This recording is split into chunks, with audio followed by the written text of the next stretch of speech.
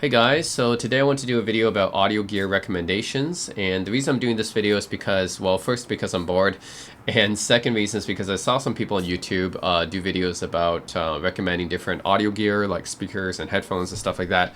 So I figured, why not? I can do the same thing because I've reviewed a lot of audio equipment on my channel, like headphones and amps and speakers and stuff like that. So yeah, I figured why not? I can do something similar. So far, I've come up with 18 different product categories that I'll give recommendations for. Each of these will be in different price ranges. So the price ranges is going to be $100, $250, $500, $1,000, and $2,500. Those are my different price points. Now, this is not going to be the strict thing. I'm going to recommend stuff just around that price point. And the 18 different product categories that I've come up with are receivers, integrated amps, headphone amps slash DACs. DACs are digital audio converters, by the way. Turntables, music streamers, CD players, wireless speakers like Bluetooth speakers, stereo or bookshelf speakers, sound bars, center channel speakers, subwoofers, which are also speakers, closed back headphones, open back headphones, wireless headphones, wired in-ear monitors, basically earphones, wireless earbuds, digital audio players, and microphones. Yes, that's a lot of categories, but I think that covers most of the things I've reviewed on my channel so far. Yeah. I'm not going to do guitars or guitar amplifiers because it's kind of a separate thing, and I've already had some videos kind of yeah, anyways, I think for that stuff it's kind of hard for me to recommend because it's like yeah, there's a lot of guitars and guitar amplifiers out there, and plus it's just kind of a different side of music. I just want to get to the audio equipment, not necessarily the music production, like it's instrument side of things. Those are more instrument side of things. So I think I can do in another video. But this is just going to be more or less audio equipment. So yeah, 18 different product categories. I think is quite a bit, but I'll try to do that. Give you guys my reasoning or rationale behind each choice that I pick.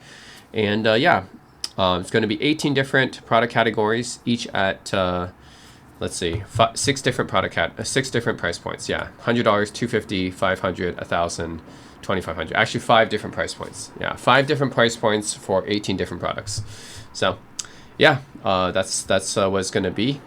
So you guys will see at least 90 different products in this video.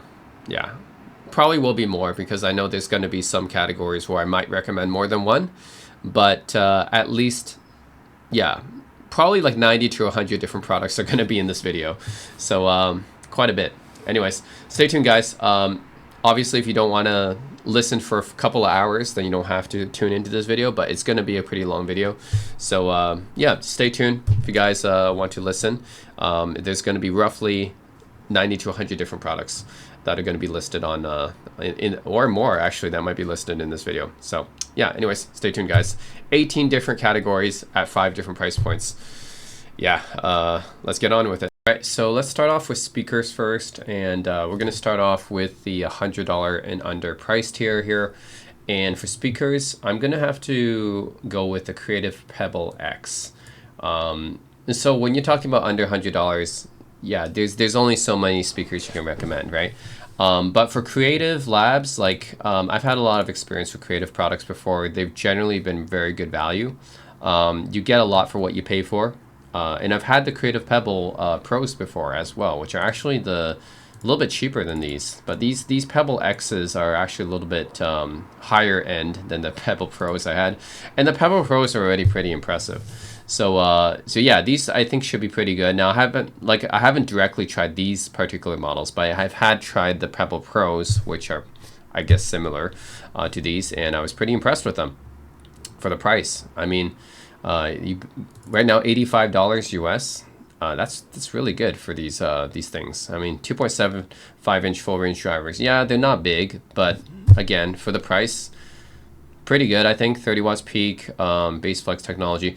Like, they do put out a pretty impressive sound given the size. Yeah, they do look small, but for desktop use, honestly, pretty good. I mean, for laptop speakers, if you just want to upgrade your laptop speakers or even your desktop, right? Your desktop, you want to have just pretty decent sounding speakers, and you don't have, your budget is not that much. Let's say this is your budget, $100 and under, right? Like, yeah, these are pretty good. I would say for this price point, it's pretty good. You're gonna get some pretty decent sound quality out of these things for that price. Yeah, I just remember being pretty impressed with these Creative Pebbles. Actually, they even have a passive bass radiator on the back of them, so you do get like more bass than you would expect given the size of these things. Now, don't expect, you know, room filling bass or whatever, but still, it's impressive given the size and the price, right? Decent connections as well. Bluetooth 5.3, that's fairly newish. Not the newest Bluetooth, but definitely it's fairly modern. USB audio, of course, you connect to your computer. You also get 3.5 aux. So you got a decent amount of ports. And yeah, overall, I'd say pretty good for the price point. So yeah, for the $100 price point, I'm going to recommend the Creative Pebble X 2.0 for the speakers category. Okay, so now we're going with the $250 and under price point. For the speakers, my recommendation would be the Klipsch R41 PM, which you can actually find for $200. These are really good bookshelf speakers for the price. I've had them before. Again, they're not the end-all be-all in sound quality. I mean, you're talking about $200, right? But they are really good performance for the price. There are some other good options here, like edifiers and audio engines, but personally, I like the Klipsch. They have that typical Klipsch horn-loaded sound, I would say, which some people don't like, but I think in general, most people should be, you know, okay with this. And you have a variety of different inputs here. You got a phono stage actually here as well. So if you have a turntable, you can actually connect this as a built-in phono preamp. Aux in, you have a subwoofer out, you have an optical in, and you got USB in. So you got a lot of good inputs here, and they're powered, right? So you don't need a separate amplifier. In general, they're pretty good value.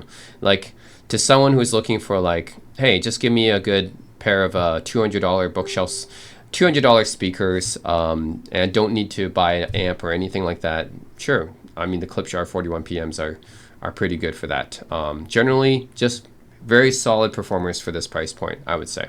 So that's going to be my recommendation for this price point, $250.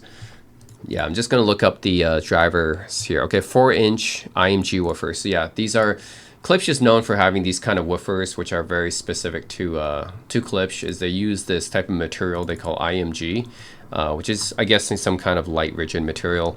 And they're using Traxxas horn technology, another Klipsch thing that's basically horn loaded. So they have a very unique sound, I would say, to Klipsch, and 1-inch aluminum tweeters. Yeah, in general, pretty good sound quality for this price point, I would say. $100 and under price category. And for speakers, I'm going with the Q Acoustics M20. These are powered speakers. And yeah, I'm going with this one because there is a lot of good selections at this price point. I think Triangle makes some pretty nice speakers at this price point too.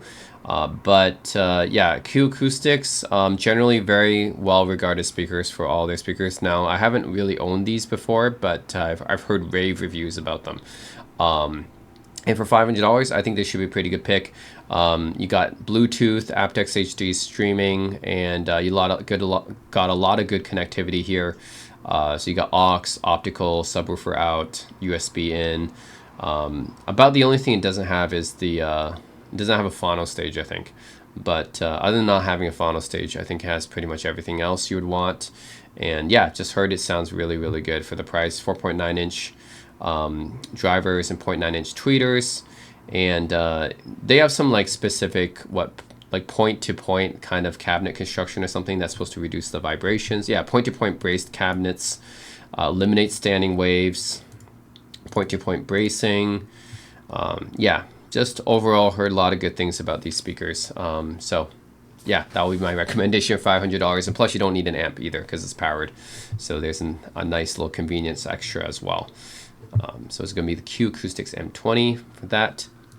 Okay, so I just saw the sale on the Triangle Borea BR03 Connect. I think this could be another viable contender to the Q Acoustics M20 HD because it's on sale for $800 Canadian, which is a little bit more than $500 US, but But this sale price is really good for this speaker because Triangle, they're French company. They make some pretty good speakers for the price. I think fairly good value. I've owned their BR02 before. I was impressed by it. They're usually actually cheaper in the US than Canada. I don't know why. Just they're more expensive in Canada for some reason. But yeah, if you're in the US, it'll probably be even cheaper than this because I do think Triangle speakers. They are cheaper in the US, and this is their latest active speaker, so you don't need to have a separate amplifier. Has a lot of good inputs. So you got you got USB, subwoofer, optical in, HDMI ARC, which means you can control your TV as well using the remote from this. And yeah, it has let's see, no, that's a sub out. It's got a coaxial in, yep, and it's got the aux. Or RCA line in as well, and a phono stage, I believe. So yeah, built-in phono preamp, Bluetooth 5.0 aptX HD, ARC TV input, USB port, of course, connect to your computer. Looks like it's a pretty decent DAC, 384 kilohertz, 32-bit. That's very high resolution, DSD 256. Coaxial optical RCA input, subwoofer output, 60-watt Class D amplifier. Drivers are 16 centimeter driver. That would be the woofer, I'm guessing, right? This woofer right here. It's natural cellulose paper, 25 millimeter silk dome tweeter. Pretty much the same drivers that you'll find on the BR03. Just this is the active version. Yeah, overall, I think the Boria BR03 is a fairly well reviewed speaker for the price. Yeah, it's one of those speakers that, again, if you're living in the US, you can get it pretty cheaply. I think around $400, maybe $300. Like, you can get this pretty cheap, and that's a very well performing speaker for the price. But you can get the active version, even that, for like $500. And for the active version, yeah, you get the Bluetooth connectivity and everything, and yeah, you got more inputs, digital inputs as a built-in DAC, and built-in amplifier, of course, as well. Yeah, so here's what I'm talking about. The DAC is pretty good on this ESS 9018 K2M. This isn't a top-of-the-line ESS Sabre DAC or anything, but just having a branded ESS Sabre DAC on a active speaker, that's not like most active speakers. You have no idea what DAC is inside of it, right? So the fact is, you know that there's a ESS Sabre DAC, the 9018 K2M, which is pretty decent DAC, I would say, inside of this thing. So yeah, 384 kilohertz, 32-bit DSD 256 should sound pretty good. And of course, you got a Class D amplifier, just like every other active speaker has. But yeah, I would say at this price, it's a pretty good value here, aptX HD. Yeah, I mean, a lot of speakers don't even come with aptX HD. They might just come with regular Bluetooth AAC, or they might come with regular aptX. But the Triangle Boria BR03 Connect comes with aptX HD, so you get a higher quality streaming with your Bluetooth. Of course, you also got the ARC technology, right, to connect to your TV. And yeah, overall, this is probably one of my favorite active speakers. This and the Q Acoustics M20 HD are both really good. That's why I'm recommending both of them at this price point. If like the Triangle is a little bit more expensive normally, but if you can find it on sale, you can still get it around $500 US. Then it's a really good pickup. I think it's very competitive. Personally, I think this might be even better than the Q Acoustics if you can find it on the sale price, because this one actually has a phono input, might even have a better DAC inside of it, since this one does have an ESS Sabre DAC. And yeah, overall, this is a really nice active speaker. I would say that if you can find it around this price, around $500 US, then it's just one of the best value speakers in this price point. Yeah, just active or not. It's either way, it's one of the best speaker values, because it's a really nice performing speaker, and you got a ton of inputs. And yeah, just if someone's looking for an active speaker, or just any speaker around this price point, this is what I'll recommend. Q Acoustics M20 HD at the regular price point, or if you can find it on sale, the Boria BR03 Connect. Okay, so now we're looking at the $1,000 and under price range here. And for speakers, there really is so many speakers at this price range. It's very, very competitive. So you can really go with pretty much any brand at this price range, right? But I'll pick the Wharfedale Evo 4.2. This is what I saw in Crutchfield, just because like I think it's a pretty good deal right now. So it's really $1,200, but you're saving $200, so it's $1,000 a pair. But what you get from the Evo 4.2 is actually a lot, because you can see how big they are. Uh, they're quite big speakers actually. So you got three-way design, which actually is not that common to find in this price range. You got a three-way design, AMT tweeter, generally a higher-end type of tweeter technology, so that's pretty nice. 2-inch soft dome mid-range, and 6.5-inch woven Kevlar woofer. So you get three drivers, which is not that easy to find at this price range. So that's part of the reason I'm recommending the Evo 4.2, because $1,000 price range is hard to find a three-way speaker at this price range. So the fact that you have a three-way is nice. You got three drivers. Yeah, this is a pretty substantial speaker for this price.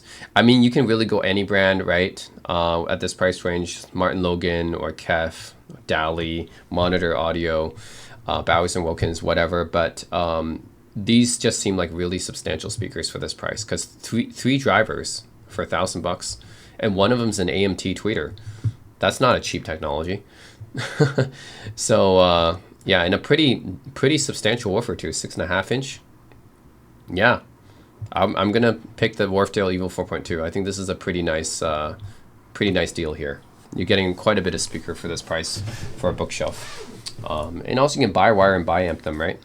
Yeah, so that's pretty good. That's my recommendation. Actually, I found another bookshelf speaker at this price range that's just a little bit over $1,000. If you can stretch your budget a little bit more, these are the ELAC Unify Reference UBR62s, and this is also another three-way bookshelf design. At this price range, it's kind of hard to find a three-way bookshelf design, but yeah, for $1,200 a pair, it's about the same price as the Wharfedale Evo 4.2s if the Evo 4.2s weren't on sale. So if you can find the Evo 4.2s on sale, I think that's the better value. But if they're both around the same price, then you can go with either one. I think this one is also pretty nice too. You know, ELAC's a German company. They've been building speakers for a long time. And yeah, you got the bi wiring, bi amping capability as well. But just having a three-way bookshelf design, again, hard to find around this price range. So the Wharfedale Evo 4.2 and the ELAC Unify Reference UBR62 are two of the few speakers you can find around this price range that have a three-way design. Why is a three-way design important? Well, it's better separation of the frequencies because you have three drivers, each handling a different segment of the frequency range. It's just going to give you a better separation of the sound compared to a two-way design. So yeah, this one, you got a nice wood grain finish on it. You got a concentric mid-range tweeter array. So interesting thing about this one, it's a Unify series because it has the tweeter right in the middle of the woofer here to align the phase. So this is something done for the phase alignment to make sure that the sound reaches you at the same time. This is pretty similar to what KEF does. And actually, I'm a little bit surprised they're allowed to use this design because I thought KEF had a patent on this design. So KEF's version is called the UniQ, but ELAC's version is called the Unify. But I'm actually kind of surprised that ELAC can do this as well. I thought only KEF could do it. But apparently, yeah, they can do it as well. They can just put the tweeter in the middle of the woofer, I guess. Yeah. The concentric driver puts its tweeter in the middle of the mid-range driver. That's exactly what KEF does with their designs, but ELAC's doing it here as well. That's how they can have a three-way speaker, like three drivers in sort of like a more compact design here. So if you guys think that the Evo 4.2 is a little bit too tall because it has three separate drivers, the ELAC is going to be more compact because it has three drivers but in a more compact design since it has the that's the Unify type of design here where it puts the tweeter in the middle of the mid-range driver. So yeah, you got a 1-inch soft dome tweeter in the middle of the 4-inch aluminum cone mid-range, and then you got a 6.5-inch aluminum cone woofer here. That's what these two are. So it looks like two drivers, but it's actually three drivers there. And yeah, overall, I think this is a nice pick as well for the $1,200 price range. Yeah, there's not too many bookshelf speakers at this price point with three drivers. But yeah, the ELAC Unify Reference UBR62. If you think the Evo 4.2, I mean, it does look really tall and yeah, big. So if you think that these Wharfedales are a bit too big and doesn't fit well in your bookshelf stand or whatever, it takes up too much room, then you can also check out these ones, the ELAC Unify Reference UBR62, because it still has three drivers, just in a more compact design. Okay, so now we're getting into the 2,000, 2,500 price category, and just a disclaimer, guys, I don't own any of these products because this is actually beyond my budget. This is just based on what I've read, what I've heard, what I saw other people talk about. So yeah, for speakers, I'm gonna go with the KEF R3 Meta. So these are $2,200 a pair, and they're three-way bookshelf speaker. So KEF has been pretty well acclaimed, I think, for most of their bookshelf speakers, and like the LS50 Meta, the LSX, R3 actually. So this is the improved version of the R3. So yeah, this is pretty much going to be my recommendation because it's based on KEF's reputation, right? So they have a very good reputation in the audiophile industry. The R3 already got rave reviews, so the Meta version improves upon the R3 by adding the KEF's innovative metamaterial absorption technology. So this is something that they used in the LS50 Metas and some of the other speakers to great effect.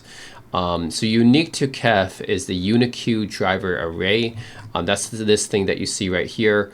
It basically is a combination of a tweeter within the center of a woofer, and that's to align the phase, I guess. It's a phase aligning type of technology, and it's unique to KEF. They have it patented.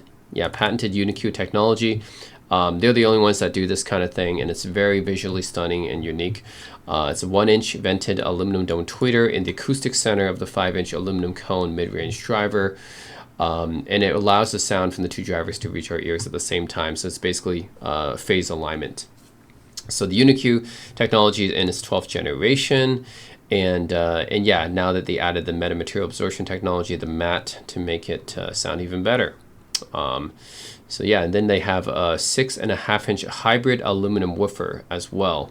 So yeah, this is a three-way design, which means that it uses 3 drivers. In the KEF's case, actually, the UniQ driver has 2 different. Yeah, the UniQ driver is combining a tweeter with a woofer essentially. But yeah, 3-way design, 1-inch vented aluminum dome tweeter with mat absorber, and then the 5-inch aluminum cone mid-range driver, and the tweeter is seated within the center of the aluminum cone driver as well. Then you have another 6.5-inch hybrid aluminum cone woofer in addition to that. So yeah, this should be a pretty good sounding speaker. I wish I could hear it somewhere, but just based on all the reviews and stuff, like the KEF R3 already has great reviews, so the Meta version, obviously should just sound even better. So anyways, this plus being a 3-way speaker, which you will see around this price point, but there's still a lot of 2-way speakers around this price point, honestly. So just having a 3-way is very nice too, and plus it's just visually stunning as well. So I'm going to recommend the KEF R3 Meta for this price point. Okay, the amplifier category for $100, I'm going to recommend the Fosi Audio BT20. I've had the Fosi Audio BT20s before. Yeah, they're pretty good. I mean, this can output 300 watts. I mean, obviously Class D power, but 300 watts for $100, that's insane. Yeah, so Fosi Audio, even though they're a Chinese company, I mean, they give really good value. So I've owned some Fosi Audio stuff. I've owned the Fosi Box X4, which is a phono preamp, and then the BT20 as well. Yeah, very impressive stuff here. It's got Texas Instruments chip amp here, Bluetooth 5.0 as well. So yeah, you got a 2-band EQ here, treble and bass and volume. Yeah, so you got Bluetooth, which is what the antenna is for, and then you got your speaker outputs, your preamp out, and then RCA input. So only analog input, but I mean, it's fine. I mean, for this price, right? Like this is really impressive. 300 watts per channel for $100. That's nuts. Yeah.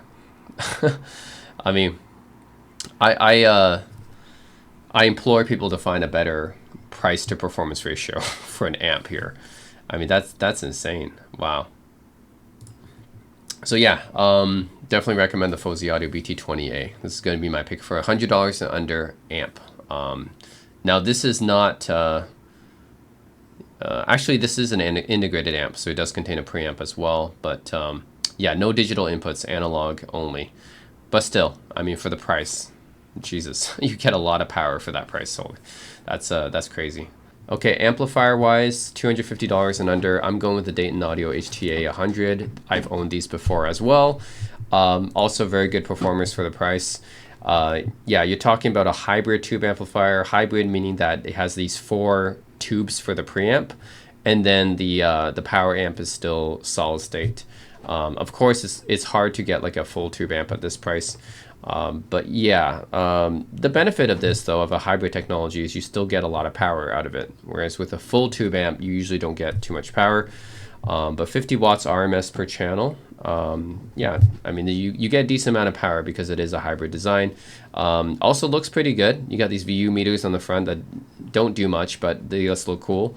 You got a lot of selections right here. You got 2-band EQ, plus you get a phono stage right here, aux, Bluetooth, optical, coaxial, and then USB as well.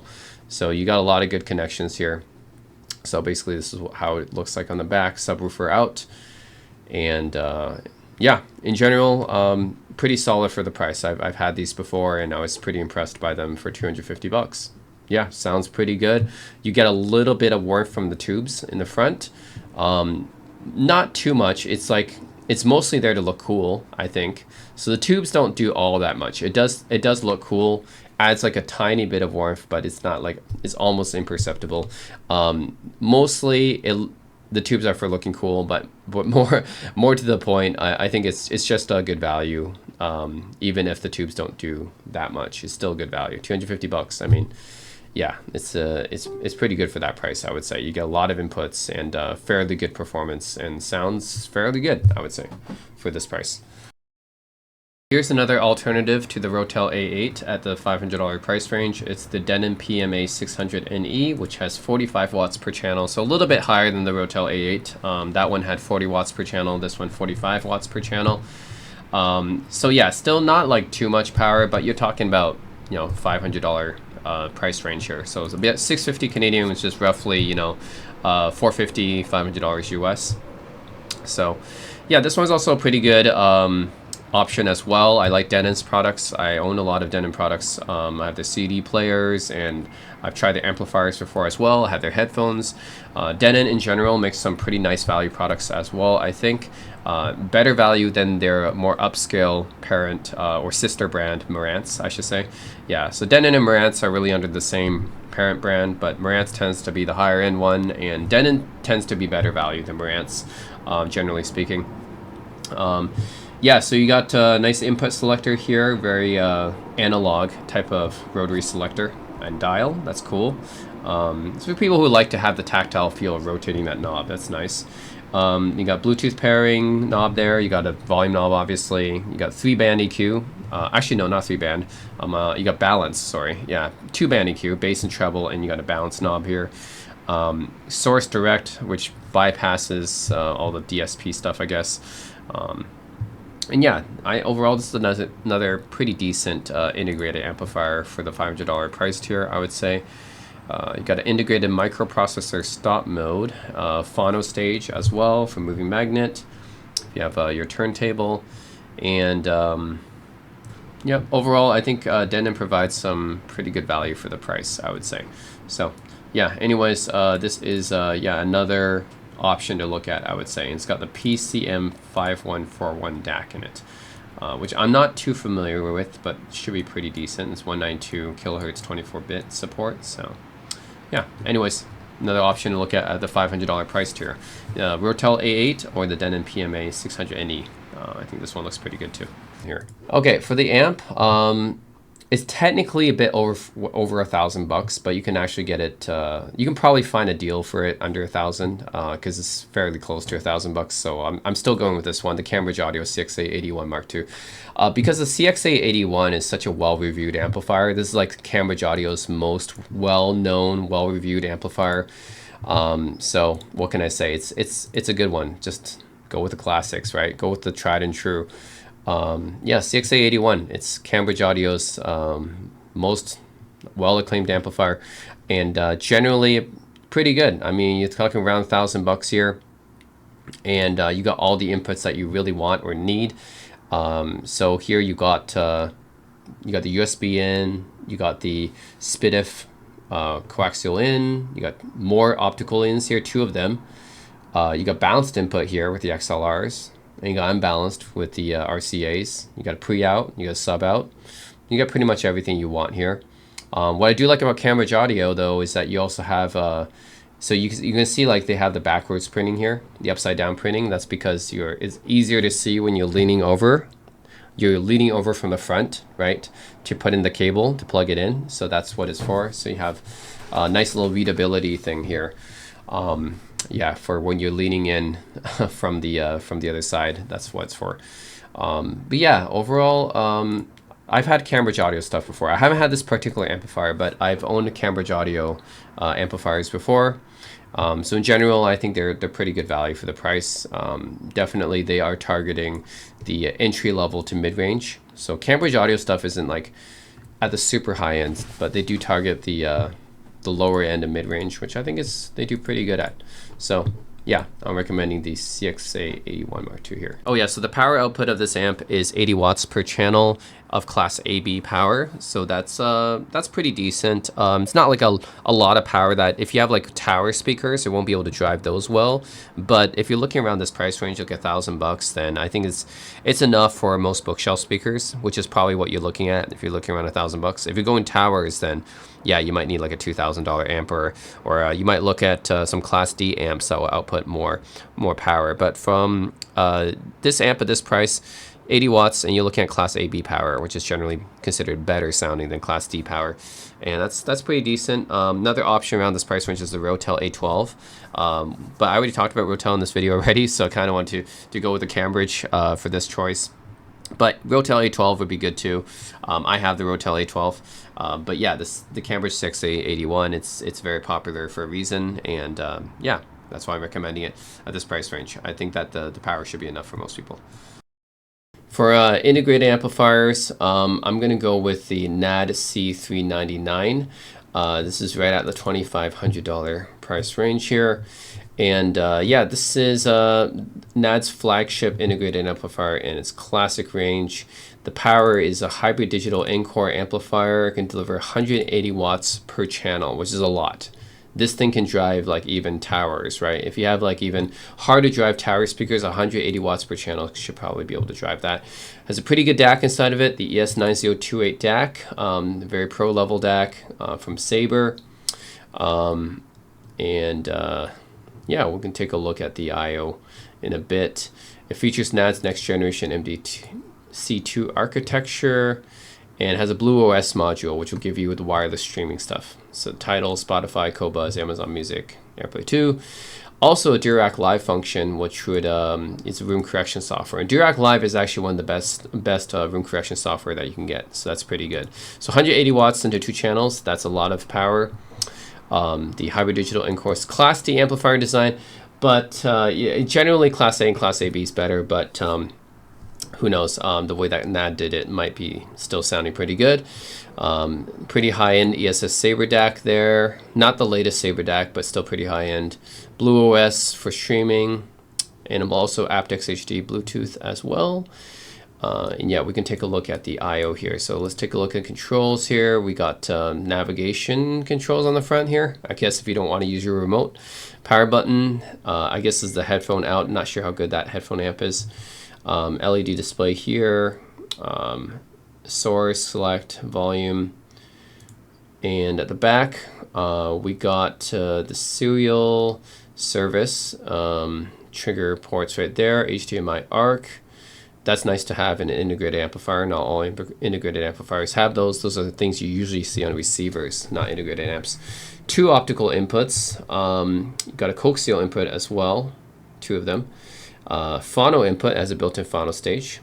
And you have, yeah, 2 line-ins that are analog line-ins, unbalanced. You got a pre-out here, and 2 subwoofers can be hooked up. So you got 2 sub-outs. And yeah, 180 watts per channel, pretty crazy. These are reserved for optional MDC upgrade modules. That's pretty interesting to see as well.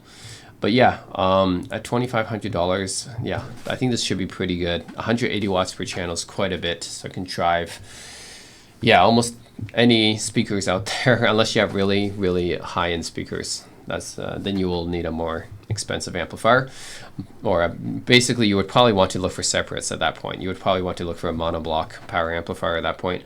But yeah, if you don't have like, you know, amplifier, if you don't have a speaker that requires a monoblock, then I think this is one of the most powerful integrated amps. Just 180 watts of Class D power. Yep. Well, Class D can generally generate more power than Class A and AB, but you will see how good this sounds, because generally Class D is not as good sounding as Class A or AB, but we'll see. Maybe NAD had a way to make it sound pretty good too, because you know, NAD is a historical audio company that's been around for a few decades, and they should be able to know their sound. So yeah, anyways, that's my recommendation for this price point. I also think this is a pretty nice amp to check out around the same price point. So $2,500. Instead of the NAD, you can also check out the Rotel RA1572 Mark II. I've actually owned the first version of the RA1572. This is the Mark II, and it's a hefty amplifier for sure. Look how chunky that is, but it's extremely powerful. And yeah, definitely if you just want to have a very powerful, nice sounding amp that's very lean and neutral, which Rotel tends to be good at, their sound signature is fairly neutral and lean, then yeah, this is another good one to pick up. Lots of good features, lots of good inputs. It's definitely on the big and heavy side, but I would say for the power and sound and feature set, the I/O could be worth it as well. So yeah, we can take a look. I think the improvements might be just to the DAC inside of it. I don't know if there's too much differences between the first version. Yeah, so they have their own custom Toroidal transformer, and they use a premium Texas Instruments 32-bit 384 kilohertz DAC. I'm not sure which one it is. They don't tell which Texas Instruments DAC that they're using, but it should be an upgrade over the first version, I think. Yeah, 120 watts into 2 channels. Class AB amplification, of course, that's going to be better sounding than your Class D. So the NAD was using Class D, right? So the Rotel uses Class AB amplification. That's what they use on all their amps and stuff. So that's pretty good. Premium Texas Instruments DAC, aptX Bluetooth. Doesn't say aptX HD though. 4-in-bound stereo RCA inputs, stereo XLR input, 2 optical digital inputs, and coaxial digital inputs. Yeah, we can take a look at it actually. Yeah, let's take a look. So controls here. This is using the Rotel design language, which usually is I would say not minimalistic in the sense that they put a lot of buttons on the front, but it's easy to see what they all do, right? It's easy to figure out. So they have a LED display here, a power button, volume control. They can power 2 sets of speakers. My Rotel A12 can do that as well, but yeah, the 1572 can do that. USB charging port in the front, which I always like, better than on the back.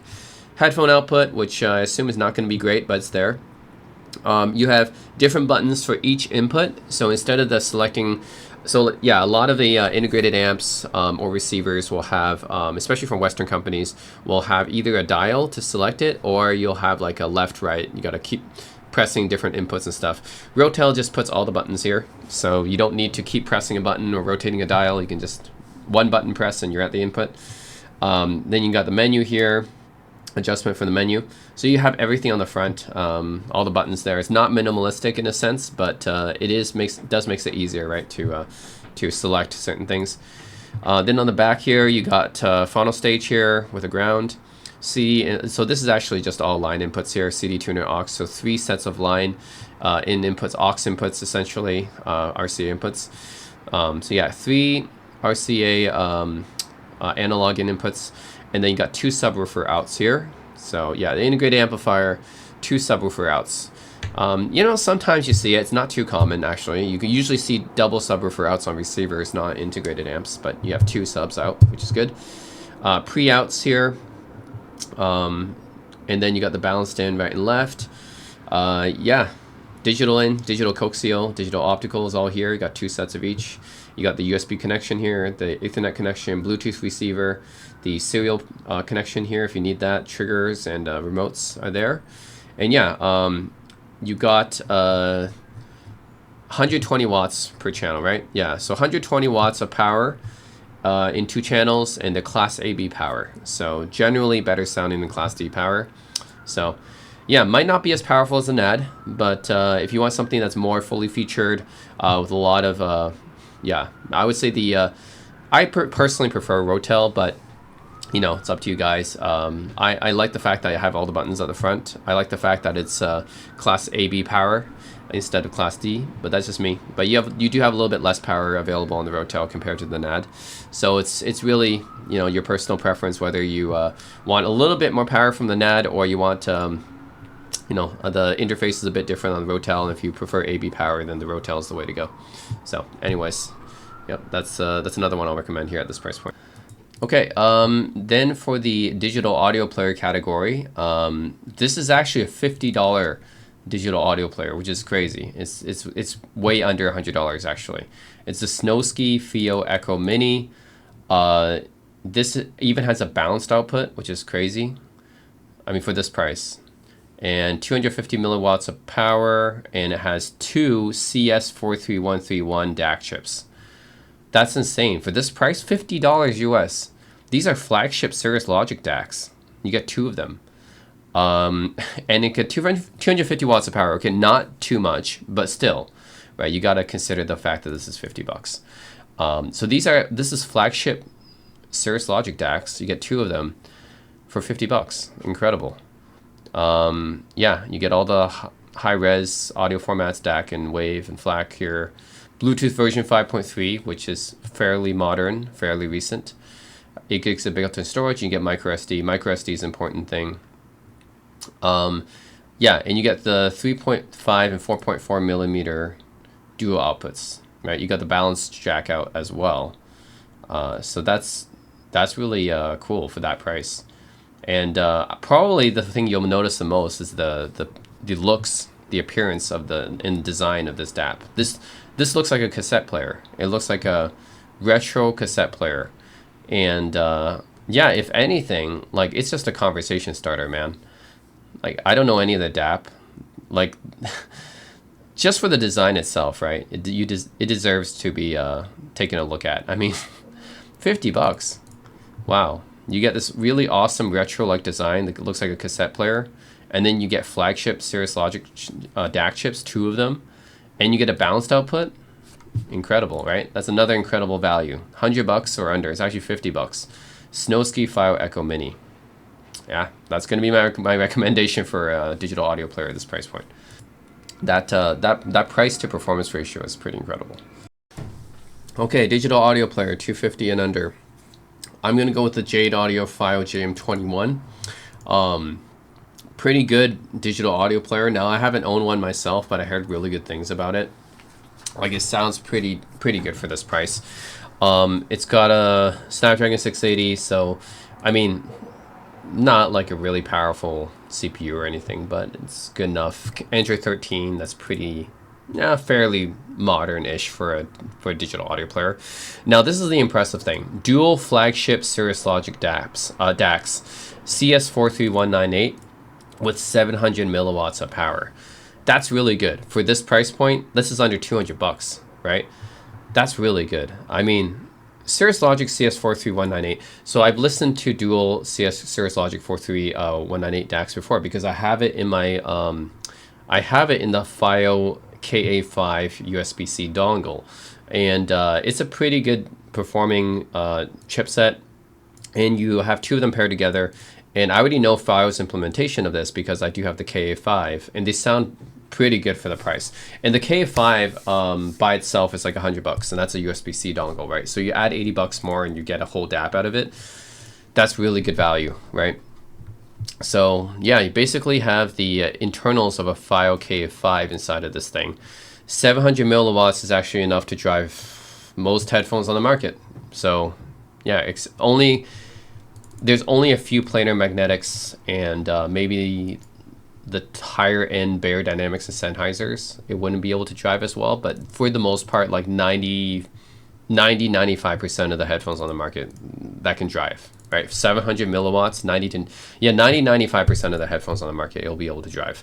So very good power, 700 milliwatts for this price point. And then the dual Cirrus Logic flagship DACs, really good. I mean, FiiO is always really good value for the price. So yeah, $180, I mean, really good performing digital audio player for this price point, I would say. So that's my recommendation for the 250 and under. Okay, digital audio player. My pick is the HiBe R6 III. Now there's other good options too, but reason why I'm picking the R6 III is just because it's a nice upgrade over the FiiO JM21 that I suggested before. So the JM21 had 2 Cirrus Logic CS43198, and the R6 III ups that to 4. So pretty straightforward upgrade there. You also get Android 12, Snapdragon 665, which is a bit faster than the JM21, 4 gigs of RAM. And you got Bluetooth 5.0, LDAC, aptX HD all supported. And I've used HiBes before because my main audio player is a HiBe. It's a HiBe R6. And so I'm familiar with HiBe's interface. I do like HiBe's interface. I find it pretty easy to use and stuff. So you got switchable Class A AB amplification, which is nice. Even my HiBe R6 doesn't have that, actually. MQA if you care about that. Yeah, of course you got the balanced headphone out as well. DSD 512, 5-inch display. Bluetooth 5.0, yeah. So this is just a pretty straightforward upgrade over JM21. I suggested JM21 in my previous price bracket, so it's pretty straightforward upgrade into HiBe R6 III because now you got 4 flagship Cirrus Logic 43198 DACs. So it's just a pretty nice straightforward upgrade there.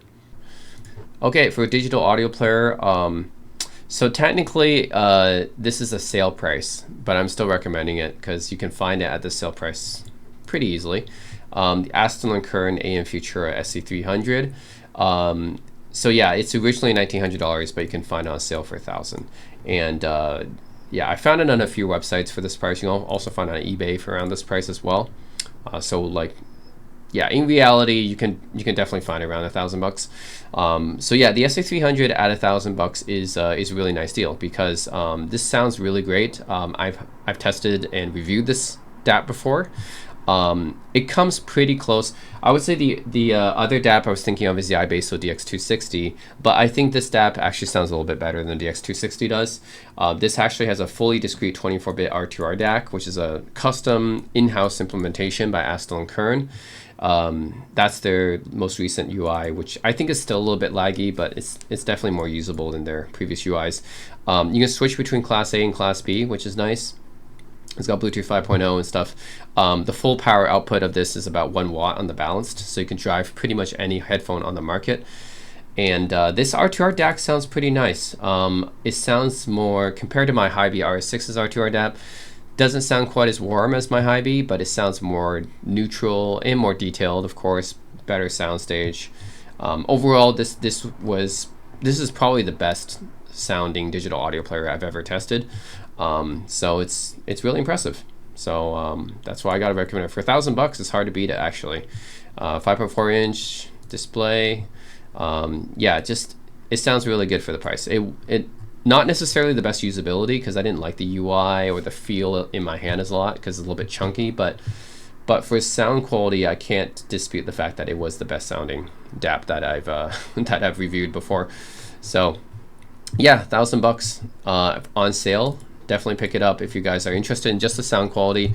Now the UI is another aspect that I didn't like the UI of this as much as my HiBes, but yeah, the sound quality was better, of course. So the R2R DAC on here is really impressive. So especially if you put in Class A mode, yeah, you get blacker background, bigger soundstage, detail. Yeah, it's I haven't tested higher end DAPs than this, so just be aware of that. But I do think for $1,000 and under, this is probably one of the best sounding digital audio players you can get on the market. So that's why I'm recommending it.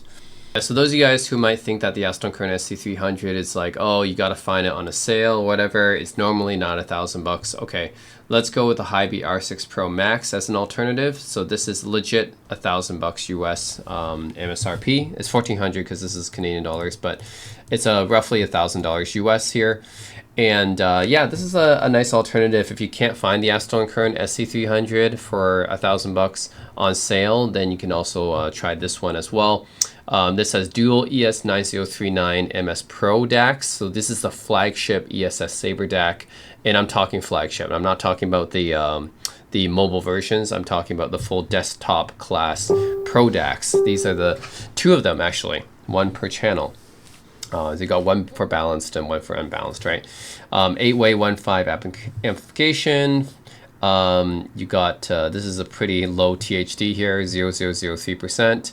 4-way independent power supply system. Qualcomm Snapdragon 665, which is pretty much as fast as you can get for a digital audio player these days. 6 gigs of RAM, 128 gigabytes flash storage. Android 12, not the latest, but it's good enough for a digital audio player. System-wide SRC bypass, which is nice because Hibi OS natively bypasses Android downsampling, which is really good if you're listening to high-res audio tracks. DSD 1024, look at that. This is the highest level of DSD resolution that you can go. So, I mean, even DSD 512 is pretty much the standard, right, for audiophile grade DSD decoding, but DSD 1024, wow. I mean, I'd be surprised if anyone can really tell the difference between DSD 512 and 1024, but this is super high res. Then you got the femtosecond grade audio oscillators here, MQA16X unfolding, if that matters to you guys. 5.9-inch 1080p display.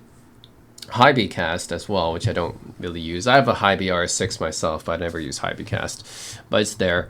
And then, of course, you got the independent 3.5 millimeter, 4.5 millimeter headphone and line outs. And that's something I really like about Hibi DAPs is that compared to other DAPs, they have dedicated line out and power out, basically. Whereas other headphones, other DAPs, you have to switch it in the software. But for Hibi DAPs, you don't have to switch anything in the software because they have dedicated jacks for a line out. So that's nice. Flagship DAC, enough said. Yep, these are the flagship ESS DACs. Now, I've never listened to the ES9039 Pros. I would love to listen to them. I've listened to the ES9038 Pros, that's the previous revision, which were very neutral.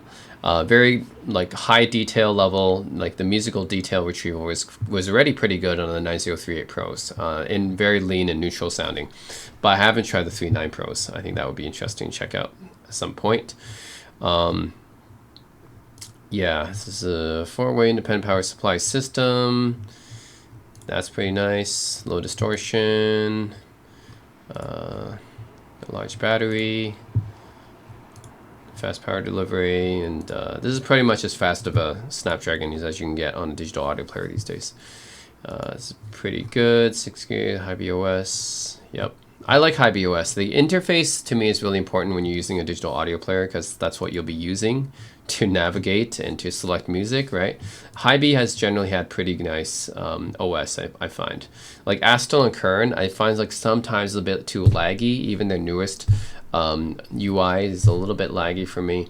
And then yeah, there's some other devices like the Onyx devices that are the interface, or the Luxury and Precision or Lotu, right? Those devices, the interface is not that great actually, but Hibi I think has some of the best interfaces when it comes to DAPs. Pretty good. Industry leading DSD 1024, correct. I've not seen many other DACs with DSD 1024. That's crazy. Super high resolution. I don't have any music files close to that actually in resolution. Okay, 2160 by 1080. That's pretty high res for something like this. I mean, it's not like you're going to be watching like many videos or something on this one. It's mostly for listening music, so that's pretty good specs for that. Two-way Bluetooth. So you got LDAC, aptX, aptX HD. Too bad that, like, not many devices seem to have aptX lossless for some reason. And Bluetooth 5.0 is a little bit old, so I'm a bit surprised by that. I'm a bit surprised not 5.2 or 5.3 at least. Okay, so the power output. So first you have dedicated line out and power out, which is nice. 700 milliwatts on the balanced. So about the same as my Hibi RS6. Not the most powerful DAP that you can get by any means. I mean, the iBasso DX260 is like 1 watt, right? And the Aston Kern SC300 is 1 watt. But 700 milliwatts, still good enough, amount of power to drive most headphones, I would say. Yeah, still good enough. But yeah, I really do like the fact that you get the dedicated line out ports. You see here, dedicated powered out and line out ports. So that's nice, not having to switch it in the software. So this would be my other recommendation. If you can't find the Aston Kern ST300 on sale, or if you like me think that the interface of the Aston Kern devices are not quite good enough, then check out the HiBia R6 Pro Max. And also the build quality is really good, as you would expect from Aston Kern. Especially if, like, they put so much attention on this crown. And it also lights up too when you use it, so that's pretty cool as well. Digital audio player iBasso DX340. This looks really good, and I've heard a lot of people say it's like the best sounding DAP they've heard. So I'm just going based on what I've heard. This is a pretty new audio player. It just came out this year, and yeah, it's got a completely in-house DAC chip. It's got a 1-bit resistor ladder DAC, I think. It's got a dual battery power system. This is a iBasso's flagship audio player here. It's got a replaceable amp system, so you can swap different amp cards to match your sound preferences. That's really cool. It's got this advanced FPGA Master 3.0 audio system, different face plates. Yeah, a lot of cool stuff going on here. Qualcomm Snapdragon 665, currently probably the fastest processor you'll find on a digital audio player. 8 gigs of RAM, that's a lot for an audio player actually. 256 gigs of memory, 6-inch AMOLED display, 316L stainless steel chassis. Got the balanced out, of course. You also got coaxial out, so you got a SPDIF out actually. That's a nice little extra. Yeah, overall, this is like top end specs. You're talking about a top of the line DAP right here. Now, this is not the most expensive digital audio player out there. There's more expensive Aston Kerns, Luxury and Precision, Cayenne. They make, I think even HiBi, they make more expensive digital audio players. But in terms of sound quality and what you would probably want, I think this is one of the best sounding DAPs on the market. Like everyone I've seen, like the reviews and YouTube reviews and everything and online reviews, like they all say this is probably one of the best DAPs out there on the market. So regardless of something more expensive than this, you might say, oh, the Aston Kern SP3000 is more expensive, Luxury Precision is more expensive, or the Cayenne, right? The new Cayenne is more expensive. Well, actually, even compared to those DAPs, I think this can really hold its own. I think this is definitely one of the best sounding DAPs on the market, regardless of the price point. So yeah, I'm gonna say under $2,000, DX340. This is the DAP I would get. It just seems like it sounds amazing. It's got top end flagship specs in every way, and I really am curious about this discrete 16 cascade PWM DAC. Like that seems really cool. This 1-bit resistor ladder DAC that's completely in-house. So anyways, that's my pick for the digital audio player. An alternative option to the iBasso is the Aston Kern AN-Ultima SP3000M, which is Aston Kern's current flagship digital audio player, but it's actually in a smaller size, hence the M designation. Yeah, this is actually probably the smallest but best sounding DAP out there right now. It's $2,300 US, brand new. But yeah, it's actually quite impressive because most DAPs, most flagship DAPs from other companies are going to be like these large, bulky things. But yeah, Aston Kern has managed to make a small portable version of their flagship DAP, but keeping the same DAC and the same sound quality, which is pretty incredible. So yeah, supports DSD512, pretty high res, 256 gig internal memory, a 5.4-inch 6-inch touchscreen. So the DAC is pretty good. It's 4 flagship AKM DACs. So AK4499EX is the current AKM flagship DAC, but it's got 4 of them, and they somehow managed to fit 4 of those inside this more compact profiles. That's really impressive. And a Snapdragon 6125 octa-core. Yeah, that's pretty good. It's just like this for the portability aspect. I think this is a really good one. If you want to have the best sound quality in also a very portable form factor, not like the bulky DAPs. The iBasso DX340 is a bulky DAP, right? If you want something just a little bit more portable, then this is definitely the one to get. aptX Adaptives is here, stainless steel 904L. Of course, Aston Kerns generally, their players are built really well. Let's see, yeah, independent audio circuits. I know it uses the latest Aston current tech, like the Teraton amp technology and everything. The thing about the latest UI is the Crimson theme. Yeah, the same thing issue I had with the SC300 is that it's better than the older Aston current interfaces, but still just a little bit laggier than the typical Android interface. Ooh, this is interesting. Digital audio remaster technology. First time it's been implied. Huh. It's allowed to upsample the sample rate. So I think this could be similar to Sony's DSEE technology that they use on their Walkmans, I think. But yeah, it's like upsampling some of the lower res files, I think. But yeah, I think as far as if you want the best sound quality in the most compact size, the SP3000M is the way to go. Yeah, 4 AK4499EX. That's the flagship AKM chip, and they got 4 of them in the compact size like this. Is pretty incredible. So this would be my other recommendation if you're looking for something just a little more portable but still have great sound quality for the size. Okay, over-ear wired headphones for the $100 price point is going to be the Audio-Technica M40X is my recommendation. Again, there's not like too much choices for this price point, but Audio-Technica generally is pretty good for the value stuff, and a lot of people know about the M50X already. The M50X is probably Audio-Technica's most well-known headphone. This is kind of its little brother, the M40X, still really good. And not as good as the M50, of course, but still pretty good. Studio, yeah, for like studio monitoring or just for like, yeah, for listening, it's pretty decent sound quality and okay comfort, because Audio-Technica does have some like, you know, fairly comfortable headphones in the entry level range. It folds up like this and sounds pretty decent for the price. I mean, it's an entry level Audio-Technica. You can't really go too wrong with one of these things. So I would recommend the M40X for the over ear closed back. Yeah, I gotta say, so this is the closed back category. Okay, full size closed back headphone for $250 and under. I'm going with the Beyerdynamic DT700 Pro X. I've had these headphones before. They're really nice headphones. They sound pretty balanced to me anyways.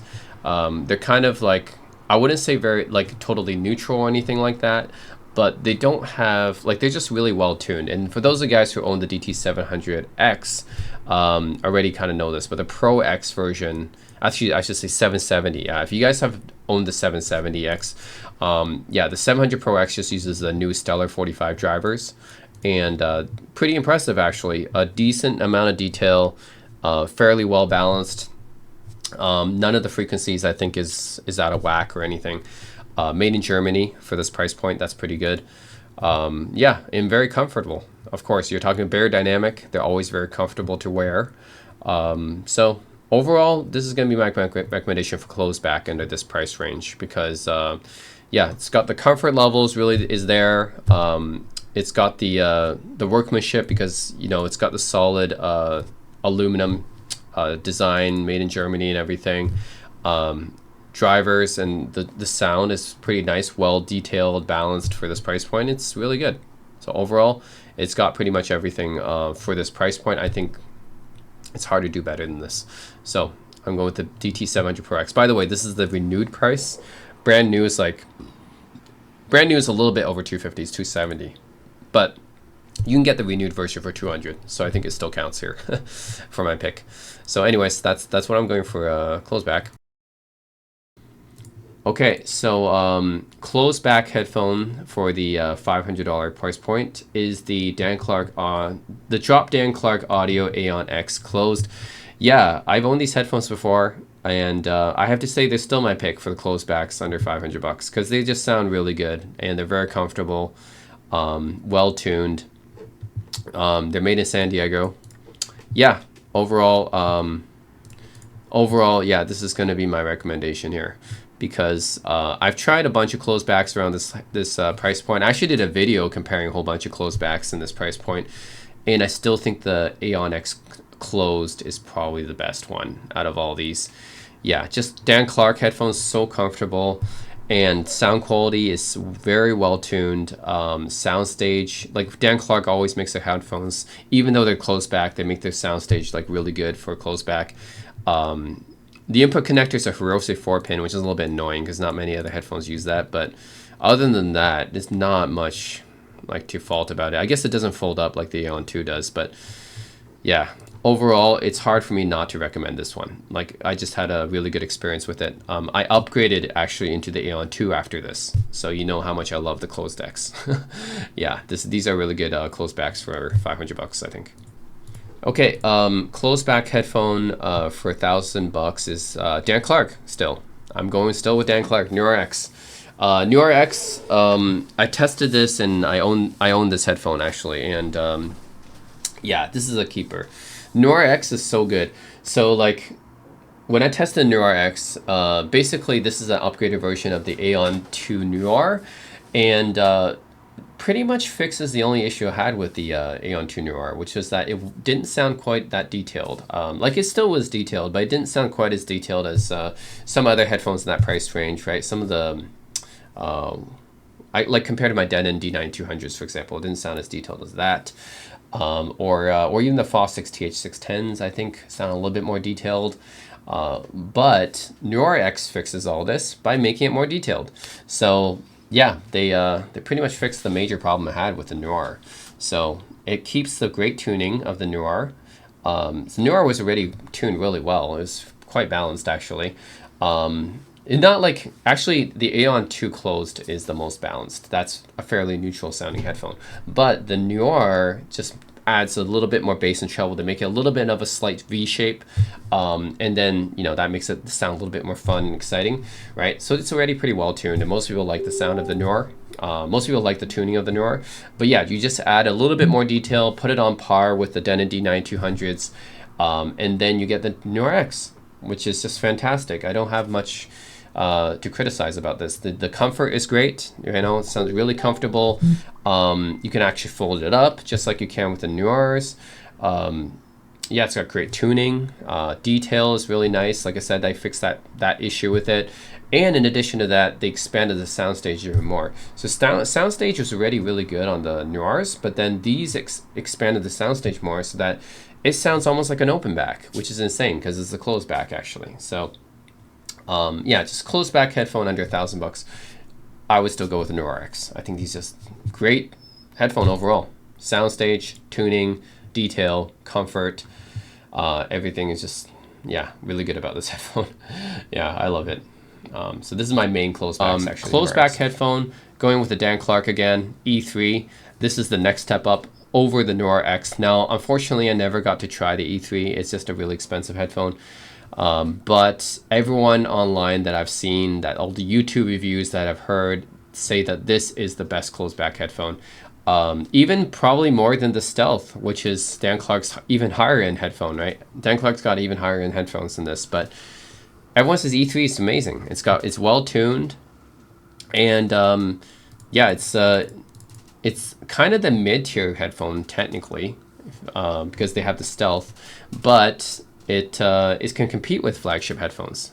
So yeah, everyone I've seen that's reviewed this headphone has said it's the most amazing closed back headphone they've heard. I have no reason to doubt because I really love the NeuRx, and apparently the NeuRx is just like a watered down version of the E3, right? So yeah, I'm really curious about the E3. Yeah, so this is like probably a souped up version of my NeuRx, which is to me, I don't know how that would sound like, but sounds pretty amazing. So I love my NeuRx, so the souped up version of the NeuRx would be the E3. So I would say the E3 would be the one I would get if I had the money. Okay, so this is going to be for the over-ear. Actually, this is technically almost an on-ear. But yeah, this is going to be the open back category for $100, and it's the Grado SR60X. So yeah, Grado is a classic American headphone company. They're all made in America, actually. Even this lower tier Grado is still made in America. I've tried this SR60X before. Definitely for this price bracket, for like $100 and under, it's a pretty good performer. A lot of people don't like the Grado sound signature because they think that the high is a little bit too harsh, but But overall, it's really good. I mean, for this price point, it's hard to beat the Grado SR60X. It's pretty good sound for this price point for $100. So yeah, for Grados, I'm not like a huge fan of Grados, but I will admit that for this lower end price point, Grado is pretty good. So yeah, I'm gonna say that for the open back category, I'm going with the Grado SR60X here. These are definitely pretty good bang for the buck in terms of yeah, I'm not like too much of a fan of their higher end stuff, but yeah, for this stuff, $100 and under, it's hard to beat Grado. They've done a good job at the not to mention the fact that they don't have much competition anyways. How many open back headphones under $100 are there? So yeah, not too much competition anyways, so limited choice to choose from. But anyways, I'm going with the Grado SR60X for my open back choice here. Open back, I'm going with the Sennheiser HD560S. You know, Sennheiser open backs, that's what they specialize in. That's what they're renowned for, is their open back headphones. And the 560X is pretty good for this price. Overall, like, it's relatively not quite as neutral, I would say, as like something like the 650, but you know, still reasonably well balanced and good. I would say good tuning for audiophiles. Sennheiser is known as an audiophile brand, and they really cater to that kind of tuning. So yeah, I would say a fairly reference type of sound. Now, it might not be the most detailed because it still might have that Sennheiser veil, I guess you could say. But at this price point, $200, it's really good still. So again, my previous recommendation at the other price point below this, right? That was the Grado SR60X. Yeah, this will be a noticeable upgrade from the Grados, I think. So I do recommend the Sennheiser HD560X. Very good sound quality for an open back for $200. Yeah, hard to do better than this. Okay, open back under $500. I have another drop headphone. This is a Focal Elex. So this is a collaboration that Focal, French company, did with Drop, and yeah, it originally was $750, but you can get it for $500 now. It's really hard to beat this for detail for this price point. Like the Elex, which I've also owned before. I've done a review of the Elex as well.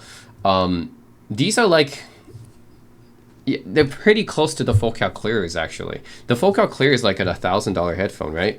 And Focal's really, their most famous headphone is probably the Clear. But the Elex gets pretty close to the Clear in terms of detail. And it's like half the price of the Clears. So yeah, it's pretty good value, I'd say. I was really impressed with the detail and clarity of the Elexes, especially at the mid-range. The only issue with this one is, for me, is just the tuning of this one is a little bit too flat and neutral for my taste, but that's just because of my preference, you know. For people who are like audiophiles that really like the Sennheiser Focal reference neutral sound signature, then this is really good. I mean, this is a very reference sounding headphone. It's very, very neutral and balanced sounding. So nothing is sounding really unnatural in this one. Nothing, no frequencies really like pushed up too high or low, whatever, recessed. It just is, you know, fairly flat sounding headphone. To me, I didn't like the tuning as much, but for other people, they might really like this tuning if they're into the reference stuff. In any case, I can say that it's really hard to find a more detailed sounding headphone for this price. $500, Focal Elex. Hard to beat the detail on this for this price. So that's what I'm recommending. Only thing is Focal doesn't have much soundstage, but none of their headphones do. Not even their higher end $5,000 Utopias. Not even that does. I tried their Utopia 2022s, and even that doesn't have much soundstage. So they've never been really known for soundstage, but in terms of the detail, especially on the mids, hard to beat. Okay, open back, I'm gonna go with the Aria Organic from Hi-Fi-Man. So $1,300. The price has been dropped to $980, so it's under $1,000 now. This is the upgraded version of the Arias. It's not the latest version. The reason why they dropped it is because the Aria Unveiled exists. Yeah, the Aria Organic. Personally, I own the Aria Stealth, and the Organic is tuned a little bit too V-shaped for me anyways, but a lot of people might be fine with that. I just prefer the Stealth tuning a little bit more. But the Organic, yeah, it's a little bit more, it's even more V-shaped than the Stealth. The Stealth is like a little bit V-shaped, which is nice, but the Organic was like a little bit too much for me. Like the bass and everything, the treble and the bass was pushed up a little bit too much for me, but some people might still be okay with that. The main upgrade of the Organic over the Stealth is that it has more detail in the soundstage. So it's pretty close to an HE1000 Stealth actually. It doesn't have quite as much detail as the HE1000 Stealth, but it's pretty close. And overall, just a great sounding headphone. So it's hard to beat it for under $1,000. It's hard to beat the ARRI Organics in detail and soundstage. I mean, yeah. I personally don't have it because I like the Stealth tuning better, but I can't debate the fact that your ARRI Organic is more detailed and has better soundstage than my Stealth. So yeah, this is gonna be my recommendation. If you want the best sounding, biggest soundstage, and the most detail out of a headphone under $1,000, the ARRI Organics is it, as an open back headphone. $100, I would recommend highly the HE1000 Unveiled, because this is a really nice headphone. Yeah, like everyone who I've talked to that's reviewed this headphone and tried this headphone has said it's just hands down the best headphone they've ever heard. The amount of detail, soundstage, and the tuning, everything is done really well. And a lot of people even like it better than the Susvara, which is actually HiFiMan's flagship headphone. So yeah, HiFiMan Susvara is crazy price. It's like the unveiled Susvara is like $8,000 US, and the regular Susvara is like $6,000, which is crazy price. But to be honest, I do think that HE1000 Unveiled might be even better tuned than the Susvara is. The Susvara is very flat, so some people might not like it, but the HE1000 Unveiled is tuned to a fun degree, much like the Aria Stealth that I own. So yeah, I think I recommend the HE1000 Unveiled. Unveiled means that it actually, like the planar magnetic drivers here, are actually uncovered when you're actually using it. So you actually have to, yeah, you actually had to put this cup on so you avoid damage caused by magnetic objects when you're not using it. So man, HiFiMan really went the lengths to try to get the, really try to push the limits here of the soundstage and everything. Because in order to make Unveiled, they actually had to make something potentially a little bit dangerous for the headphone. But that's the lengths they're willing to go to for the sound. Yeah, so basically the previous generation had the window shade, and then they actually removed the window shade. So yeah, it's pretty crazy what HiFiMan has gone down to. But really, I mean, for HiFiMan, it really does come down to the sound quality, the detail in the soundstage especially. And I do believe the HE1000 Unveiled might be one of the best tuned HiFiMan headphones, along with the Aria Stealth. So yeah, definitely recommend it if you guys can push your budget to about $2,700 for the $100 price category. Okay, and then for the over-ear wireless category, I'll go with the Anker Soundcore Q30. I think these are pretty decent sounding headphones. I mean, they've got a ton of high ratings here on Amazon. Anker is generally pretty good value. Like they're Chinese, but they're like one of the well-known Chinese companies that makes some pretty high value products. I think anyone who's bought Anker knows like how good, like good value Anker is, right? I would consider them up there with Creative, some of the really high value brands that you get. Yeah, overall, this even has a noise cancellation technology. I mean, for this price, $80, it's actually under 100. You can even put a 20% coupon on this. Oops, I guess that asked me to sign in. Okay, you can even put a 20% coupon in addition to this $80. So like, yeah, it's like maybe you're paying like 65 or something like that. But anyways, it's for this price, that's really good. Even has noise cancellation, which is probably not very good noise cancellation, but the fact that you even have it at this price point is pretty good. It's nice just to be able to have that feature at this price point. But yeah, 20% coupon. I mean, yeah, you're looking at like what, $65 for this thing? That's really good. $65 for a wireless over-ear headphones with noise cancellation. Even if the sound quality and noise cancellation isn't the best, you have to admit that's pretty good bang for the buck here for what you're getting. That's a lot of tech for what you're getting. So anyways, that is my recommendation for wireless over-ears is the Anker Q30. So my wireless over-ear pick for the $250 price category is Bowers & Wilkins PX7 S2. This is a headphone that I've talked about many times on my channel when reviewing the wireless stuff, because I really do think this is one of the best value wireless headphones you can get. Like the sound quality, like for this price, is really good. You're talking about 230 bucks for the PX7 S2s. I know there's a newer one, the PX7 S2Es, but not too much difference, right? The only difference is there's like an extra DSP upgrade in the S2Es, but the PX7 S2 is still really good. It has a slight V-shaped tuning, but it's done like tastefully, I guess. So it's not like too much bass, it's not too much treble. It's a nice V tuning, and I think most people will like it. Noise cancellation is pretty solid. I mean, Bowers & Wilkins, to me, the noise cancellation tech is right below Bose and Sony's. So yeah, pretty good. Yeah, overall it looks really stylish too, I think. So it looks really stylish.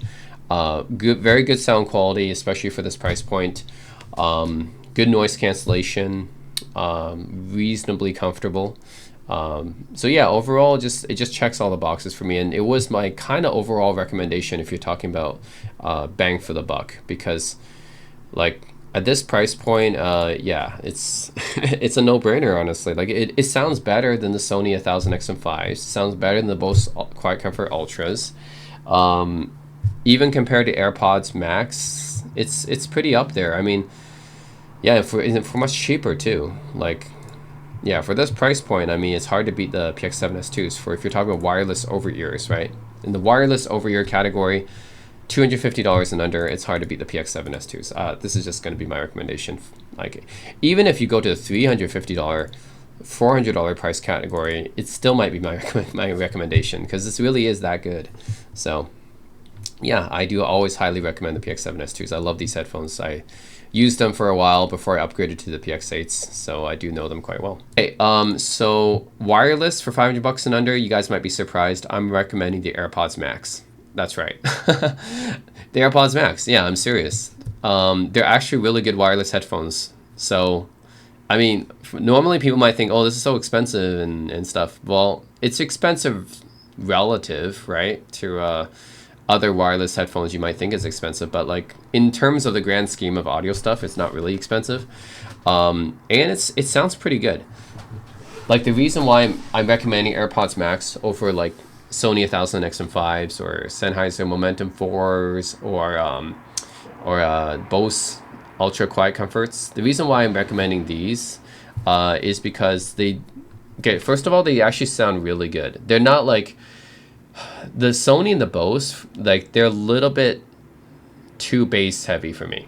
Like the bass is a little bit too much on those headphones, whereas AirPods Max actually doesn't have as much bass as the Sony or the Bose, and they're just fairly balanced sounding. Actually, they're slightly V-shaped, not too much so. They're pretty much, pretty close to Harman, I would say, but not too much like bass or anything like that. Not too V-shaped.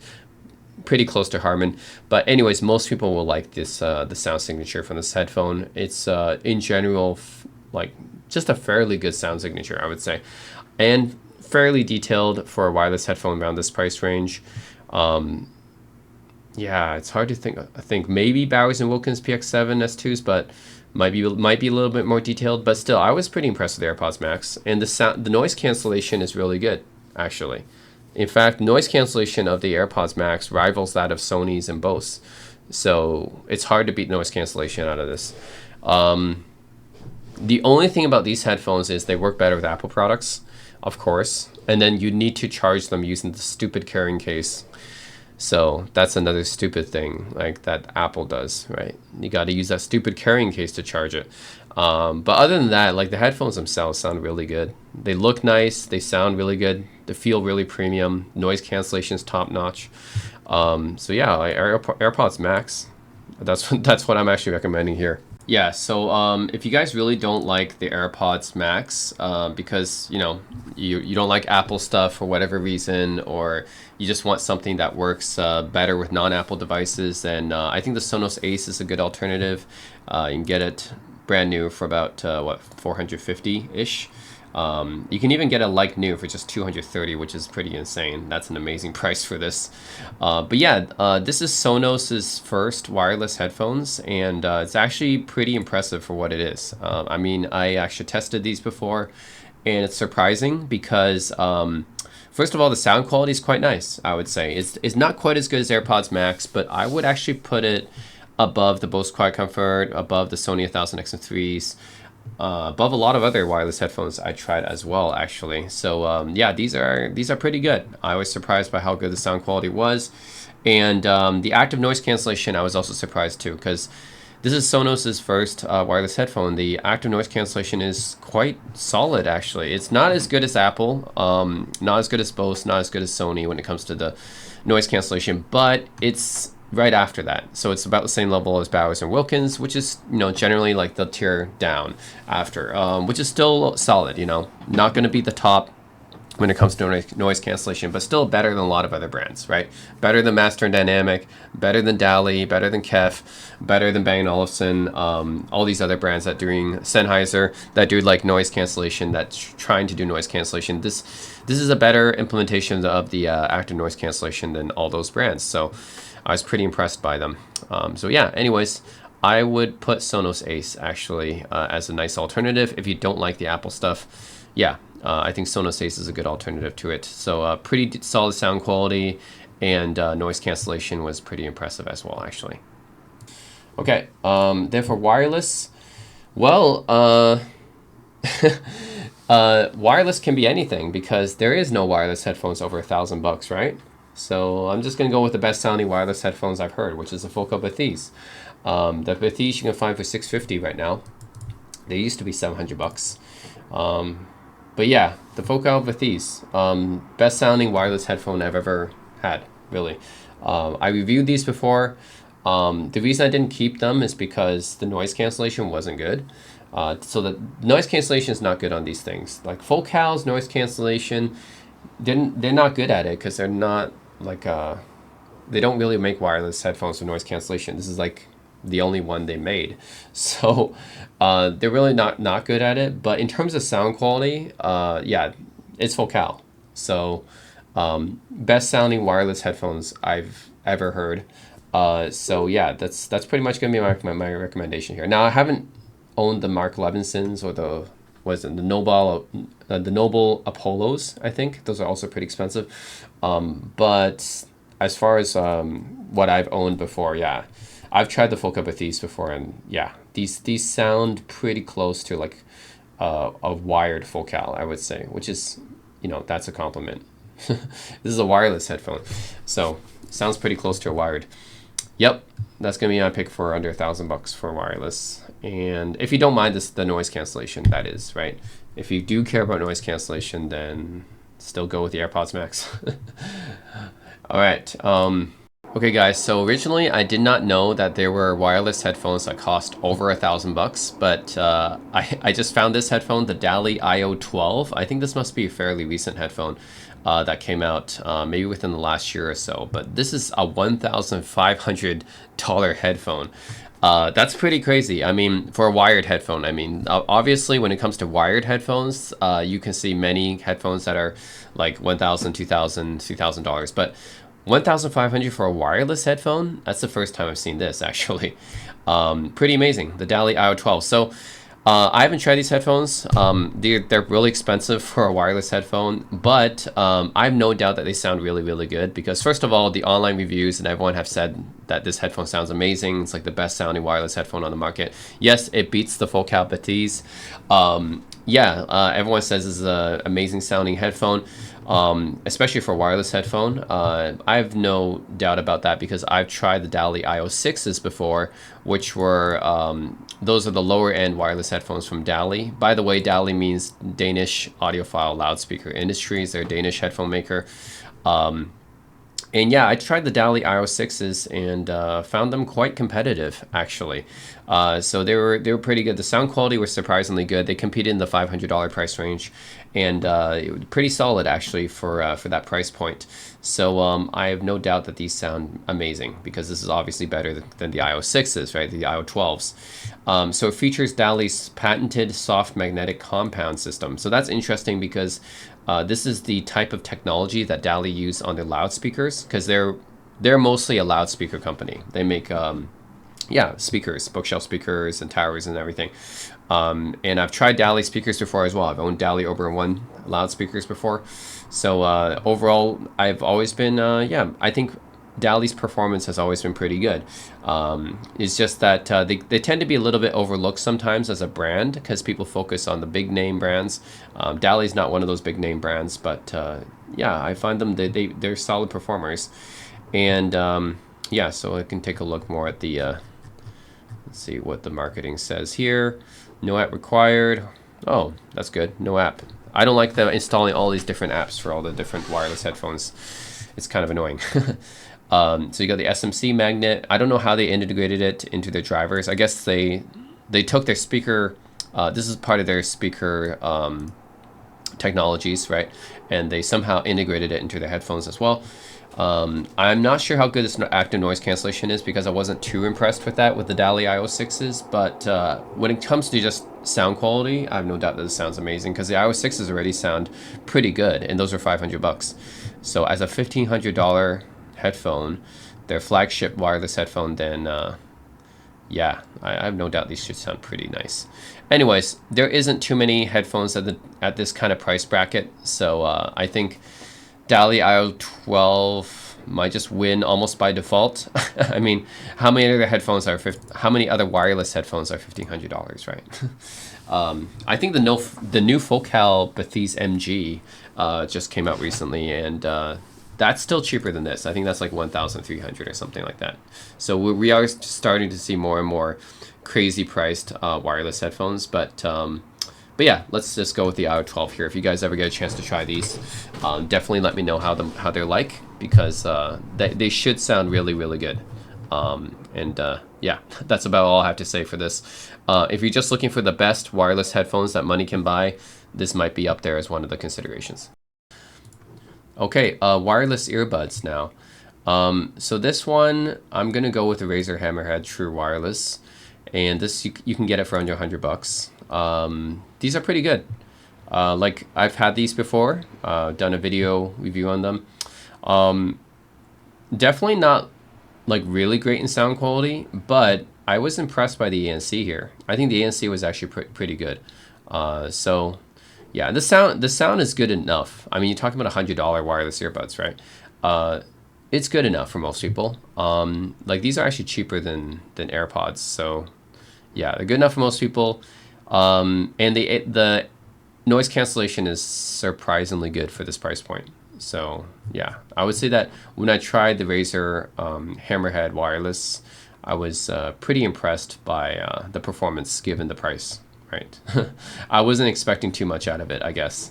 Like I had a low bar of expectation, but it exceeded that. And you can actually buy for $50. You can get it in like new condition for $50.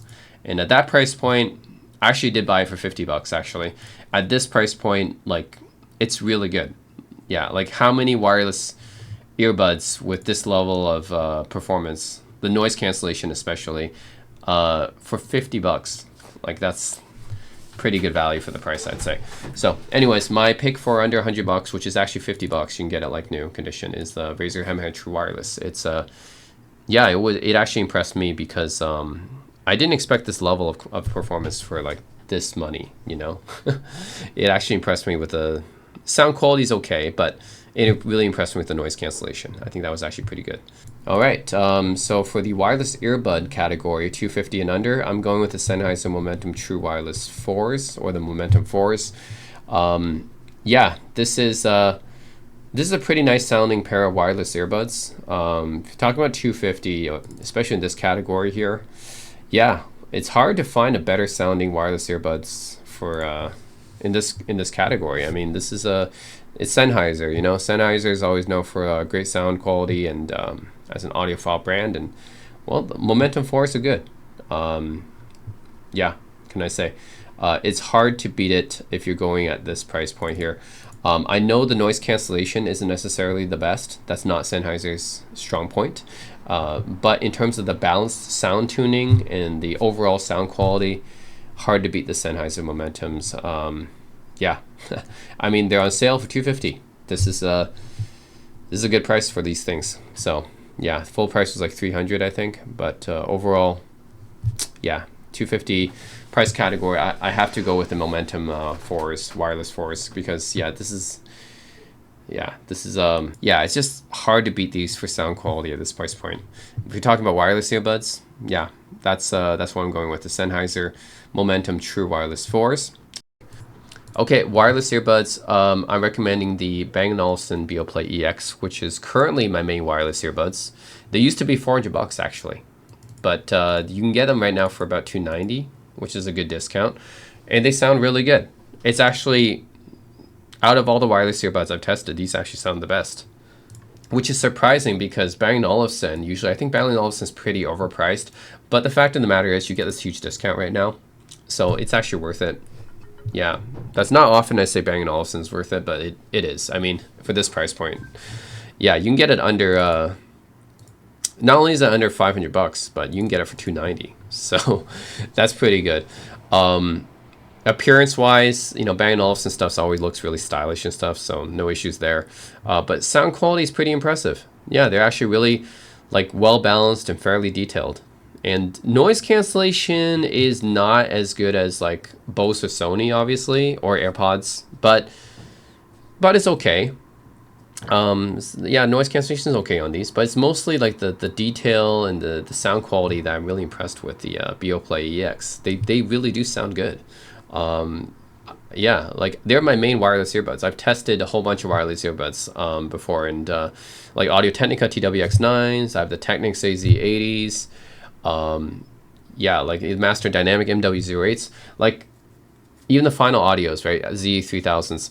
These ones still the best sound quality overall, I would say. So out of all the wireless earbuds I've owned, which is I've owned quite a few, but yeah, I'm recommending the Beoplay EX for this price range. At the MSRP, it would still be under $500. I'm not sure if it's quite worth it at that price, but $290, definitely, I think it's worth a shot. Definitely check these out.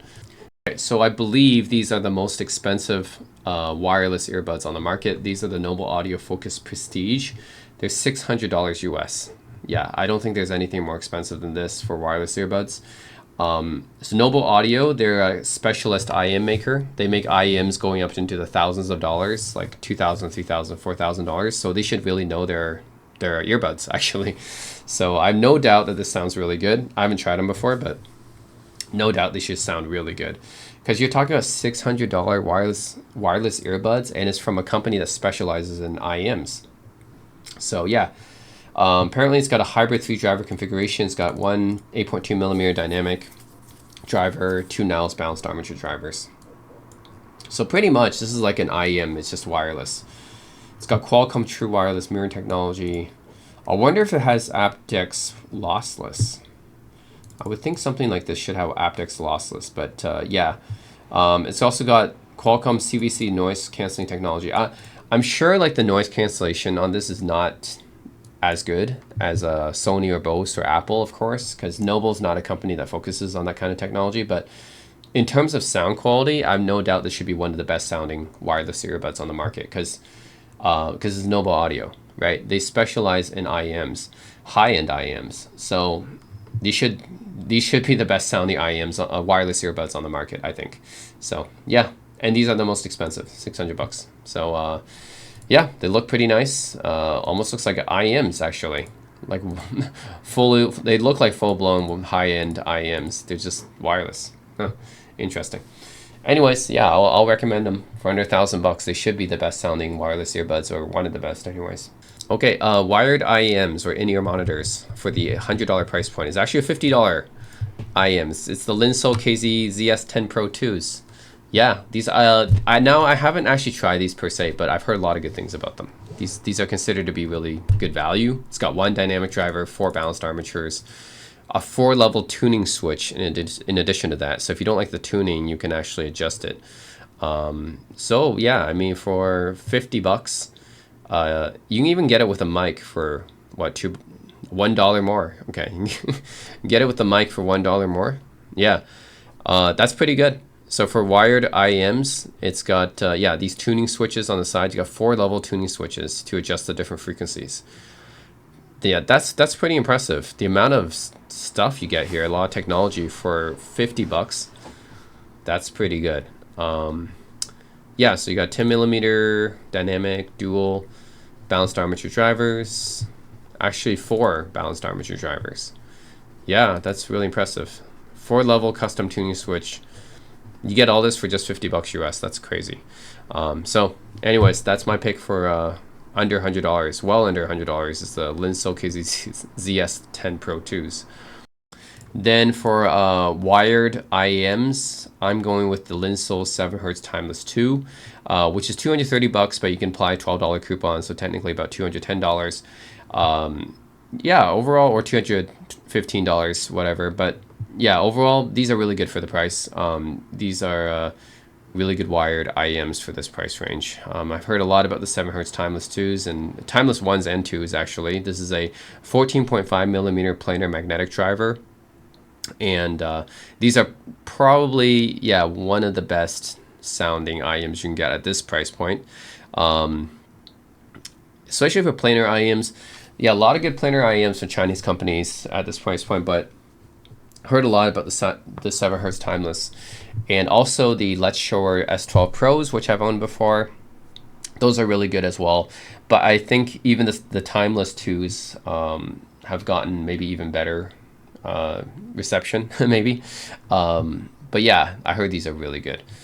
They even have a tunable nozzle, so you can adjust your sound preference. So that's really cool. And it comes with an upgraded cable as well, a 4-core Ultra Pure 7 and single crystal copper cable. Yeah, for this price, $250 and under, it's going to be hard to beat the 7Hz Timeless 2. So I'm going to recommend it for my wired IEMs. Okay, for wired IEMs at this price point, Moondrop Crinacle Dusk is going to be my pick. These got really good reviews. I personally haven't tried these, but I've heard a lot of good things about them. They're a collaboration between the Chinese IEM company Moondrop and Crinacle, who's a very popular IEM reviewer. And yeah, the Dusk has been really well reviewed. It's got 2 dynamic driver, 2 balanced armature, 2 planar IEMs, and it's 400 bucks. It's actually not 500. So it's actually under my my price point here. And overall, yeah, I've heard just really good things about this headphone. It's tuned really well because it's got input from Crinacle, right? And most people, I would say, like Crinacle's tuning. That's why his stuff sells really well. And you got a lot of technology in here, right? So yeah, 2-pin connector. This is the tuning, which is a little bit V-shaped, but that's what most people like, actually, is a little bit V-shape. Me too, as well. I don't like a flat sound signature, actually. I like a V-shape. But yeah, overall, heard lots of good things about these IEMs, the Moondrop Crinacle Dusk. So that's what I'll recommend here. Okay, so for wired IEMs, I'm going with my current IEMs. I'm going to recommend the ones I use because I think they're really good, the TA Audio Monarch Mark IIs. So these came out a few years ago, but I still recommend them. I think that they're just supremely well-balanced IEMs in terms of the sound tuning. Like bass, mids, treble, everything just tuned really, really well. It's a tribrid, so that means it's got 3 different drivers. It's got 1 dynamic driver, 6 balanced armature, 2 electrostatic. And it's $1,000 US. Don't mind this price. This is a inflated price, but it's really $1,000 US. Yeah, 10 millimeter dynamic driver. I know that TA Audio Monarch Mark III exists. They do have a newer version, but I think that the Mark IIs are still better tuned. I think the 3s, they pushed up the bass a little bit too much. So I do think the Mark IIs are still the best. And it comes with silver-plated OCC copper 26 AWG lits. That's good cables. So yeah, I'm still going to go with TA Audio Monarch Mark IIs here. I know there's a lot of good IEM choices for this price range, though. Like UMS Mark II or 3s. Those are pretty good, too.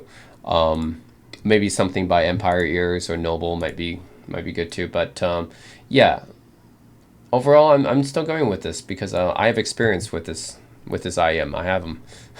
They're really good IMs. I have no need to even upgrade them. No desire to upgrade them because they sound really good. And I've tested like higher end IMs. I've tested the Astel and Kern Pathfinder. I think it was something they did with Campfire Audio. They did some collaboration. I tested that one. I tested some softier stuff, craftier stuff. That was higher end. The Hyphemus Venars, I think I tested as well. They were all higher end than these in terms of price, but they didn't sound as good actually. I still prefer the Monarch Mark IIs. So these are just incredibly well tuned, very balanced, well detailed in all frequencies. Yeah, overall, just no complaints about these. These are incredible IEMs for the price. So yeah, $1,000. I'm still going to recommend these TA Audio Monarch Mark IIs. So I am going to add in the UMS Mark III in this video as well, because I do think that if you can find it on sale, like I've seen it on sale right now for just over $1,000, I think it's a pretty good option too. The UMS Mark II and Mark III have been highly praised online. So I personally haven't tried them, but yeah, a lot of people rave about them. It's by a Chinese IM company, Universal Melody. A lot of IM companies are Chinese. If you guys just look online, yeah, it's, Chinese pretty much dominate the IM industry. And yeah, the MEST Mark II and Mark III are both considered really good. Very well balanced, well tuned, good amount of detail. So yeah, you can see the construction of this IEM here. Carbon fiber shell, 2-pin, 4 electrostatic drivers, 1 dynamic driver, 1 piezoelectric bone conduction driver, silver palladium alloy, and of course you got the balanced armatures, which pretty much almost every IEM has. So yeah, this is a quad brid. Quad brid means 4 different types of drivers. So my TA Audio Monarch Mark IIs are a tri-brid, which means 3 different types of drivers, right? This one, in addition to the 4 electrostatic, 4 balanced armature, 1 dynamic driver, it adds in the silver palladium alloy piezoelectric bone conduction driver as well. So if there's any other IEM I might consider besides my TA Audio Monarch Mark IIs, I might consider this one, the UMS Mark IIIs, because yeah, I'm very curious how this one is compares, because a lot of people do talk about how great these IEMs are too. So yeah, this will be another one I will recommend. I think that yeah, if there's another IEM around this price range, around $1,000 that I recommend, I think this would be a good one to check out, especially since it's on sale. So yep, the UMS Mark III would be another one that I think I would recommend. Again, just this one gets, the Mark II and Mark III gets tons of rave reviews online. And quad brid, right? 4 different drivers. That's a lot of tech that they put inside this thing. Finally, wired IEMs. There's so many choices. Seriously, I don't even know where to start. Like, there's so many choices for IEMs for $2,000. Every IEM company will have a choice, but personally, this is just my personal pick. I'll go with the Noble Kublai Khan. And the reason is because I've owned the Khans before. I've owned the regular Khans. The Kublai Khan is the upgraded version of the Khans. So I've already had some experience with this kind of. So it's a 7 driver balanced armature dynamic bone conduction piezo hybrid. So it's a quad brid actually, because it uses 4 different types of drivers. It uses 1 bone conductor, 1 10mm dynamic driver, 4 Niles balanced armature, and 1 piezoelectric super tweeter. That's probably, they don't use any Sony and electrostatics, probably because they have the piezoelectric. But I've owned the Khans before. The Khans were the the lesser downgraded version of this, which sounded really good. That was like that was $2,400 at the time, I think. But yeah, they sounded really good, very detailed, especially in the mid-range and the high end. So this one, the Kublai Khan, it builds upon the Khan by improving the bass performance and some of the harshness of the piezo super tweeter. So I didn't remember it being too harsh, but I guess if they want to tame some of the harshness, then that's okay too. I do remember it being a little bit bass light. But so yeah, if you're adding a little bit more bass performance, I guess is okay too, without making the bass sound bloated. That's fine. Yeah, I don't want it to sound bloated, right? You add a little bit more bass is fine, because the Khans might be a little bit lean in the bass. And then you add the piezo drivers. And then, yeah, the piezo drivers were already there on the cons, but they wanted to tame down the highs on that. So overall, it's like a more like well-tuned version of the cons, which are already pretty well-tuned, I think. So I really like the cons. I think those are probably the best sounding IEMs I ever had, even ahead of my TA Audio Monarchs, to be honest. I love my TA Audio Monarchs. I think they're really nice for the price, but the Noble cons did sound better, I have to admit, especially in the mid-range. So yeah, these being a better tuned version of the cons, you can find it on sale right now for under $2,000. Then I do recommend the Noble Kublai cons. I think I would probably get these. Now there's all sorts of IMs you can go for in this price range, but personally, yeah, I'll just say the Kublai cons because I've had experience with the cons before. I've had experience with Empire ears or Vision ears or 64 Audio or some of those other brands, so I'll just recommend the Kublai cons here since I have experience with the cons. So anyways, that's it guys. That's my recommendations for all the price ranges for $2,000 and under, and in roughly 8 different product categories. I did not go for the wireless categories for under 2,000 because there isn't any. Like wireless, there's no like the wireless under 1,000 is the same thing as wireless under 2,000 because there's really not many wireless products at all over $1,000. So there's no point for the category for that. Yeah, maybe in the future, but right now there isn't many wireless products over $1,000. So I'm just going with wired for here. That's why I didn't do any wireless recommendations for the 2,000 product category. All right, so for the $100 category for headphone amp / DAC, it's kind of difficult to find a desktop level headphone amp at this price range, so I'm gonna have to go with a USB-C dongle. So there's a few different dongles at this price range. I'm going to go with the Shanling UA2 Plus because I've actually owned the Shanling UA2 before, the previous version. The Plus version basically just swaps the balanced port from a 2.5 millimeter connection to a 4.4 millimeter connection, which is a more modern balanced connector, and still uses the same DAC, the ES9038Q2M. That's a very nice DAC. It's pretty much the flagship mobile DAC. And then dual RT6863 amplifier. So overall, this is Canadian dollars, by the way. So it's around $80 US, I should say. So it definitely meets the $100 and under requirement here. And yeah, this is a pretty nice USB-C DAC dongle. I've used it before, and very nice sound, I would say, for the price. So again, you're talking about $80 US, and it's a pretty decent performer for the price, I would say.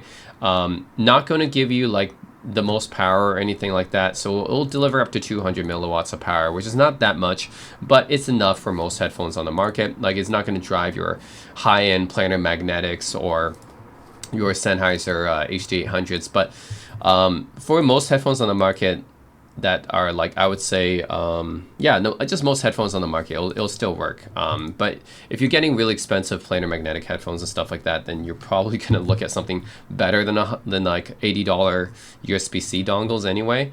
So yeah, I think it's pretty good for the price. You're talking about $80, and it'll drive most headphones on the market, and you get a pretty good DAC with it.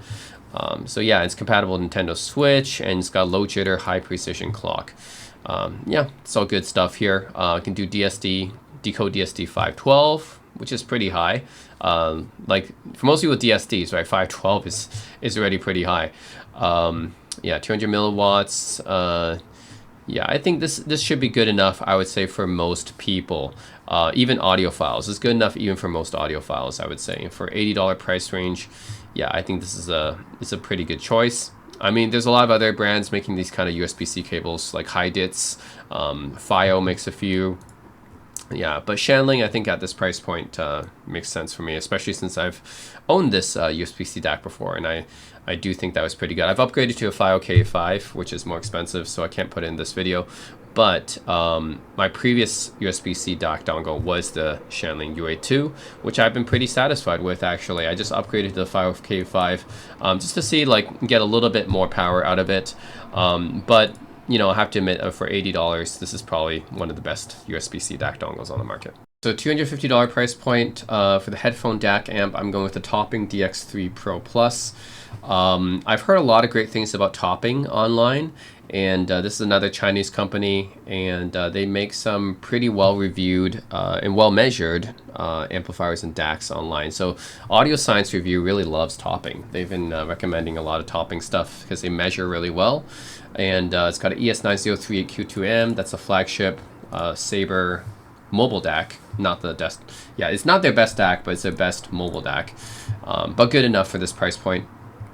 And design is okay. I mean, I would say you get the screen here as well, which is pretty good. You get the volume control there, and back you get the, of course, aux, RCA in, coaxial, optical, USB. So yeah, pretty basic, but you have everything that you really need there. Yeah, you still got optical, so you can use it with your TV too, and of course you can use it with your computer with USB. So it supports LDAC.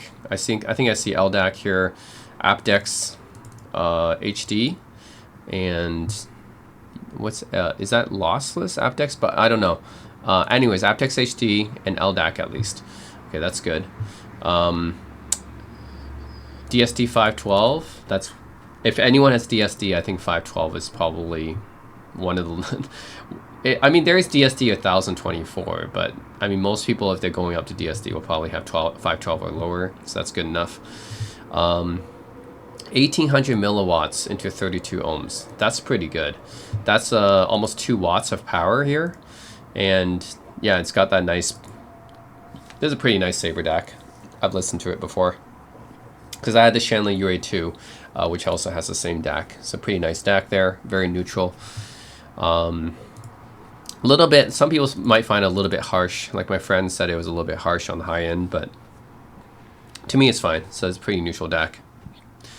And yeah, okay, LDAC, aptX HD, aptX. What's aptX LL? Is that lossless? Yeah, that's the one I don't know too much about. What is, I don't know aptX LL. But anyways, still, the fact that it has Bluetooth is something I didn't even expect. Yeah, I think that's just an extra. Yeah, here's the antenna for the Bluetooth. I didn't even expect that it had Bluetooth, but it does. So that's a nice little extra. So it's got high-res audio certified, LDAC, 9038Q2M, XMOS, Bluetooth 5.0.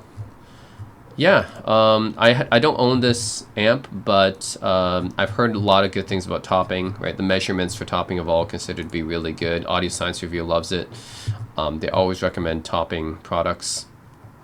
So yeah, and almost 2 watts of power, 1800 milliwatts. That's enough to drive any headphone on the market, by the way. So if you guys have even hard to drive planar magnetic headphones, high-end Hi-Fi Mans or Audis, or if you have a Sennheiser HD800, it can drive all those fine. I mean, 1800 milliwatts, that's a lot of power. It can pretty much drive almost pretty much every headphone on the market there. I think these are Genelec speakers they have here. It's another Audio Science Review darling. They keep talking about Genelec.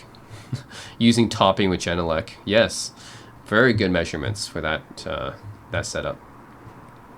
Okay, yeah, that's pretty good, I would say. And some more and more specs. So anyways, yep, can't go wrong with the Topping DX3 Pro Plus. It's not even 250, it's 200. So it doesn't really even meet my limit. It's under my limit.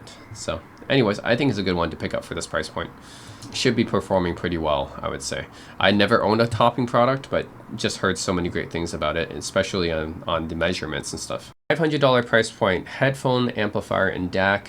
I'm gonna go with the Xduo TA22 as a first recommendation because this is a hybrid tube amplifier, and what I mean by that is that you can see there's some vacuum tubes here. That's mostly used for the preamp, and then for the amplifier section is still solid state, so it's a hybrid. And I've owned this before. I've actually done a YouTube review on it. I did like it. It sounds nice. The only problem was it was a little bit too big. Couldn't really fit on my desktop, so I went to the Xduo XA10 instead. But the TA22, I mean, yeah, it's a nice device. It was just big and heavy, but I do still recommend it. It sounded nice. It's got yeah, 3 headphone inputs actually here. You got 1 balanced input, which is the 4-pin XLR, and then you got 2 single-ended inputs, which is 3.5 millimeter and 6.35. And then on the back here, You got yeah, you got some digital inputs. You got coaxial, optical, and USB. And then you got balanced inputs as well. So you got double XLR inputs for the balanced. And then you got aux in. This is your regular unbalanced RCA in. And then you got the pre-outs. And you got two different pre-outs actually. You got one just for the tubes. So it will go through the tubes and then you can just output the tube sound if you want. Or you can just output the entire, yeah, after it goes through the tubes in the solid state. So you can go like pre-tube or post-tube, I guess. Yeah, one is basically before it goes through the tube processing, I guess, and one is just after it goes through the tube processing. Anyways, it's nice that you have two different pre-outs you can choose, right? So HD Bluetooth. I wonder if that means aptX HD. I think it has aptX HD. Now it's got two ES9038Q2Ms. Again, this is a nice DAC that I've talked about before. So ESS's flagship mobile DAC. Again, might be a little bit harsh or shrill in the treble area. Might be, but it's not for everyone. I think it sounds pretty neutral to me. But overall, very detailed DAC, and you got two of them per channel. I mean, one of them per channel, which is total two. Tube amplifier, OLED display here, DSD256.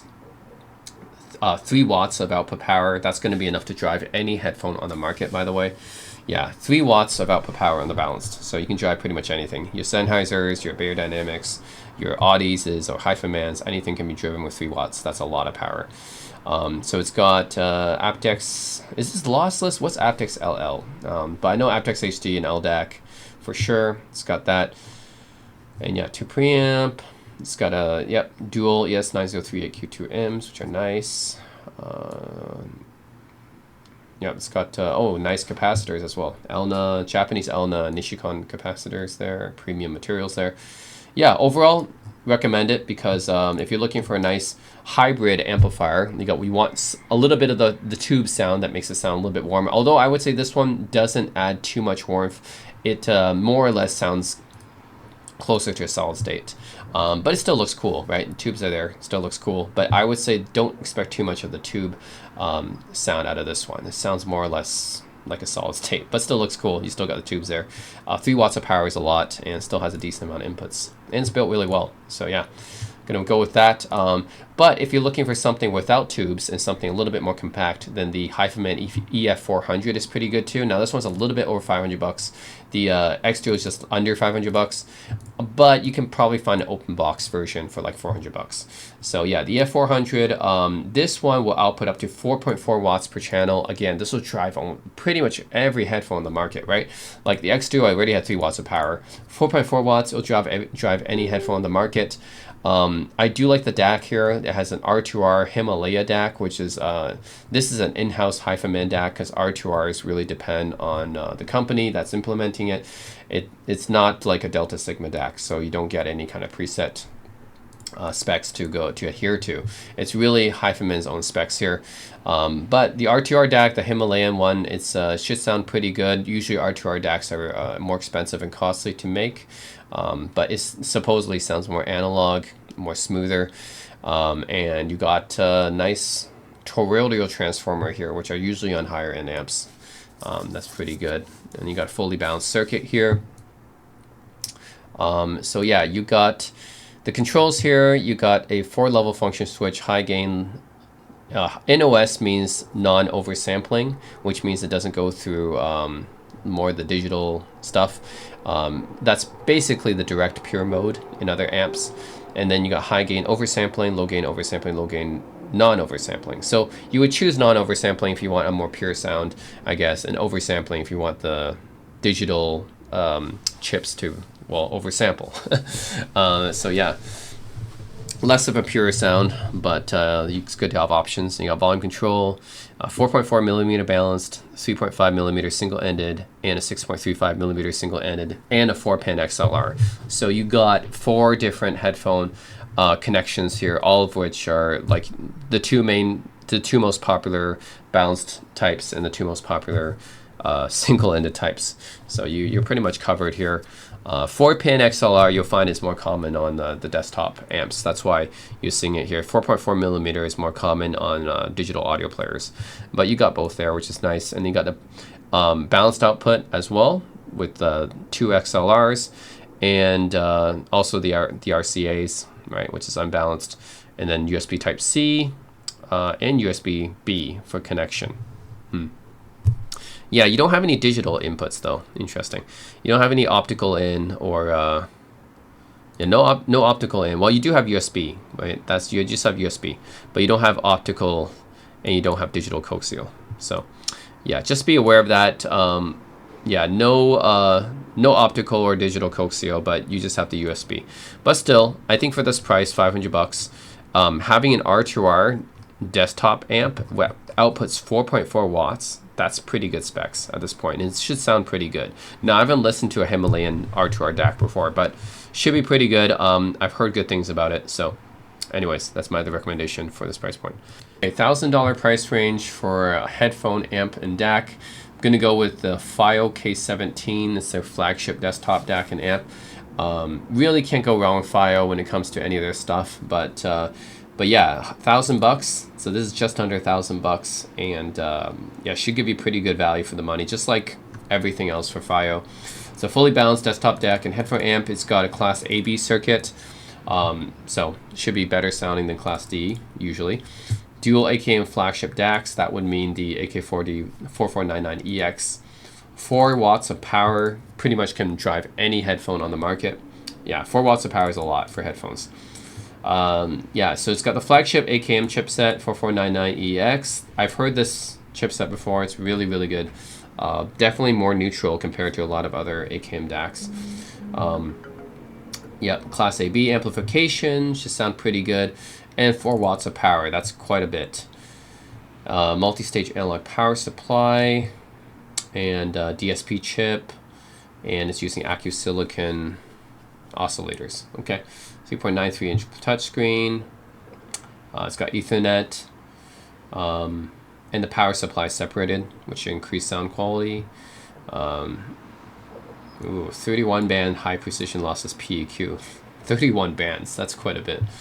That's a lot of frequencies to adjust. Yeah.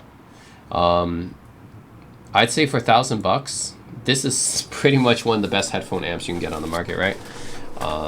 It's really good. Yeah. Plus the appearance. It's got this nice vintage looking appearance to it. It almost looks like something from the 70s. That's pretty nice. It's got the menu button. That's a rotary dial, right? Volume. You've got 4-pin XLR. That's balanced input. And then you got the 3.5 and 6.35. Is that right? Yeah. Or this could be a 4.4 too. USB input here. And then you got these nice little analog switches here. That's a power. Yeah, it looks really nice. And the inputs here, optical in and optical out, coaxial in and coaxial out, and this is a ground for the final stage, I'm guessing. Oh, you got a 4.4 millimeter input here. Okay, so you got another balanced input here. That's 4.4, and then you got your unbalanced RCA line in, RCA line out. Trigger in your serial. This is a serial connection, RS-232. USB in right there, USB-C in. And then USB-A in as well. And you got Ethernet. You got your balanced output, 2 XLRs. Yeah, got pretty much all the connections that you want. Looks really great. Can support up to DSD-512, it seems.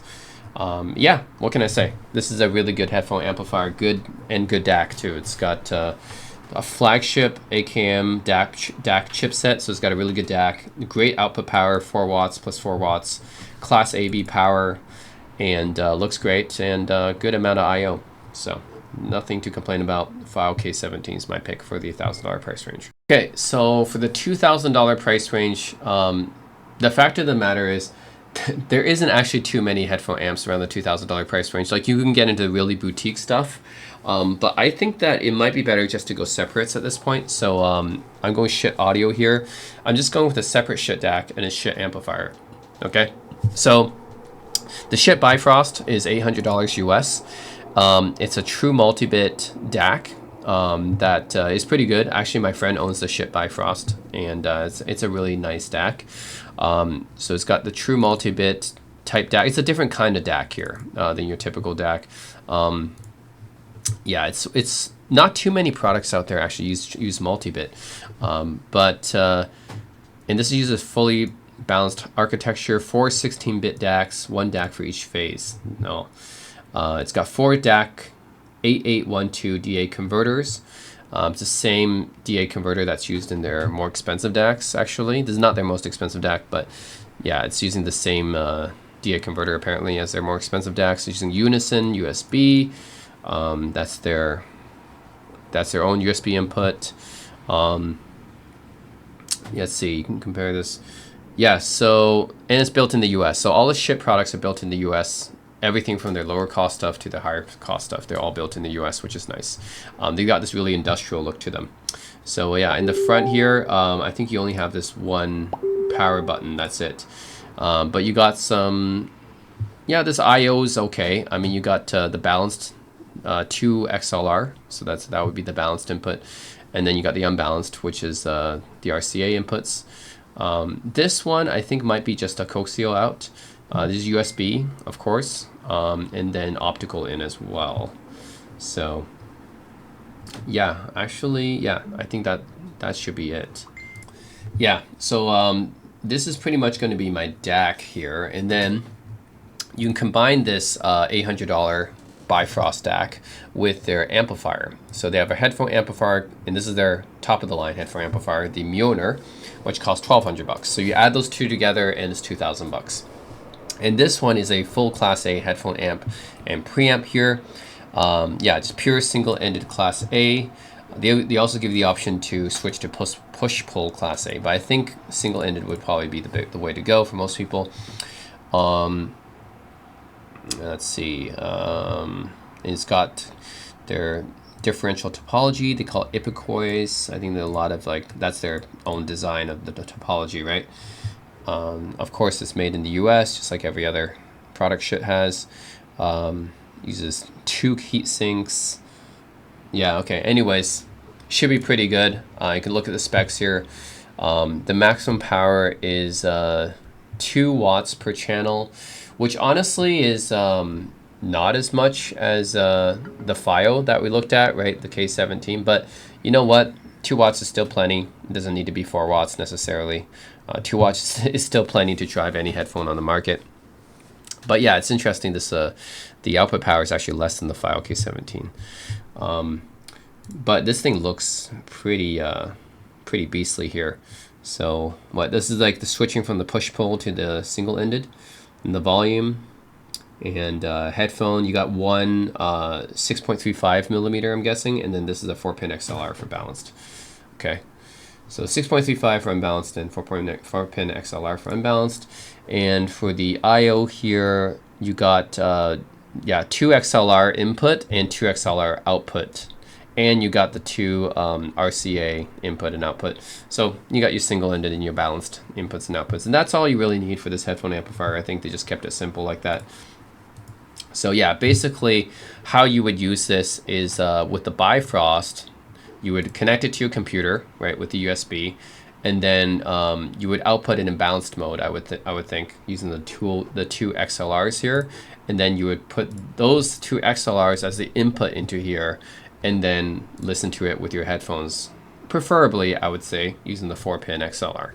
So that's how it would work. So $2,000 total for the Mjolnir plus the Bifrost. That's what I would go with at this price point, because I think it's better to go separates at this price point. Okay, then for the $2,000 wireless speaker price point, I'm going with the Cambridge Evo 1. So this is an all-in-one wireless streaming speaker. So this is, again, similar to the all-in-ones that we saw before. It does a lot more than just stream music wirelessly, and it does other stuff too. So yeah, this is pretty much like an integrated amplifier. Okay, so for Bluetooth wireless speaker, $100 and under, it's going to be one of the portable ones, of course. I mean, that's pretty much the price range we're looking at here with portable Bluetooth speakers at this price point. So this one just got discounted. It used to be $130. Now it's $100. It's a Fender X Tifo Rockstar Go 2, and I actually own this one. I think this is pretty good. It's pretty much replaced my Bose SoundLink Revolve. I do think that the bass performance of this especially is pretty impressive. So you got this passive bass radiator right in the middle here. In addition to that, Tiffel, which is not like a well-known audio company in the US yet. They're, I guess, well-known in Europe because they're German. But they partner with Fender, the guitar amp company, and actually guitar company, I should say. Fender, the guitar company, and then the German audio company Tiffel partnered up for this partnership. And I think Tiffel did that because otherwise they wouldn't have much brand recognition in the US. So they partner with Fender to get more brand recognition. But overall, I've been pretty happy with this one. It's fairly portable. It's not like the smallest Bluetooth speaker, but it's definitely still pretty portable. You can just carry it on even on your hand like this. It has like a strap there. What's unique about the Tiffel though is it has this Dynamore. Yeah, so this Dynamore setting is something unique to the Tiffel brand, and they use this on the regular Rockstar Go 2 as well. It kind of widens the soundstage. They're using some kind of DSP thing, but it projects the sound out even more, and it's actually pretty impressive. So yeah, IP67 water resistant. Connected with USB-C, you got Bluetooth. Now, I don't think that this has aptX, which is unfortunate. No aptX HD, no aptX. It's just your standard Bluetooth SBC connection. But still, it still sounds decent enough. But yeah, it's got 2 wideband drivers and a stereo arrangement, and then the middle is a passive radiator for the bass. And of course, you got Class D amplifier here. Pretty easy to use. The only thing is it doesn't have an aux input. That's something that my Bose had. But these days, I guess the reason why they don't have one is because less and less people are going to be using that wired connection, especially for people who are going to be into this kind of stuff. $100 Bluetooth speakers, right? I'm guessing most of the market is just going to be using Bluetooth and not going to be using wired. So just keep that in mind. No wired connection. It's like Bluetooth only. And you have USB-C, but it's not really for sound listening. It's mostly just wireless with Bluetooth. But I was impressed by the sound quality. I mean, the sound quality was pretty impressive, so that's why I still have it. I do have this one, and it is impressive for the size and for the cost. So for $100, yeah, pretty good. That's what I recommend. It's got pretty nice deep bass, and the Dynamore technology actually does work. It does project it out, and it makes the speaker a lot louder and wider than the sound. Like, it's small, but it definitely sounds larger than its physical size, I would say, which is impressive. Okay, for the Bluetooth wireless speaker in the $250 price point, I think the Marshall Acton 3 is a good one to pick up, and it looks like you can get this for just $200. Yeah. The cream color is a little bit more expensive, but the black one looks like you can get it for about $200. So, pretty good. 60 watts of power, wide stereo soundstage. Believe it or not, I've actually owned a Marshall Acton. I've owned the first generation. That was 10 years ago, back in 2015 I bought it.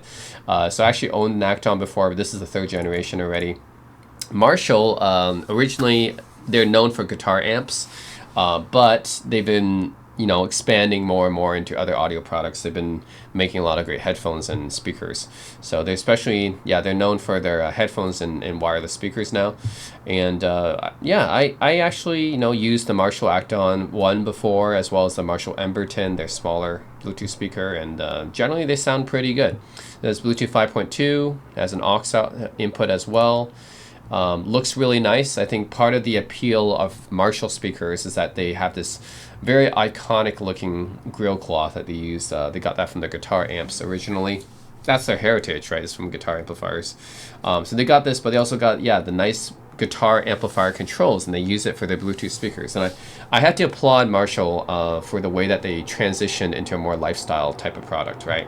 They took a product that was for guitarist nerds, like people who are into guitars. They took that product and made it a more lifestyle product for the mainstream. So that's really impressive, and the styling really has a lot to do with it too. You look at this nice power switch right here, media control. You got 2-band EQ here, treble and bass, and the volume. Source selection, either aux or Bluetooth, of course, your aux input jack as well. That's nice because actually there are some Bluetooth speakers these days that don't even have aux, like the Fender Tiffel Rockstar Go 2 I talked about. Overall, really nice looking speaker, and sounds really good too. I remember the Marshall Acton sounding pretty good. It, as you would expect, it sounds really good with rock music.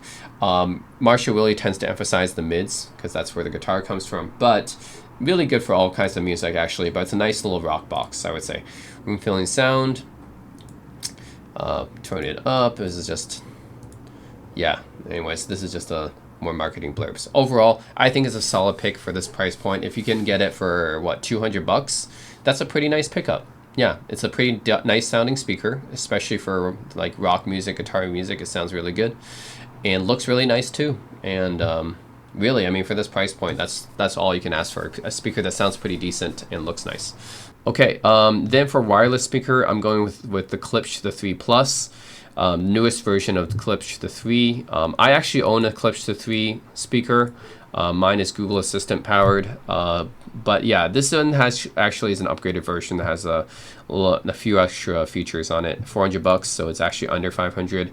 What I like about Klipsch the 3 is that first of all, the appearance. Like most Klipsch products, they look really nice, and they have this mid-century vintage look to them.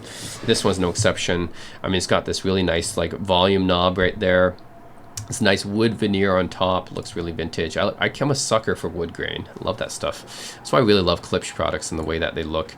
So you got USB-C input, that's pretty modern. Optical input as well. You have a built-in phono stage. You can switch between the phono preamp and the line. RCA, or yeah, you got your normal unbalanced inputs here, and aux inputs. That's pretty much it. But yeah, more importantly, you can check the fact that it's Bluetooth as well. So it's got 5.3 streaming, and it's got two 2 1/4 full range drivers and one 5 1/4 long throw woofer. I can verify that this speaker sounds really good. So yeah, I mean, I've owned it for many years. So it sounds really good. It looks really good. It's real wood veneer. Bluetooth 5.3. Doesn't say that it's aptX HD or LDAC compatible, but Bluetooth 5.3 is a pretty modern Bluetooth standard, and yeah, I just say overall it's a really good speaker for this price. It looks really good, it performs well, sounds great, and has most of the inputs you would want, right? Yeah, optical for the TV, and then USB-C for your laptop or computer, and then you got your normal. This is for like older connections, right? Like you can put your turntable connection here because there's a built-in phono stage. So yeah, this is going to be my recommendation for the wireless Bluetooth speaker for this price point. Okay, and then for wireless speakers, now here's the thing: when you come to $1,000, you start to get into these wireless speakers that do a lot of other stuff too. So they do streaming, and they can take in CDs and do some other stuff, not just Bluetooth, right? So one of them is the Ruark R3S, and not only does it do Bluetooth, but it also has a CD player, it also has FM, internet radio, and streaming. And it looks really good. I actually own the Ruark R1 Mark IV. So I don't own this particular model, but I've owned Ruark products before. They're a British brand that's family owned, and I think this stuff looks really good. I'm such a sucker for the wood grain stuff. This little nice vintage looking wood grain here, and I think Ruark's design is just pretty good. Just like Klipsch, right? I'm just a sucker for Klipsch and Ruark and Leek Audio, all these brands that have really nice vintage type design. So you got the clock, right, and alarm right there, and you got your CD player slot right there. Ruark is known for having this little control knob on top, so that it's like a little dial that you use. That's kind of their trademark. Looks like you have a line in and a line out, both RCA, unbalanced. Headphone output right here, optical in, and a USB-C, and this will be the Bluetooth antenna. Yeah. So it's pretty much most of the outputs you would expect, and it looks really good. So it has Wi-Fi streaming with Spotify Connect, Deezer, Amazon Music, CD player right there. That's a nice little extra, right? You got your physical format covered there. Bluetooth 5 receiver and internet radio FM. You can also charge your device with USB-C. The patented design element of Ruark stuff, the rotodial. You got your OLED display, Class A/B amp, 30 watts output. Yeah, I mean, for a wireless Bluetooth speaker for $1,000, yeah, this one does enough, I think. So, anyways, there's a few different options at this price point. Like the Naim Audio Muso is another one. But yeah, I'm gonna go with the Ruark here. I love the way it looks. I'm such a sucker for wood grain. I love the way it looks, and it does pretty much everything you would want. Plus, it has Bluetooth, obviously. Okay, and another option you can go for is the Technics Alteva SC-C70 Mark II, which is similar to the Rourke. It also does a lot of stuff. Very different design though. It's a more modern looking design. Has a CD player on top, it looks like, and then it has that little display there. And it has an optical in, aux in, which is just 3.5, Ethernet, USB. Doesn't have quite as many inputs in as the Rourke though. But yeah, I don't think I've heard it before. But with Technics, yeah, you can't go wrong, because Technics is, by the way, Panasonic's premium audio brand, and they make some really nice stuff as well. Definitely higher end, but in general they make some pretty nice stuff. So yeah, they got a new adjuster woofer and tweeter and new acoustic lens. Space tuned audio optimizes sound according to the position of the unit. So this is some proprietary Technics technology, I guess, the space tune thing.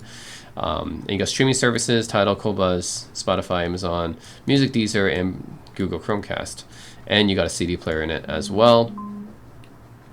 Yeah, I mean, this supports, oh, this is just all the different codecs that it supports, like FLACs and AACs and stuff. You got DLNA, Wi-Fi, of course, Chromecast, Google Assistant, AirPlay 2, Bluetooth support, of course, Tidal, Spot. It doesn't say which Bluetooth version though. But yeah, you got 30 watts of power. That's pretty much the same as the Rourke, and some proprietary emotive acoustic technology that Technics has, and Geno engine, jitter elimination, noise shaping optimization. I would love to compare these side by side. I don't know if there's any audio shop where it has these two particular speakers side by side, but it would be nice. They're both around the same price. This is a little bit more expensive. It's like $1,100, a little bit more expensive, but and this is like $1,000 US basically. That's what 1,300 Canadian is. Yeah, it would be nice to compare these side by side, but I don't know if anyone has these side by side. But I think that these two would probably be my picks. I tried the Nime Audio Muso as well. I was kind of a little bit disappointed with the sound quality, to be honest. So that's why I didn't name the Nime Audio Muso here. But the Rourke R3S and the Technics C70 Mark II, yeah, it would be nice to be able to check these out. And plus, these have CD players. The Muso does not have a CD player, so it's nice to have that extra functionality too.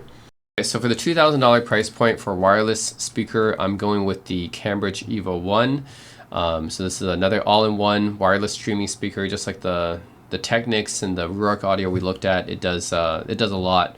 So this one, while it doesn't accept CDs like the Rourke Audio and the Technics does, but I've heard a lot of good things about the Evo 1. It's got 14 speakers, so it's basically this thing's like a built-in sound bar with a streamer attached, right? Well, I should say it's like a sound bar with a streamer attached to it. So you got this touchscreen on it as well. 14 speakers, right? That's like a sound bar. So it's got 6 woofers, iRes Audio, 4 mid-range drivers, 4 tweeters, HDMI eARC, custom EQ, room compensation, final stage. Yeah, it's got a lot of different I/O here. Take a look at it. It looks almost like the Nime Muso QB, doesn't it? So the inputs here, you can look. And you got your standard Cambridge Audio stuff that you can see like from when you're leaning in as well. You got Ethernet for streaming, optical in. You got TV eARC, so that's nice. Connected to your TV, USB media, so you can plug in some USB stick, I guess.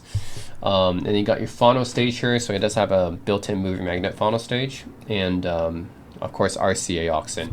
So those are your inputs, and then it has a built-in screen for the streaming stuff. So yeah, 14 speakers. That's basically soundbar. And this thing has gotten really nice rave reviews online. So I've never owned this thing. I think it's a pretty big device. But yeah, like everyone, which I've seen like YouTube videos, reviews and stuff, like this is considered a pretty nice device if you want just an all-in-one device, right? So yeah, I would say that when it comes to all-in-ones, this is one of the best that you can get. The Cambridge Audio Evo 1. I mean, sure, Nime Audio and maybe Lin. I think you have more expensive stuff out there. Bang & Olufsen, it probably does as well. But I would say those are like, you're paying a lot just for the design, the name. I think when it comes to yeah, for sound quality and functionality and everything, and design too. I mean, this is the beautiful wood grain finish, right? I love the wood grain finish here, and it's just, yeah, I love the design here as well. But I think this is probably one of the best you can get. If you got the 2000, this is actually $1,500, by the way. It's not even 2000, 1500. But for 1,500 bucks, 4 1-inch silk dome tweeters, 4 2.25-inch aluminum cone mid-range, 6 2.7-inch long throw woofers, Class D amp, of course, 6.8-inch IPS screen, Gen 4 Stream Magic is kind of their DAC technology. You got one line level RCA and one moving magnet RCA, one TuneLink, which is basically optical. Yeah, you can support all these streaming services, right? Tidal, Spotify, Qobuz, Deezer, Amazon Music, Google Cast, AirPlay 2, Roon Ready. So, yeah, what can I say? It's a big device, but if you really want just an all-in-one device that can stream music and play everything through a soundbar and everything like that, this is it. So it's all wrapped up in one nice vintage looking, vintage modern looking design, I would say. It's got the wood grain, but it's also kind of modern looking at the same time. So anyways, my pick for speakers here at this price point. Alternatively, if you just want to have something that was just a Bluetooth speaker and nothing else, you can check out the Devialet Phantom 2. Now, obviously, it's not as high value as the Cambridge Evo 1 because it doesn't do as much, but it's one heck of a Bluetooth speaker. Now, I've heard this kind of demonstrated in some showrooms before, and it's pretty dang powerful. The design is really unique. So Devialet is this French company that really kind of became famous because of this type of speaker. I mean, it's a really unique looking type of speaker. It's got these two massive base radiators on the side of it. I guess the architecture is really unique. It's got an Ethernet port at the back, and I guess power, and that's pretty much it. It doesn't really have too many controls, but 98 decibels. Wow. So this can connect with a lot of wireless interfaces: Wi-Fi, AirPlay, Bluetooth, Spotify Connect, UPnP, optical cable. Yeah, so it's got one optical, I guess, input and then one Ethernet input. That's pretty much it. But yeah, one aluminum full range driver, 2 aluminum base drivers. Yeah, it's got 3 drivers. This thing can get really, really loud, is what I've heard, and it's the size is deceptive. It looks like an egg, but it actually gets extremely loud. So, yeah, and Canadian dollars is $2,400, which is about $1,600 US, I think. So, anyways, it's an expensive Bluetooth speaker. Let's just say, like, in terms of being just a Bluetooth speaker and nothing else, this might be the most expensive standalone Bluetooth speaker. But it's got a very unique design, and it does put out a lot of power for its size, and zero distortion, zero background noise, zero saturation. So, anyways, I don't own one. I don't think I ever will, but it's out there if you guys just want just a standalone Bluetooth speaker for this price. Okay, turntable wise, yeah, there really isn't too many, like there isn't good turntables at this price point. I mean, you're talking about $100 and under, right? There's basically like the Crosley type turntables, which have awful sound, but I'm gonna go with the Victrola Eastwood 2.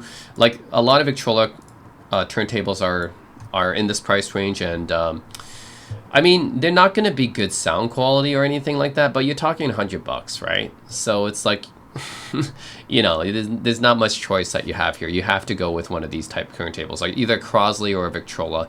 I would go with Victrola because at least this name brand here, it has a lot of history. Used to be called His Master's Voice, and they date back all the way to the early 1900s, actually. So Victrola has been they've been making turntables for a very long time, so they have a lot of history at least. But this is like more modern. Well, actually, I should say this: they have really good vintage looking designs. So, I mean, props to both Crosley and Victrola because their turntables look really nice. They might not sound that good, but they do look nice and they're affordable. They do have modern technology though, so they got Bluetooth 5.1 vinyl stream technology. It's a 3-speed player, which is nice, and it comes with an Audio-Technica AT3600 LA cartridge. So it's okay. I would say for $100, yeah. I mean, could do much worse, right? For this kind of money, you even have a headphone output here. Yeah, so I mean, for $100, yeah, you're not going to get a good sounding turntable for this price point, but probably this is the best you can do for this price point, I would say.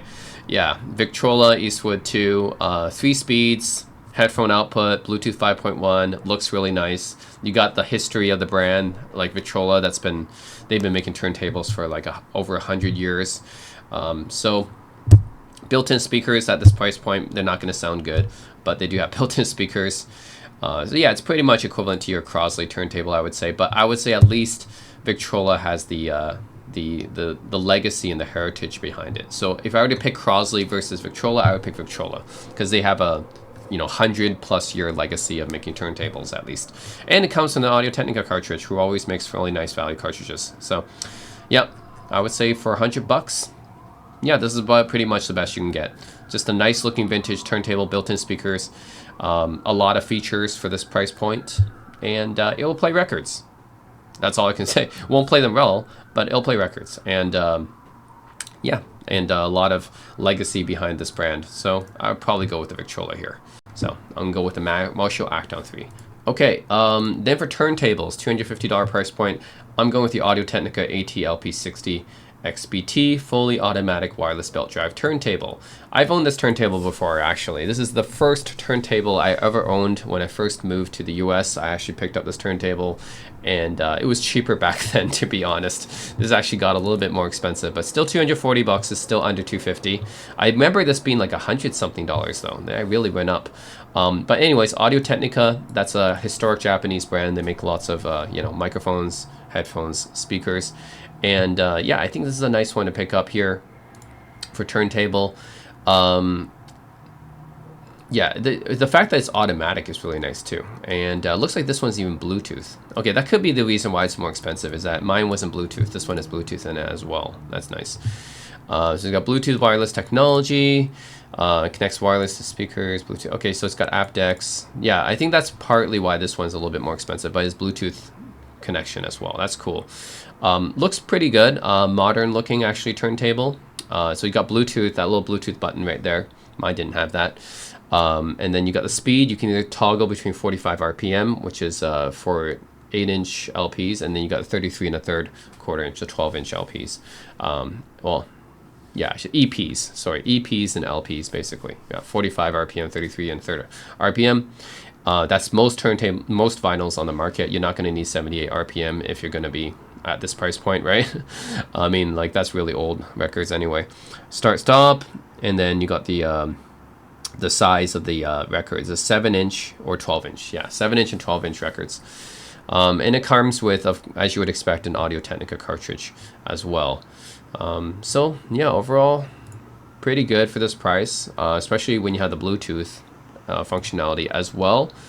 So Audio-Technica in general makes some pretty nice value products, so can't really go wrong with them. They also make nice cartridges because they make good phono. They make phono carts as well. In fact, they started out as a phono cartridge making company. That's where their history lies. So you can switch between phono, the built-in phono stage, and then you can bypass it as well if you want to use an external phono preamp. Analog out. And yeah, did I mention it's automatic? So basically, when you start this turntable, the needle will automatically drop into the groove.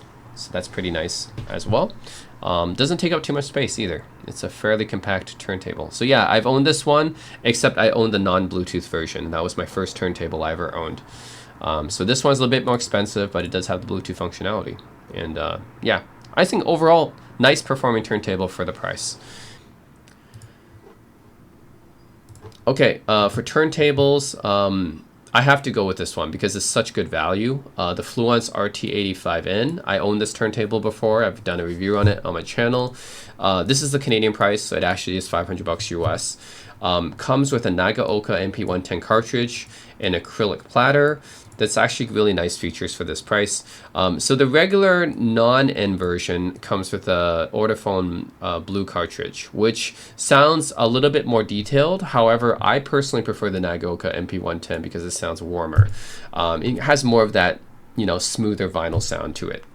So personally, I prefer the Nagaoka MP10 a little bit over the Ortofon blue, even though I know the Ortofon blue cartridge sells a little bit more by itself. But anyways, you can go with either of them. They're both 500 bucks. You know, pick and choose whether you prefer Ortofon Blue or Nagoka MP110.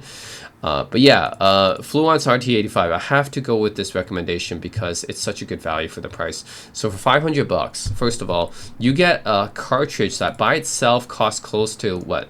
This is like $150, $180 cartridge by itself. And then you get an acrylic platter, which is a pretty like high-end platter that you normally find on more expensive turntables. And looks really good too. You can get, especially in the walnut finish, but now you get bamboo and piano white as well. I think those are newer finishes, but the walnut finish I think looks pretty good.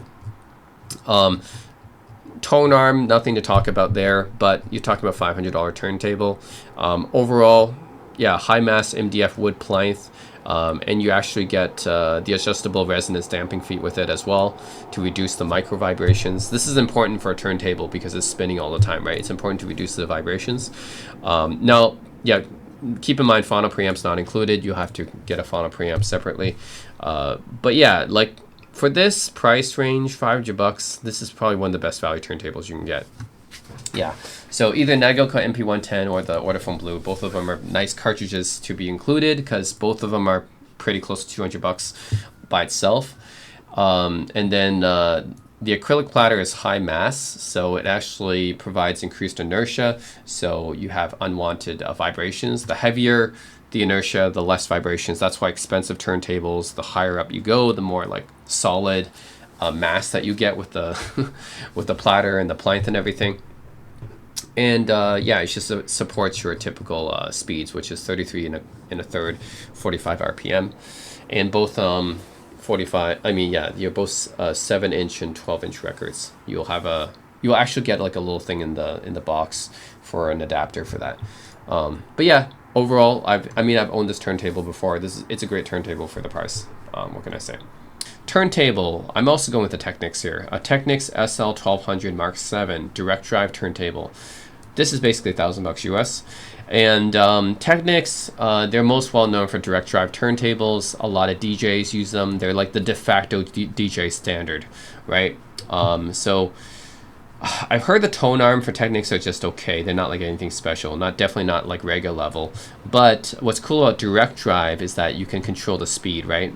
Directly. that the vinyls records rotate at, which is really useful for DJs. It'll constantly rotate at that speed, unlike a belt drive. So you can't scratch any discs on a belt drive. You have to use a direct drive if you want to scratch DJ discs and stuff. So you can change the pitch gain here. And then 33 and a third or 45 RPM type records, your start stop. So it's your standard controls here. So the SL1200 has been in production for many, many years. It's very famous. This is just the latest iteration, but I believe the first one came out in the 1970s. Really revolutionized the turntable industry. It's got a cordless direct drive motor. The thing is, a lot of audiophiles still prefer belt drive because it's less noise, I guess, but Technics' latest turntables to supposedly, reduce the noise from the direct drive motor, can reduce minute vibration to rotation. So, I mean, if anyone is the one to improve direct drive technology, it would be Technics, because they're the ones who invented it, basically. Yeah, you got vibration cutting. They're really trying to reduce the vibration here, which is nice. There's a cordless direct drive motor achieving, yeah, so this is basically their little, they're designed for the direct drive motor. They can do reverse play. That's again something you can only do with direct drive. You cannot do that with belt drive. Yeah, there's a bunch of stuff you can only do with direct drive turntables. I don't own a direct drive turntable. I have a belt drive Thorns, but it would be nice to own a direct drive Technics. Yeah, and you got the high damping insulator. You got to have like some kind of anti-vibration feet to reduce the vibrations. But yeah, this will be my pick for the $1,000 price range. You just can't go wrong with a classic, right? This is an iconic turntable, the Technics SL1200. It's the one used by so many DJs across the world, and it works obviously for music listening as well, not just for DJing. So, and direct drive turntables, not too many manufacturers make them. Technics is the most famous. So turntable, I'm going with the Rega Planar 6. So Rega is one of the most famous manufacturers of turntables, and their most famous turntable is probably the Planar 3, which I've owned before. It's a really nice turntable. And Planar 6 is the next upgrade after that. If you get it with the Ania cartridge, which is a moving coil cartridge, then it's approximately like yeah, approximately like $2,500 US. It's really around there. So it meets that price point. But yeah, the Rega is, they're pretty renowned when it comes to turntables, especially when it comes to the tone arm. They have a pretty good tone arm. The RB330 tone arm is the exact same tone arm that's on the Planar 3. It's gotten a lot of high praise for that. And this has a dual layer float glass platter on top of that and a Neo turntable power supply that, this will just make the turntable, give it more convenient speed selection, advanced anti-vibration control, electronic fine speed adjustment. So improving the sound of the record, of course. And let's see. Yeah, RB330 tone arm. This is a very famous tone arm for Rega. They've gotten a lot of high praise for that. The Ania cartridge at this price point is probably what we'll have to go with. Of course, if I were to actually buy this, I'd probably not get a cartridge just to save some money, and then just get an aftermarket cartridge like a Hana or a Sumiko or an Audio-Technica probably.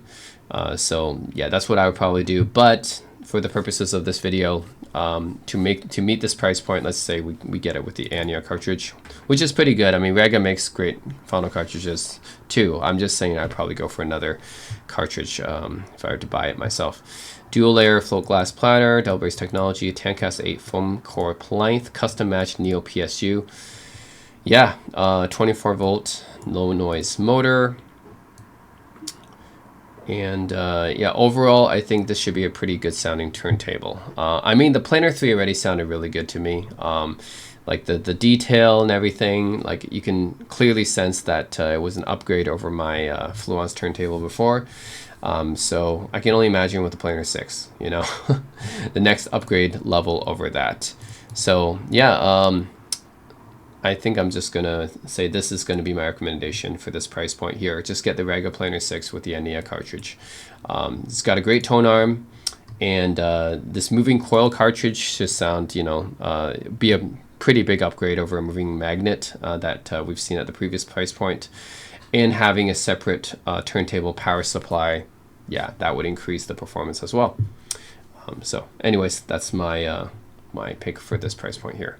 Rega Planar 6 with Ania cartridge. All right, so $100 for a microphone. I'm gonna go with the Blue Yeti USB because I've used the Blue Yeti Nano for years and years. And I think I've recorded probably hundreds, if not thousands, of my YouTube videos using the Blue Yeti Nano, which is pretty decent. The sound quality is not the best, but it's good enough.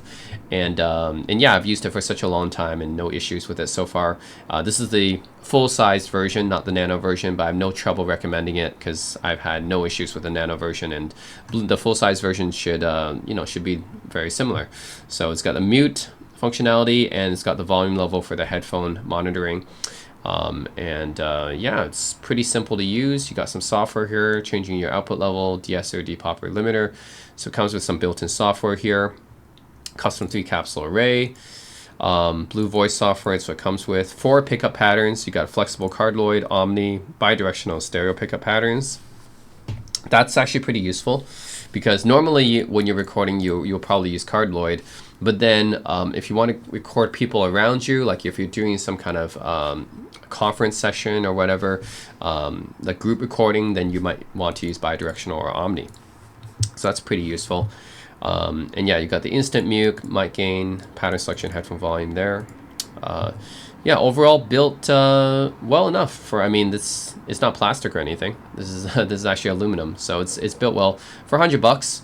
Yeah, I mean that's my recommendation. I've had a lot of I've recorded a lot of videos using the Blue Yeti Nano, so no issues so far using it. It's just worked really well for me. So I have no hesitation recommending the full size version for $100.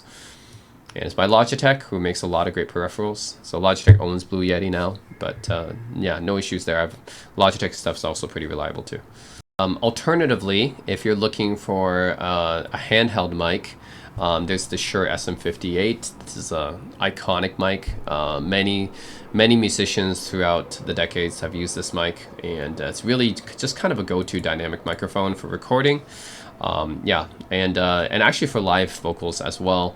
You'll see many musicians live actually use the SM58 because it's just such a workhorse, and I use one myself for karaoke. That's what I use mine for. But yeah, you'll see many musicians using the Shure SM58. It's a classic. It's a workhorse. Yeah, what can I say? This microphone is pretty famous. Just your standard cardioid pickup pattern, but yeah, when people think about dynamic microphone, they usually think about the Shure SM58 here. So really, not much else to say. It really is a standard when it comes to dynamic microphones. So if you guys are looking for something just more handheld instead of yeah, so the Blue Yeti is my pick for $100 kind of USB mic, but for streaming or recording or something like that when you're yeah, on gaming or something. But for actually like live vocals or studio recording or something like that for $100, yeah, the Shure SM58. This is just an iconic mic that's worked for decades. So really, no reason not to recommend this one, right? It's widely used for a reason. So for a $250 price point microphone for streaming, I recommend the Rode PodMic. This is what I'm using right now to record this video, actually. I'm very satisfied with the sound quality. I actually did a comparison of a bunch of different mics, the Shure MV7, Audio-Technica AT2020 USB, and the Rode PodMic. I actually like the sound of the Rode PodMic the best out of those. So yeah, I'm going with the Rode PodMic. I think at least for streaming and if you're doing some gaming or something like that, this is a nice mic for the desktop. So you got both XLR and USB-C connectivity. So if you do want to hook it up to your USB interface, you with XLR inputs, like a audio recording interface, you can do that because it has XLR. But then you also have the USB as well if you just want to simply connect it to your computer. So that's nice to have that choice. And you got the Rode Companion app with it as well. And when you use that as a USB, you can use the headphone port for monitoring. So yeah, and it has this internal shock mount as well. And the construction is really solid. Like this thing is really nicely built. It's made in Australia. Rode is an Australian company, by the way. So yeah, overall no complaints so far with this mic. Solidly built, and it was a nice upgrade over my Blue Yeti Nano actually. So anyway, $200 price point for at least for the computer. I recommend the Rode PodMic. Then if you're looking for something more handheld, I'm recommending this Sennheiser E945. It's a super cardioid dynamic vocal microphone, also $200. So this one is pretty good as well. Sennheiser, they've had decades of experience with microphones and headphones, of course. But yeah, this one is pretty good as well. I've heard a lot of good things about it. I don't personally own it, but you know, heard a lot of people use Sennheiser mics, and yeah, they've been pretty good. Shock mounted capsules, super cardioid pickup pattern. Yeah, all in all, it's reliable, rugged construction. It might be made in Germany. I'm not 100% sure, but it might be. So yeah, overall, I think if you're looking for a handheld mic at this price point, Sennheiser E945 is a good one to go for as well. Might be a upgrade over the Shure SM58 in some ways. Although I think the SM58 is just really good regardless of the price point. But yeah, if you're looking for something a little bit more, then Sennheiser E945, another nice dynamic mic to go for at this price point. If you're looking for something more handheld. So yeah, those are going to be my two mic recommendations at this price point. Okay, then for microphones, $500, the Shure SM7DB. It's a dynamic vocal microphone with a built-in preamp. So yeah, this is a pretty good microphone. I've owned the SM7. I haven't owned particularly this version with a built-in preamp, but I've owned the SM7 before, which is a nice performing microphone. Yeah, I think this and the Rode were both pretty good. It was hard to choose between the two, but it's nice that this one's a built-in preamp, so you can you can adjust it plus 18 decibels to plus 20 decibel boost, I guess. Yeah, plus actually 18 or 28 decibels of extra gain. Yeah, you got a selectable preamp boost there. You got a flat wide range frequency response. And then you can also have a preamp bypass switch if you want to disable the preamp and you want to use an external preamp. You can do that too. Bass roll-off, mid-range, presence controls, EQ controls,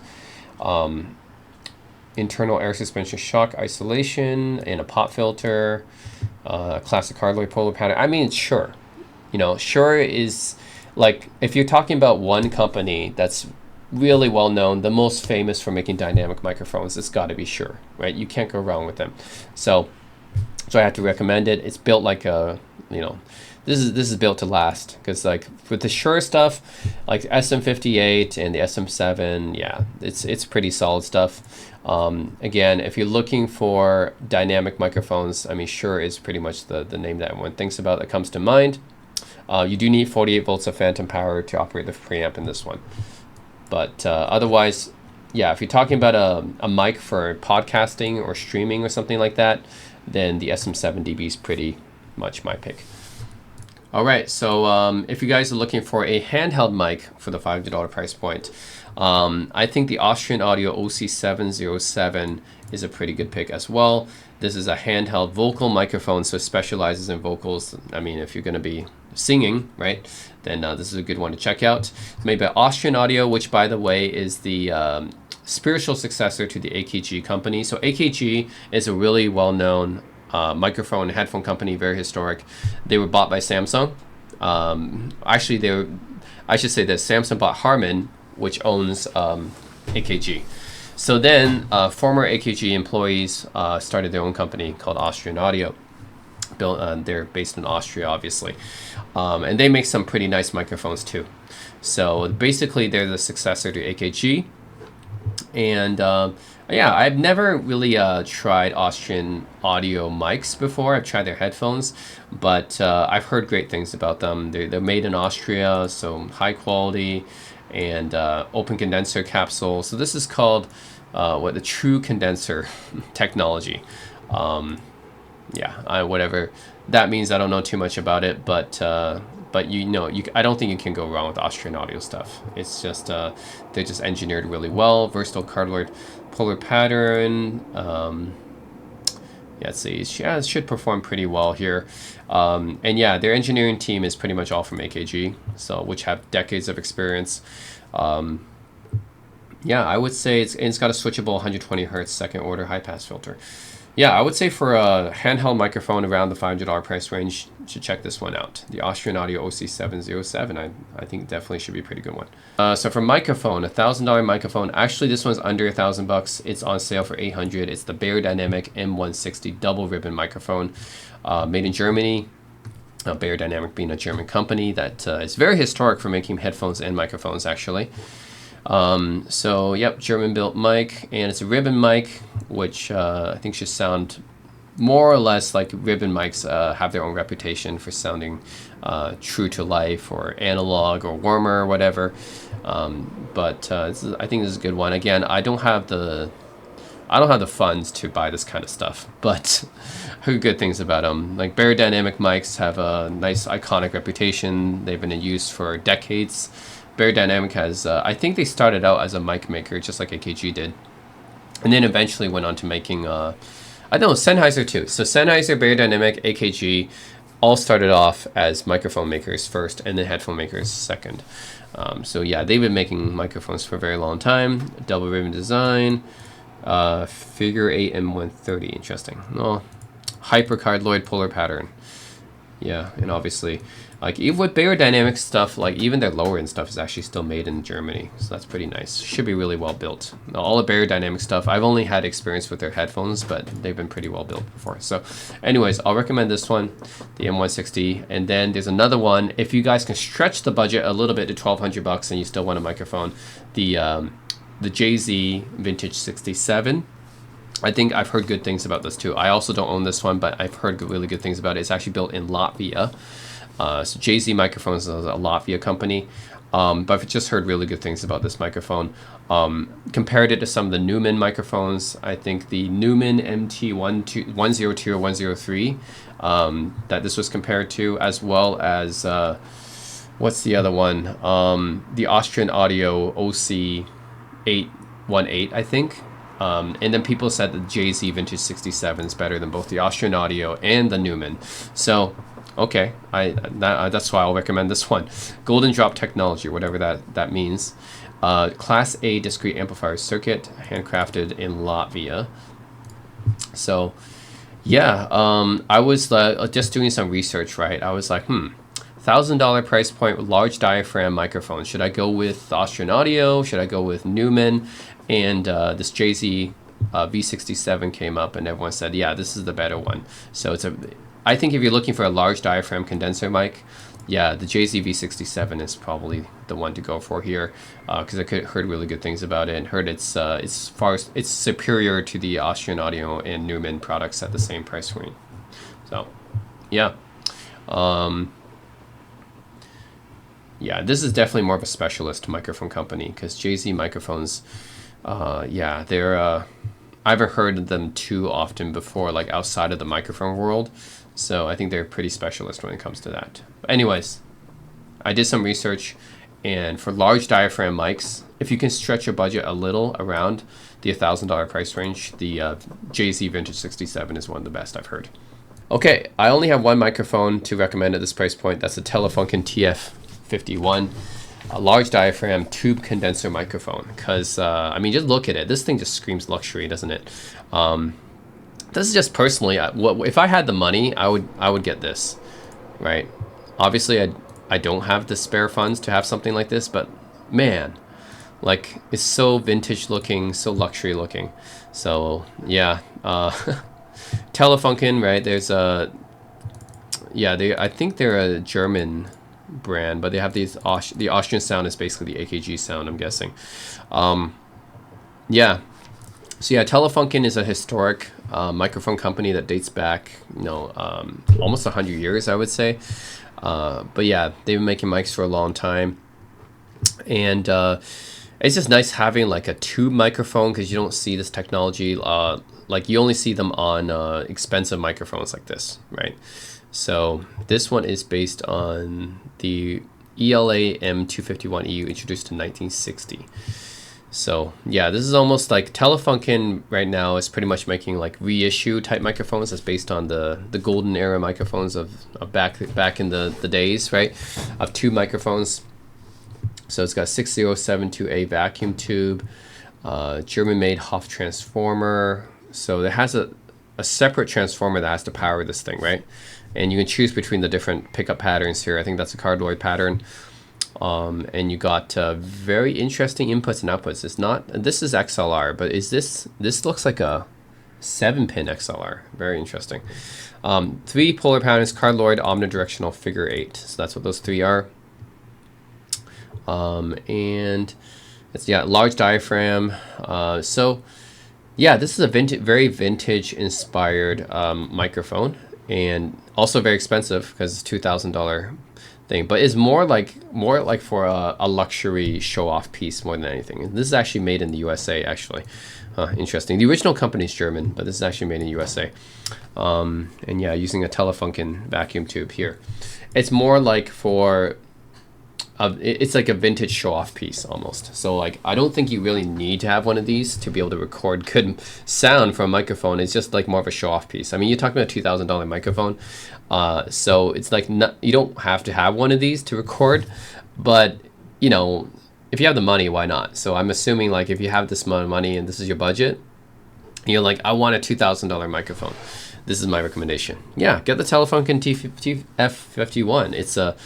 It's a nice collector's piece, just a nice piece to have, right? And you can just show off. It's a nice looking microphone. Yeah, what can I say? So that's it. I know there's more expensive microphones than this, but honestly, like even around $1,000, you're getting pretty nice microphones. So like, yeah, like that JZ microphone I was showing you guys, like that's already like kind of top of the line when it comes to sound quality. You don't really need to go beyond that, but if you want to go beyond that, you can. So that's the beauty of capitalism. so for the $100 price range, we don't have too many good choices here. So we have the Vizio soundbars, which, there's also all these Chinese soundbars. But you know what? I'm going to have to suggest the Sony HT-S100F. Now, no, this one says 150. This is Canadian dollars. Sometimes there's actually deals on Amazon where you can find it for 100. So I know this might be a little bit over $100 US, but sometimes you might actually find it on like a little bit of a discount on Amazon, and yeah, I would honestly just pay a little bit more and go for this one if you're going for the $100 budget. I know it's a little bit over 100, but still, I think it's better than the Vizio and Chinese stuff. So yeah, just go with the Sony. 120 watts, 2.0 channels, 2 channels. So you don't get a subwoofer, not at this price point, but you do get the bass reflex speaker, S-Force Pro front surround sound. That's Sony Technologies. HDMI ARC2, that's a pretty new technology actually for HDMI. So pretty much you don't have too much choices at $100, right? So yeah, at this point I'm just gonna be like, hey, if you're looking for a soundbar for $100, just pay a little bit extra, like 10 bucks more, and get the Sony HT-S100F. It's going to be a better value, basically, than going for something like a Vizio or like one of those Chinese soundbars. So, yeah, that's all I'm going to say. Pretty much, I'm just going to recommend this one. Yeah, just pay a little bit more and get the Sony, okay? It's only like 10 bucks more or whatever. You'll get a better soundbar, I would say. And the Sony is pretty decent because, well, it's Sony, right? They know their audio. So yeah, that's what I'm going to recommend. Actually, you can get the open box. Yeah, open box for 110 bucks. Yeah, just 10. This is actually 110 bucks Canadian. So you can get an open box version for essentially like $80, $75 US, I think. Yeah, like 75 bucks or 80 bucks US. So then you're under 100 bucks. Just get the open box version. Okay, so $250 price point. I actually found this really interesting one on Amazon. So this is an Amazon exclusive. It's the LG S40 TR 4.1 channel. So for 250 bucks, you get a 2-channel soundbar and you get surrounds, which is actually very rare to get at this price point. And you get subwoofer too. So yeah, this is actually a pretty good deal. I mean, surrounds for 250 bucks. Yeah, that's pretty good. I mean, you not only do you get a soundbar and a subwoofer, you get surrounds included. So I would say this is a pretty good deal. Now LG, their soundbars are okay. I wouldn't say they're like great, but they're not bad either. I mean, I've owned an LG soundbar before, but that was a higher end one with Meridian Audio Technologies and everything. But yeah, this one is, I mean, 4.1 channel soundbar for 250 bucks. That's a pretty good deal. So I'm gonna say just for value, this one is gonna be the one I recommend. But hey, let's say that you know, you don't like this Amazon exclusive, or you don't care about surrounds. Okay, just want a soundbar for this price. Okay, you guys check out the Yamaha as well. So the Yamaha SRB30A. It's about $60 savings you can find right now. This is also a pretty solid one. So this one has virtual Atmos surround sound. 2 3-inch subwoofers built into the bar. So this one does not come with a subwoofer. However, it does come with a lot of drivers in the soundbar. So you got 2 1-inch dome tweeters, 4 13 16-inch cone mid-range driver, 2 3-inch cone subwoofers, and yeah, you got amplifiers. Of course, the soundbars have got built-in amplifiers, right? 30 watts for the front and left and right, 60 watts for the bass drivers. They got this Yamaha True Sound Engineering, supports Dolby Atmos. Yeah, and then your connections. So let's take a look at that. You got one HDMI, of course, and you got optical, of course, and you got subwoofer output.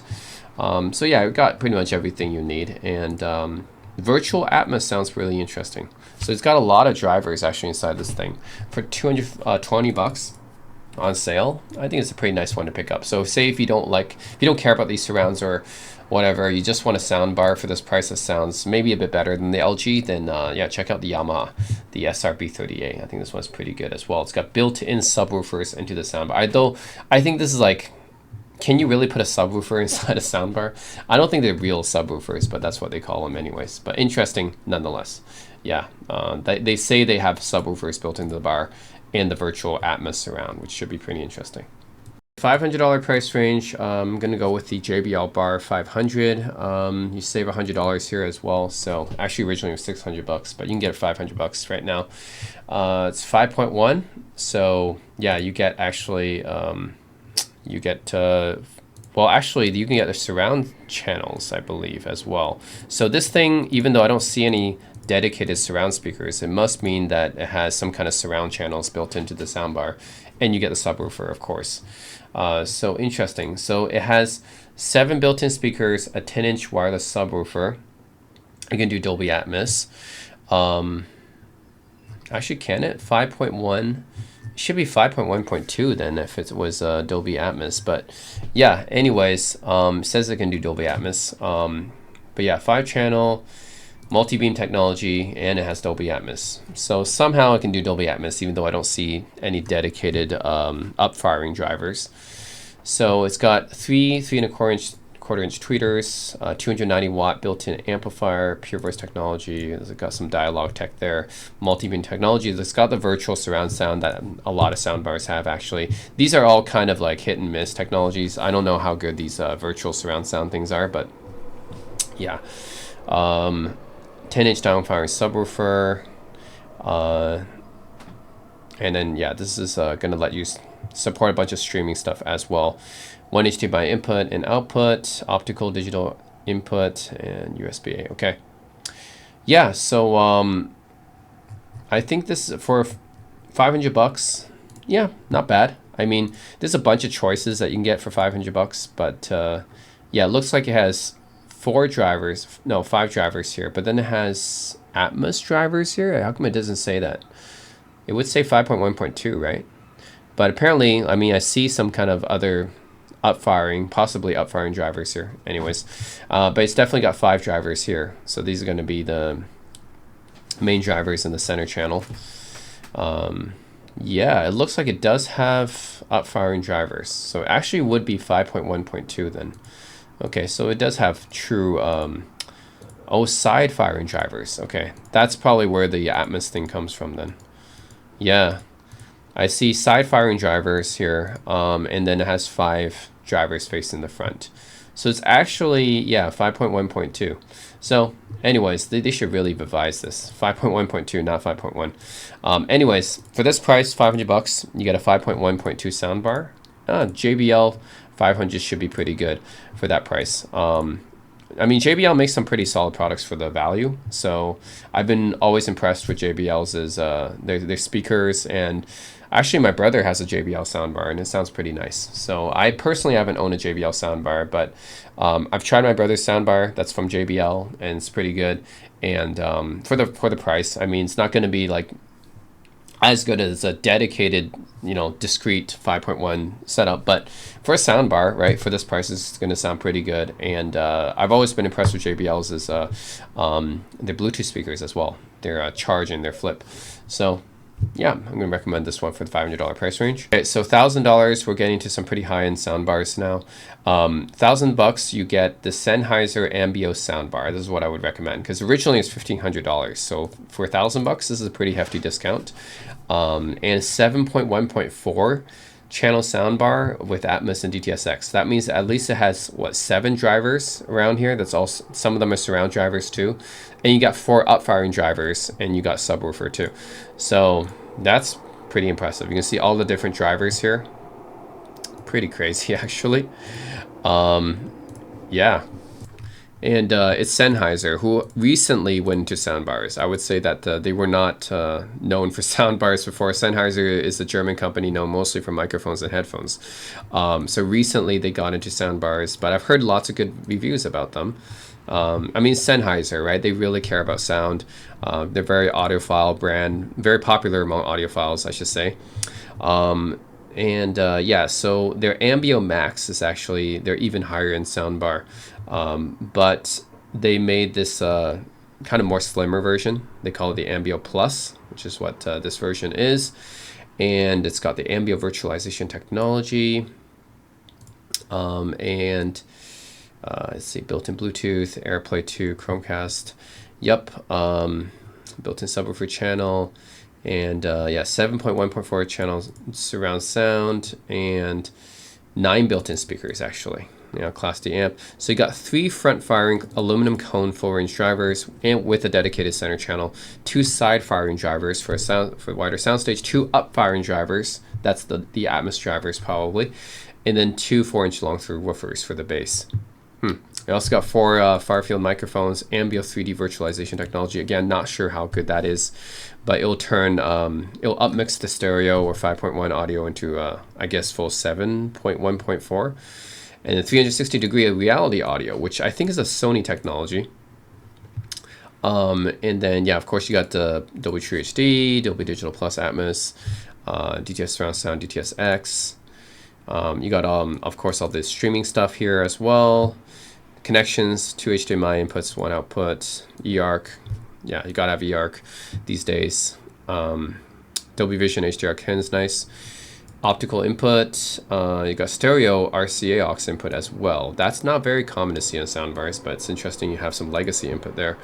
And a mono RCA subwoofer output for dedicated subwoofer. And an Ethernet port for the streaming stuff, I guess. So overall, a lot of good I/O. Some you don't really find on soundbars. I mean, having RCA input is really hard to find on soundbars these days. So it's got some legacy support. That's nice. Yeah, overall, I have to recommend this one because it's on sale for $1,000. It's originally $1,500. So this is a really good one to check out.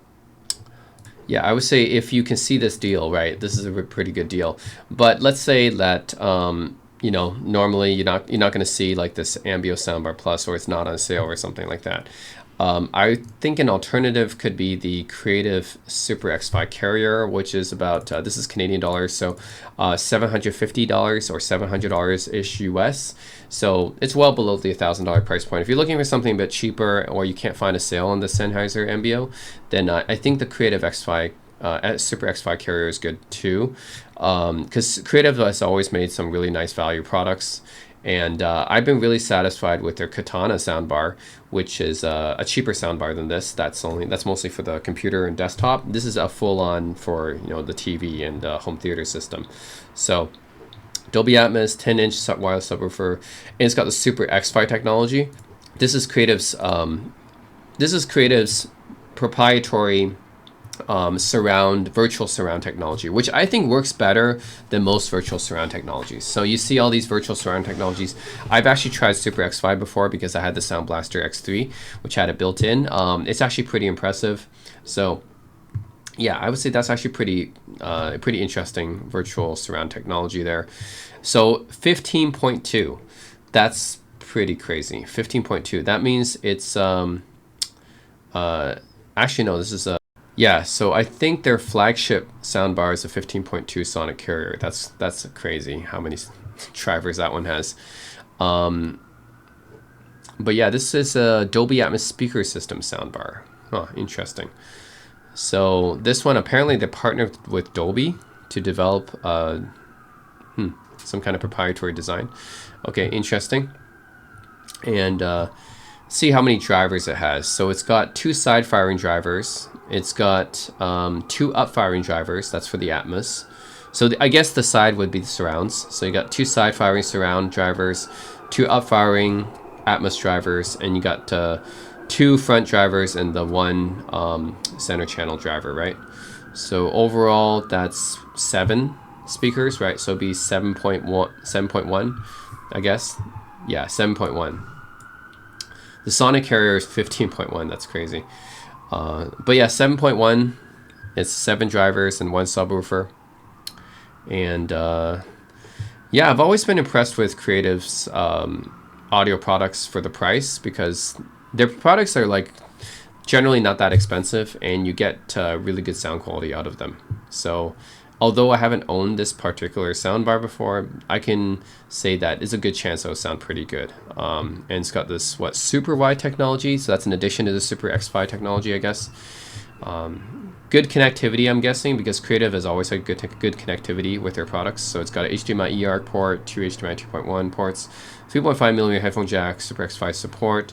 Oh, so Super X5 out support, so you can use it with their headphones that you can get surround sound headphones too. USB-C audio, optical inputs, Bluetooth 5.0. Yep, they always have a lot of good I/O. So Creative has always been known for that. A lot of features, a lot of good I/O, and generally good sound performance for the price. So I would say if you can't find the Sennheiser Ambeo soundbar at a discount, this is a good discounted price, then the Super X5 carrier is a good alternative. And it's cheaper. It's like $750. So yeah, that's the full, that's not even on sale or anything like that. That's just the full retail price. Okay, finally, for the $2,000 price point range, this is like the king of soundbars, guys. The Nakamichi Shockwave 9.2.4 1300 watt soundbar system with two 10-inch wireless subwoofers. Oh my god, this thing looks nuts. If you're looking for just a soundbar that will blow away your entire home, then definitely check this one out. I mean, the closest soundbar I've had, so I've actually owned the Sony HTST 5000, which is like a $1,500 soundbar. I've actually owned that before, which is a 9-driver soundbar, I think. That soundbar was absolutely massive, and that was even a little bit too much for me. But this is even more powerful than the Sony HTST 5000, I think. This is 2 subwoofers.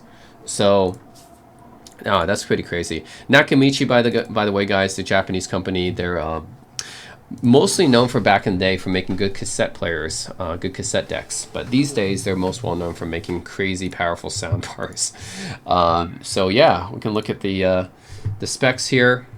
Actually, I'm just going to look at the website. It's better, I think. Yeah, so look what we got here. We got this dedicated surround engine technology. Was it spatial engine, surround engine, elevation engine, SSE? Okay, of course you got Dolby Atmos, decoding, Digital Plus, True HD, and DTS:X, 360 degrees surround sound. So it's got I guess a pretty powerful CPU for processing all this. Yep, surround processor executes up mixing, delivers up to 9.2.4 channels of uncompromising surround sound, elevation technology, as well as processing for that. Whoa, so the 16 drivers for the 9.2, that's crazy. Yeah, up to 9.2.4 channels. So it's got 16 drivers. Dolby Atmos object-based surround with DTS:X. Yep, both of those are competing technologies. Front surround effect tweeters, so two-way surround quad-core surround processor with a Cirrus Logic chip in it. Dual 10-inch wireless subs. Yep. Dual subwoofers. So yeah, people who really enjoy home theater cinema, like they really advocate the dual subwoofer thing. I'm okay with just one subwoofer because already a subwoofer takes up a lot of space in the house. But people who really love watching, home movies and stuff like that, they love their bass, then they go with 2 subwoofers. Quad modular surround speakers, interesting. So you can place them in different positions, I'm guessing. You can put them on the side or to the rear. So you can do signature, which is like this. You got 2 to the side, 2 to the rear, and you got full elevation, which is like that. Dipole 1, dipole 2, hybrid elevation 2. Wow. Dolby Vision, yep. aptX, but not aptX HD, just aptX. 1-button room optimization. Wonder how that works. Okay.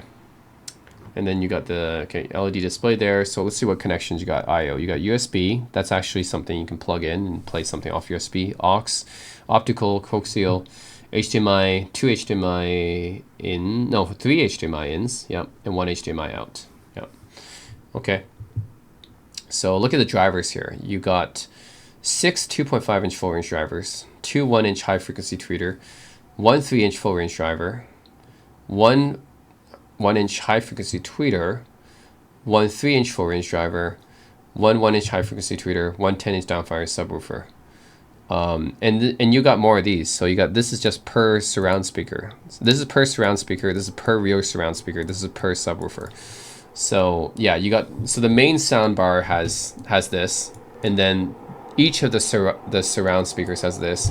Each of the rear surround speakers has this, and then each of the subwoofers has this. Total is 18 drivers. Crazy. 1,000 watts peak power. Yeah, pretty crazy. Yeah, it's safe to say this is probably one of the most powerful soundbars you can get on the market. I mean, this and the Creative X5 Sonic Carrier, which is a 15.2 soundbar. But yeah, I mean, you look at the $2,000 price point. Generally, I would go discrete at this price point. I would go with a dedicated 5.1.2 or 7.1.2 setup. But if you really are, like, if you really do have the money and you don't have enough space to have a discrete setup, then I mean, you also got to buy a receiver actually for that setup as well. But if you don't have enough money for the receiver and the separate speakers and everything, then you can go with this very, very high-end soundbar, which is a very powerful soundbar. And you still got to have room because, like, it's got two side surrounds, two rear surrounds, and then two subwoofers as well. But man, this is going to be a pretty powerful soundbar. Never tried any Nakamichi soundbars, but I just, I've heard they have really great sound quality and very powerful and everything. So this is what I'll recommend for this price. Okay, so for the $100 price tier, you can't really find any receivers for $100 because like a receiver is a device that combines the functionality of many devices together. It's basically a DAC, a preamp, a power amp, and a multi-channel processor.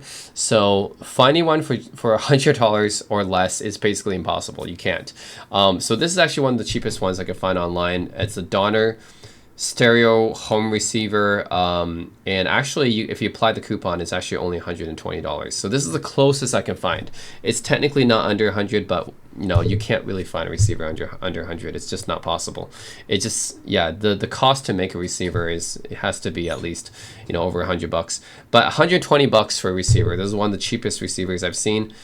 So the thing is, it says it has 1,000 watts for peak power, but I don't think that's true because it's 25 watts by 4. So I think what they mean is they have 4 channels here, right? It's a 4-channel amplifier, 25 watts per channel. So it's basically 25 watts. So you can't just, they're just adding it together, I think, 1,000 watts peak power, but really it's 25 watts per channel.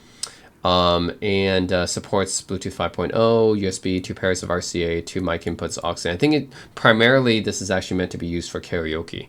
But it's also a stereo home receiver, so it does count. So it does have a lot of knobs on front here. It's got mode, Bluetooth. It's got a LED display as well. It's got play, pause, next, and previous tracks. All 4 channels have a volume knob. 2 mic inputs right here. I guess that's for singing. Mic volume, bass, mid, EQ, treble. You got 3-band EQ there. Echo, master volume, aux.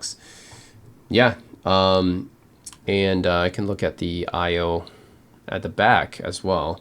So you got, you got 2 sets of RCA inputs. They call it DVD and CD, but you can use them for whatever. So 2 sets of RCA inputs, FM antenna, line out, that's also RCA. And you got coaxial and optical input as well. So you can hook it up to your TV, of course. And then it's using, it's not using the banana plugs for the output here. So this is just using bare wire for the outputs, which is kind of annoying, but I think for the cheaper amps and receivers, they do this kind of thing. They use, they use like these bare wires. It is what it is. This is definitely one of the cheapest receivers you can find. 120 bucks after the coupon. Wow. Okay, so Donner is actually a company that makes a lot of musical equipment products. I'm actually familiar with them because they make guitar pedals and stuff too. But this, I don't know about this max 1,000 watts. I think it's misleading marketing. It's 25 watts per channel for 4 channels. But this is mainly, like, it's geared towards karaoke use, although technically you can use it for your home theater system as well. I mean, you could just connect the bare wires to your speakers, and then you use your optical input for the TV. I think that's what you would do. It also has Bluetooth, which is nice, I guess. But I would say, honestly, if you want to have a receiver, you should probably spend more than 100 bucks. This is like, I don't know if I would go for a Donner receiver.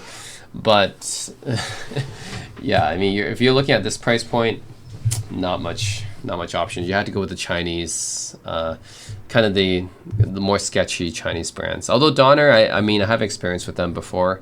They make guitar amps and stuff like that. So they're not too sketchy, but just be aware, if you're looking for this kind of prices, you're going to have to go with some sketchy Chinese brands.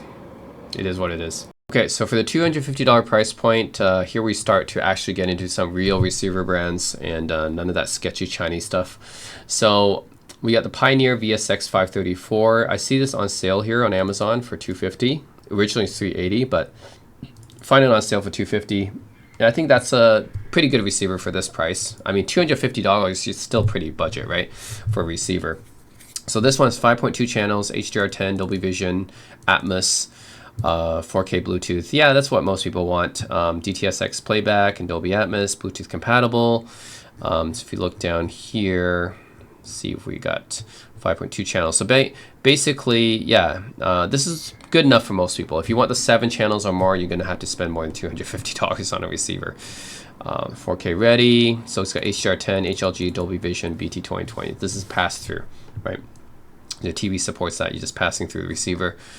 Let's look at the controls here. So you got the big volume knob, master volume, power button there, headphone out. Usually the headphone amps on these receivers suck, because receivers aren't really, like, they're not really expecting you to use headphones with them. So most of the headphone stuff is just an extra feature that I don't really care too much about. They usually suck.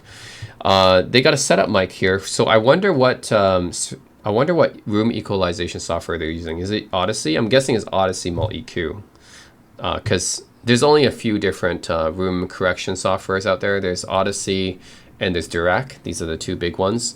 And then you have some proprietary ones. That's like Lingdorf and Anthem. But I'm guessing it's Odyssey Mult-EQ. That's like the cheapest one and the most widely available. And then you got, okay, it's a personal presets. I wonder what those presets are about. Bluetooth, tuner, okay. And you got the, of course, you got the LED display there. You can select different presets. Okay, let's look at the I/O here on the back. You got for digital audio in, you got optical and coaxial, and then you got 5 HDMI inputs, which that's not a lot. Like typically you want 6 or 7 or more, but I mean $250 receiver, right? You gotta take that into account. You got a USB charging port there. You got the Bluetooth antenna, the FM antenna. Then you got, let's see, 3 sets of RCA inputs. That's analog inputs. Line out. So you got 1 RCA line out, 2 subwoofer outs. That's why it's a 5.2. You can hook up to 2 subwoofers to this thing, which is impressive for a $250 receiver. And then I think, how much watts does this output? I wonder. Yeah, does it say? I think that's pretty important. Okay, I had to look it up. It's 80 watts per channel. That's actually pretty good. 80 watts per channel. That's more than I thought for a $250 receiver. I mean, this is on sale, but this is a pretty good value for this this price. And now Pioneer is this company, that's a Japanese company, right? They've been making audio products for decades, so they've got the reputation. So definitely for $250, that's pretty good. 80 watts per channel, 5.2 channels, and you got Dolby Atmos support. Basically, if you don't want the side and surrounds, like you can also reconfigure the surrounds to be up firing to be Atmos instead. So they could be Atmos channels. So you also got the Dolby Atmos Hype Virtualizer. Yeah, $250, one of the cheapest receivers on the market that's from a brand name. That's pretty good, actually. Okay, so for the $500 price range, I'm actually going to go with a $400 receiver here because there's a lot of good competition at this price point. But I'm going to go with the Denon AVR X1700H. It's a 7.2 channel receiver, 80 watts per channel. It can support up to 8K HDMI video with eARC. It's got Atmos support, DTS:X. HEOS is Denon and Marantz's streaming technology. So it's okay. I have a Marantz receiver that uses HEOS too. It's okay. You can just stream a whole bunch of your streaming services. You can kind of just put it all there. Alexa voice control. And this one I think is a pretty good value. I mean, $400. Yeah, I'm well under my limit of 500, right? So supporting 8K, not just 4K. You got the HDR standards here, HDR10, 10 Plus, Dolby Vision, and HLG all supported. And DTS:X, VirtualX, Dolby Atmos all supported. Can take a look at the controls here. So you got a source select input knob and a volume knob. This is actually similar to Marantz receivers as well. They're the same parent company. And then you got the power button, and this USB charging port in the front is pretty nice. It's more convenient. Headphone out and a setup mic. I'm guessing the setup mic is going to be Odyssey Mult EQ because that's what Denon and Marantz use. They use Odyssey Mult EQ for the room correction, which is basic, I guess. And it's not great, but it's basic.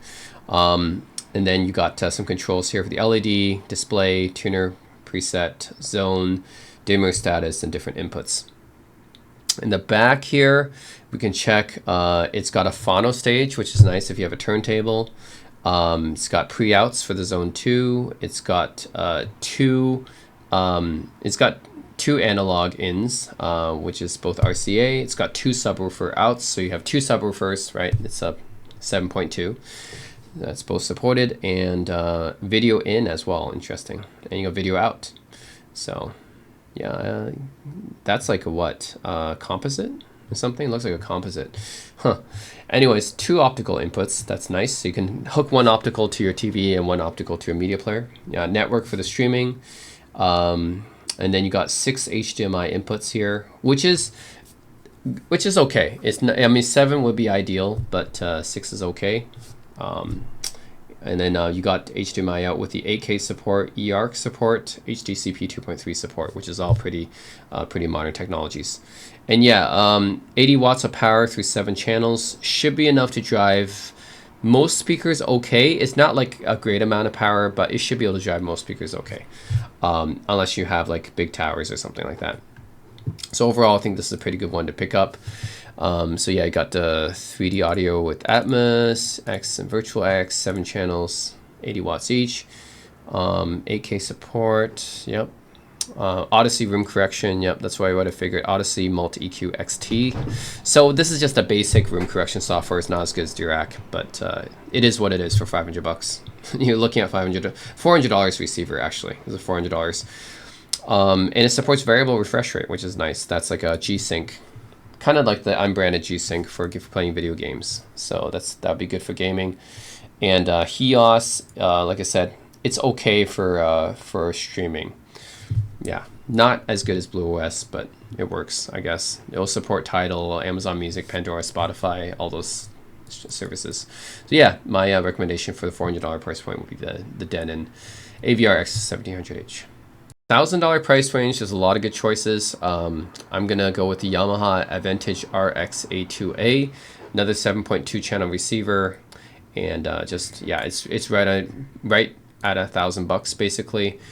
And yeah, this one is let's see, we've got 100 watts per channel, so that's definitely enough to power most speakers. My own home theater receiver, which is a Marantz Cinema 60, that's 100 watts per channel, so that's definitely enough to power most speakers, unless you're talking about the really powerful towers or something like that. Then you might go separates, right, in that case.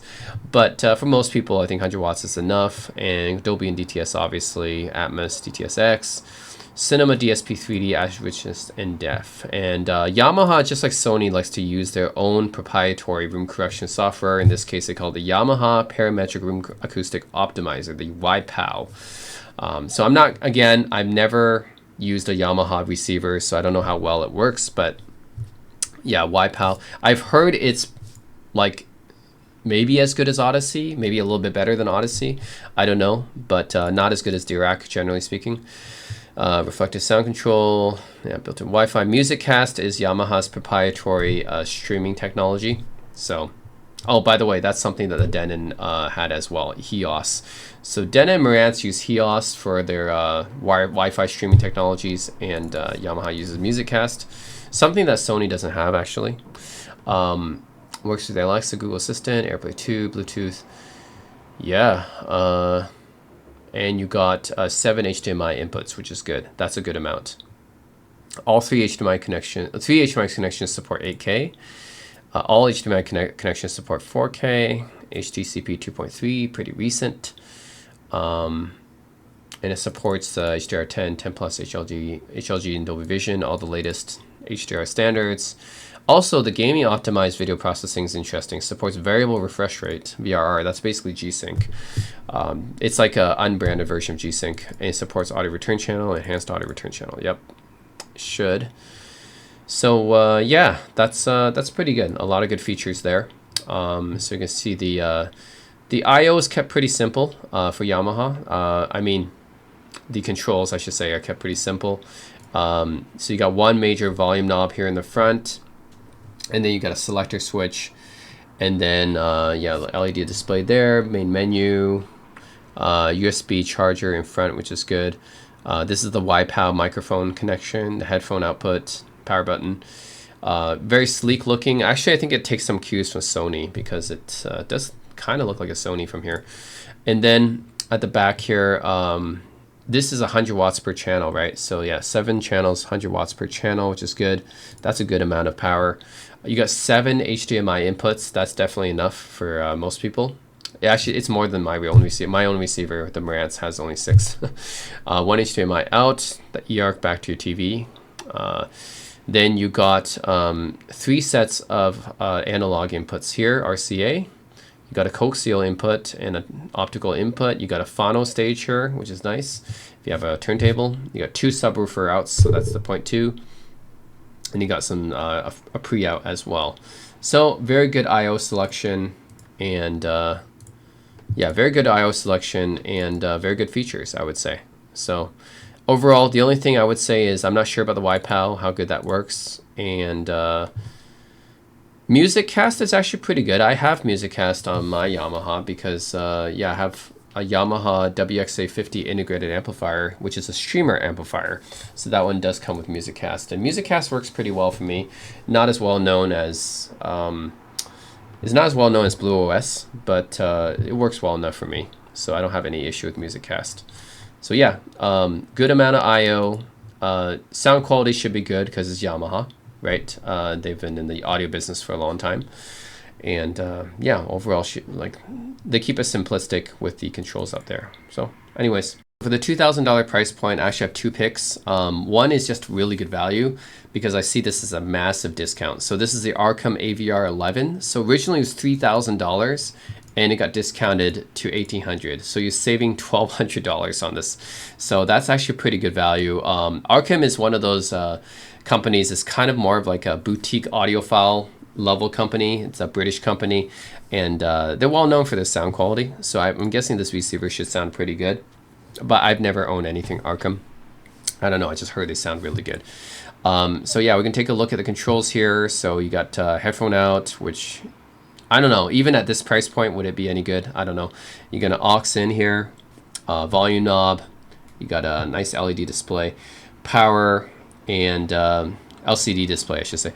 You got Atmos, enhanced Dolby Vision, Atmos, Dolby Vision, IMAX enhanced, which is interesting, DTS:X and DTS:X Virtual, or 3D Dirac, HDMI. And Dirac is really good because it's generally considered a better room correction technology than Odyssey and YPOW. So previously we saw like the lower price points, we get Denon, and we get Yamaha, and Sony actually has their own proprietary room correction technology as well. Dirac is better than all of them, generally speaking. Menu button here, and what your inputs, changing inputs, mute direct mode, which will bypass the DSP stuff, I'm guessing. There's some of the stuff there. We can take a look at the I/O. Yeah, so got Wi-Fi antenna, Bluetooth antenna. You got 7 HDMI inputs, which is a good amount. That's good to see. 2 HDMI outputs. One of them is eARC. You'd probably want to use the eARC one. Ethernet. USB charger on the back. I prefer it on the front, but yeah. Height channels right here. That's for dedicated Atmos speakers. You got ICA line out, analog line out. And you got 6 analog ins. That's a lot. 6 different analog inputs here. FM antenna right there. This is for digital audio. So you got some digital coaxial inputs here, and 2 optical inputs and 1 optical out. So interesting. Yep, 2 optical ins, 1 optical out. You don't see optical out on receiver that much. 1 subwoofer. I would have liked to see 2, because some of the lower price points we saw 2, but yeah, only 1 subwoofer output here. 4 different preamp outputs here. That's interesting because one of them is actually to subwoofer, it looks like. But yeah, there's that. And I believe, let's check out the power of this. So it's got a Class AB amplifier. This is good. Class AB power is generally considered to be quite good quality compared to Class D power, right? Let's see, Dolby Atmos, DTS:X, Auro 3D. What's Auro 3D? Is that another surround format? And then you got some streaming services here: AirPlay 2, Chromecast, Bluetooth, Spotify Connect, Tidal, UPnP. Dirac Live, which, like I said, is preferable on a receiver. That's generally considered to be better than Odyssey, and the Yamaha Sony solution as well. 80 watts per channel. Okay, so not too much, but enough for most people. And the DAC is the ESS9026 Pro. That's a good DAC. This is not the current flagship DAC, but I think this is the old ESS Sabre flagship DAC. But anyways, this is a good DAC. So it's good that Archem, this is a company that cares a lot about audio. I think Archem is one of those audiophile level companies, right? So it's good that they actually tell you what DAC they're using, because with like Yamaha, Sony, Denon, Marantz, they don't tell you anything about the DAC they're using. So it's good that that Archem tells you that, and it's a pretty good DAC. That's a nice ESS DAC there. Yeah, and this is all the stuff that we saw from the I/O here, and streaming and stuff. Okay, yeah. So I guess that's 80 watts out of 7 channels. Yeah, 7 channels, 80 watts. Is it a 0.2?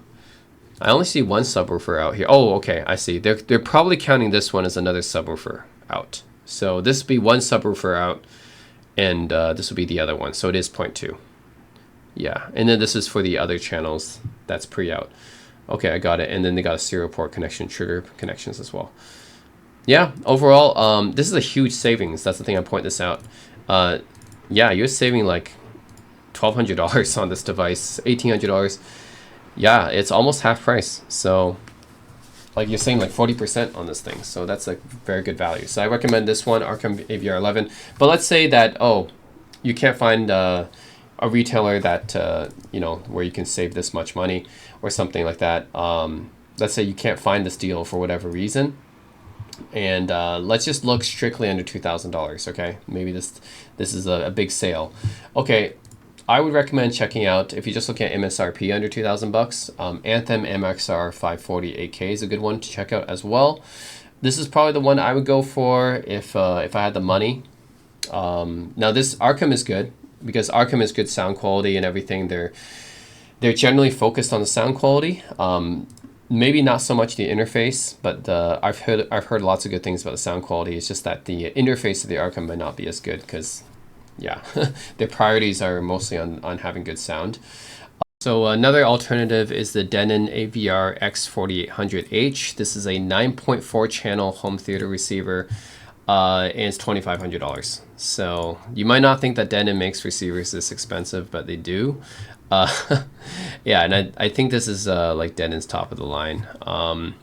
Yeah, so the X4800, of course, you can support 8K video, variable refresh rate for gaming, audio low latency mode, Odyssey. So the thing is, even at this price point, it still comes with Odyssey. So you'll actually have to purchase Dirac Live separately, but at least you have the option to upgrade to Dirac Live. With the lower end Denons, you don't even have that option. 4 subwoofer outputs. That's right, 4. That's really overkill. But you get 4. HEOS is there, right? The streaming. This is the streaming software for Denon. You can just add your music library from Pandora, Spotify, Tidal, and play it all at one place. Google Assistant compatible, Amazon Alexa compatible. Yeah, so 9-channel amplifier, 125 watts per channel. Yeah, into 9 channels. It's quite a bit. Dolby DTS, Auro 3D, sound recording. I've never used Auro 3D before, but it's there. DTS Virtual X is there. IMAX Enhanced. Odyssey speaker calibration, Multi-EX XT32. So Multi-EX XT32, at least this is the best Odyssey calibration you can get. So that's there, dynamic volume, dynamic EQ. But I would still recommend upgrading to Dirac Live because generally it's considered better. So that's an option. Yeah, AirPlane 2, Bluetooth. Let's see. Does it support aptX? It doesn't say. Okay, well, you got multi-room audio, 3-room, 3-source output here. So this is a pretty full-featured receiver, as you would expect at this price point. Pretty full-featured. Yeah, definitely more full-featured than the Arcam. It might not focus on audio as much as the Arcam does. Like, it doesn't say anything about the DAC or anything, but it's definitely more full-featured. It's got a ton of features on it. So you got the typical Denon, and I mean, it looks the same as every other Denon receiver, right? It's got the source select, the master volume here, power button there, and the display here. In the back, you got a ton of I/O here.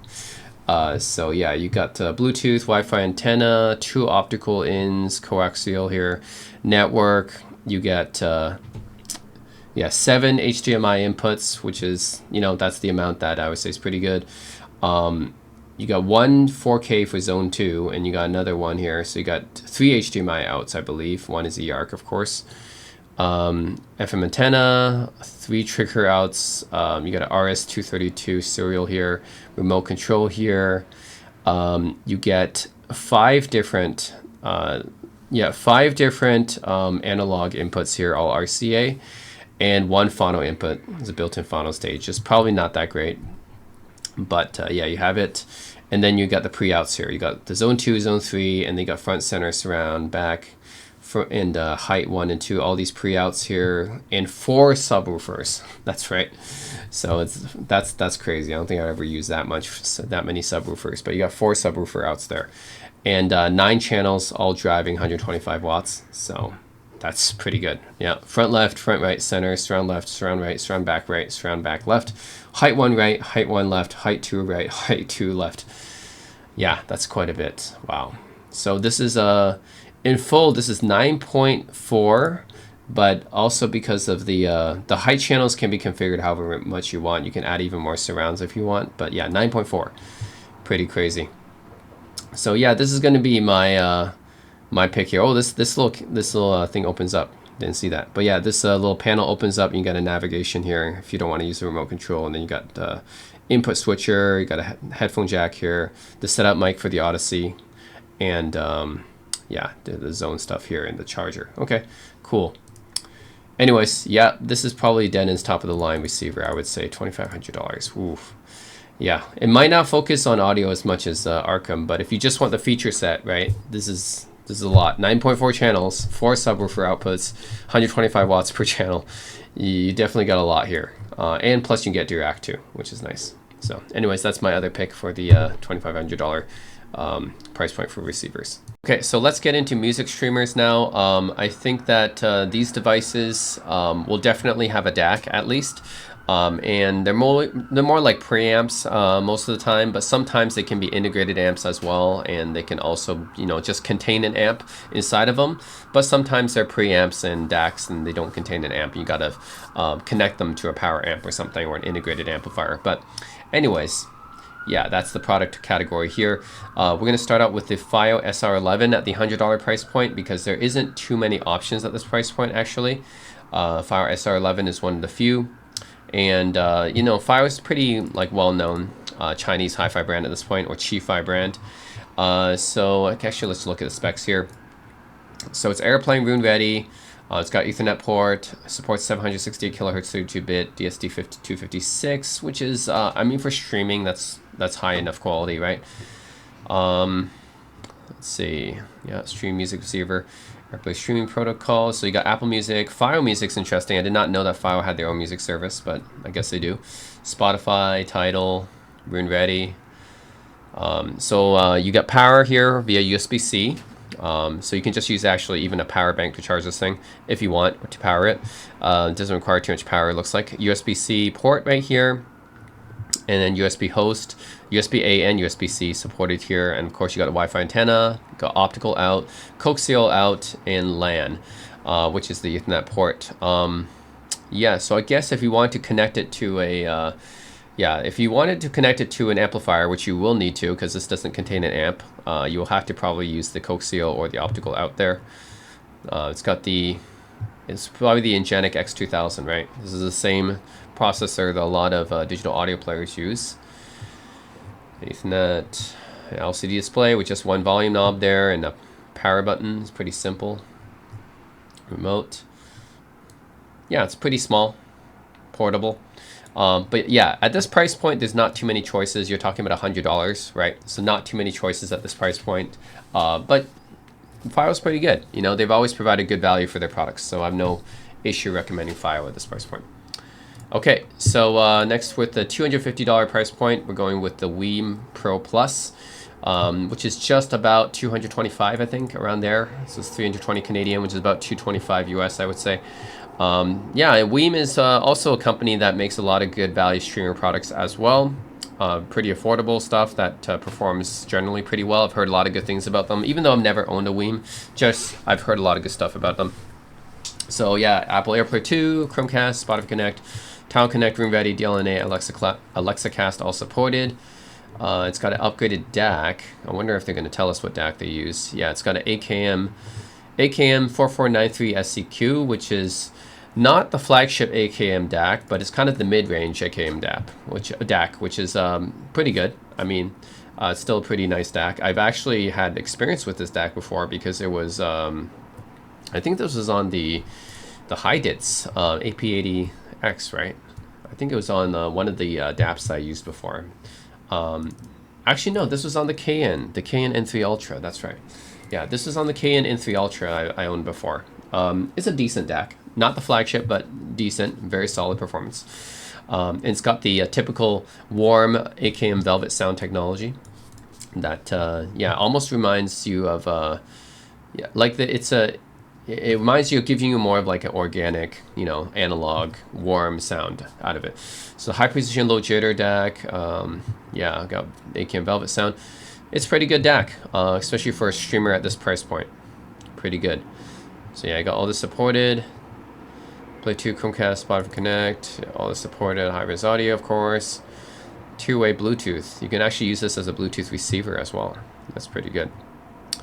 So yeah, let's take a look at so Bluetooth 5.1. I would have preferred, you know, 5.2 or 5.3 or 5.4, but 5.1 is fine, I guess. It's not the latest version. Pretty simplistic controls here, right? You just got some touch controls on the front, and then on the back, actually it looks almost like this thing looks almost like a Roku box or like an Apple TV box, right? The back, you got the analog line in, analog line out, RCA, right? Power with USB-C. Again, you can power this, you know, with a power bank even if you want that.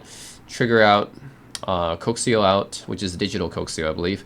LAN port, and you got the optical in and optical out. So, interestingly enough, it also has a microphone input, or a microphone actually. Is that a microphone? Yeah. Interesting. I don't think that's actually an input. That's just a microphone. I wonder why they would have a microphone back there. Anyways, you would probably have to, this doesn't contain an amp, so again, you would just have to output likely you would have to use either the line out here with RCA or the optical out, and then connect it to an integrated amplifier or yeah, preamp or power amp or whatever. To be able to actually get sound out of it. This by itself will not output any sound. Yeah, you will need to connect it to likely an integrated amplifier or yeah, some sort of preamp or power amp. So yeah, that's a $250 price point, Weem Pro Plus. And Weem generally, I think, again, they've gotten some pretty good reviews for giving good value for the price as well. Generally affordable products that perform very well. Okay, at the $500 price point, this is actually on sale, but let's go with the Bluesound Node. This is actually a Canadian company, I believe, and Bluesound is the company that develops BlueOS, which is the popular streaming platform used by a lot of other products. So, yeah, the Bluesound Node. I've used the Bluesound Node Edge before, actually. I actually wish the interface was a bit better for me, anyways, but a lot of people do like BlueOS. So let's take a look here. So this does not contain an amp either. This is just another streamer. But yeah, aptX Bluetooth, two-way aptX Bluetooth on this thing. Obviously AirPlay 2. Yeah, Alexa, Google Assistant, Room Ready. Yep, supports all your typical suspects here: Spotify, Deezer, Pandora, Tidal, Qobuz, Amazon Music HD. Yeah, so Bluesound Node. This is a pretty well-reviewed streamer. I think this is it's again, this is one of those that I think a lot of people like. With the Weem and the Bluesound are pretty popular because they're fairly affordable. So this one, especially, it's on sale. So I would definitely say check it out here. It's pretty simplistic interface design here with the controls here, just a touch control on top for the volume, and this looks like a headphone jack, I think.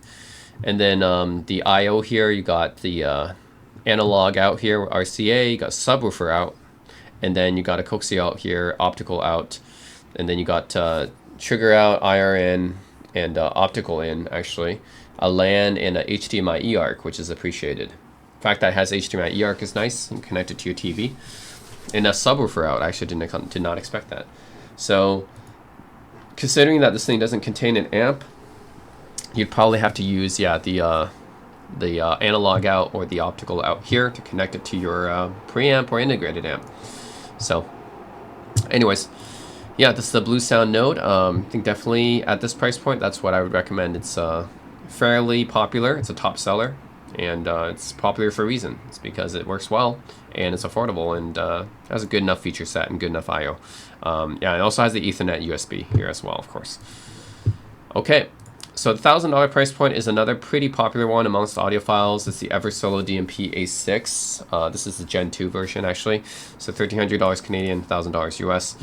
Yeah, this is a Chinese company, Eversolo. They made their names on streamers, so they're known for having pretty good streamers that actually punches above their price, even though they're already pretty expensive, but they do still punch above the price because you can get really expensive when it comes to streamers, actually, if you get into the boutique level products. So yeah, you got 6-inch touchscreen here. The DAC is pretty good. It's an ESS ES903Q2M. This is a DAC I'm pretty familiar with. It's the flagship ESS Sabre mobile DAC.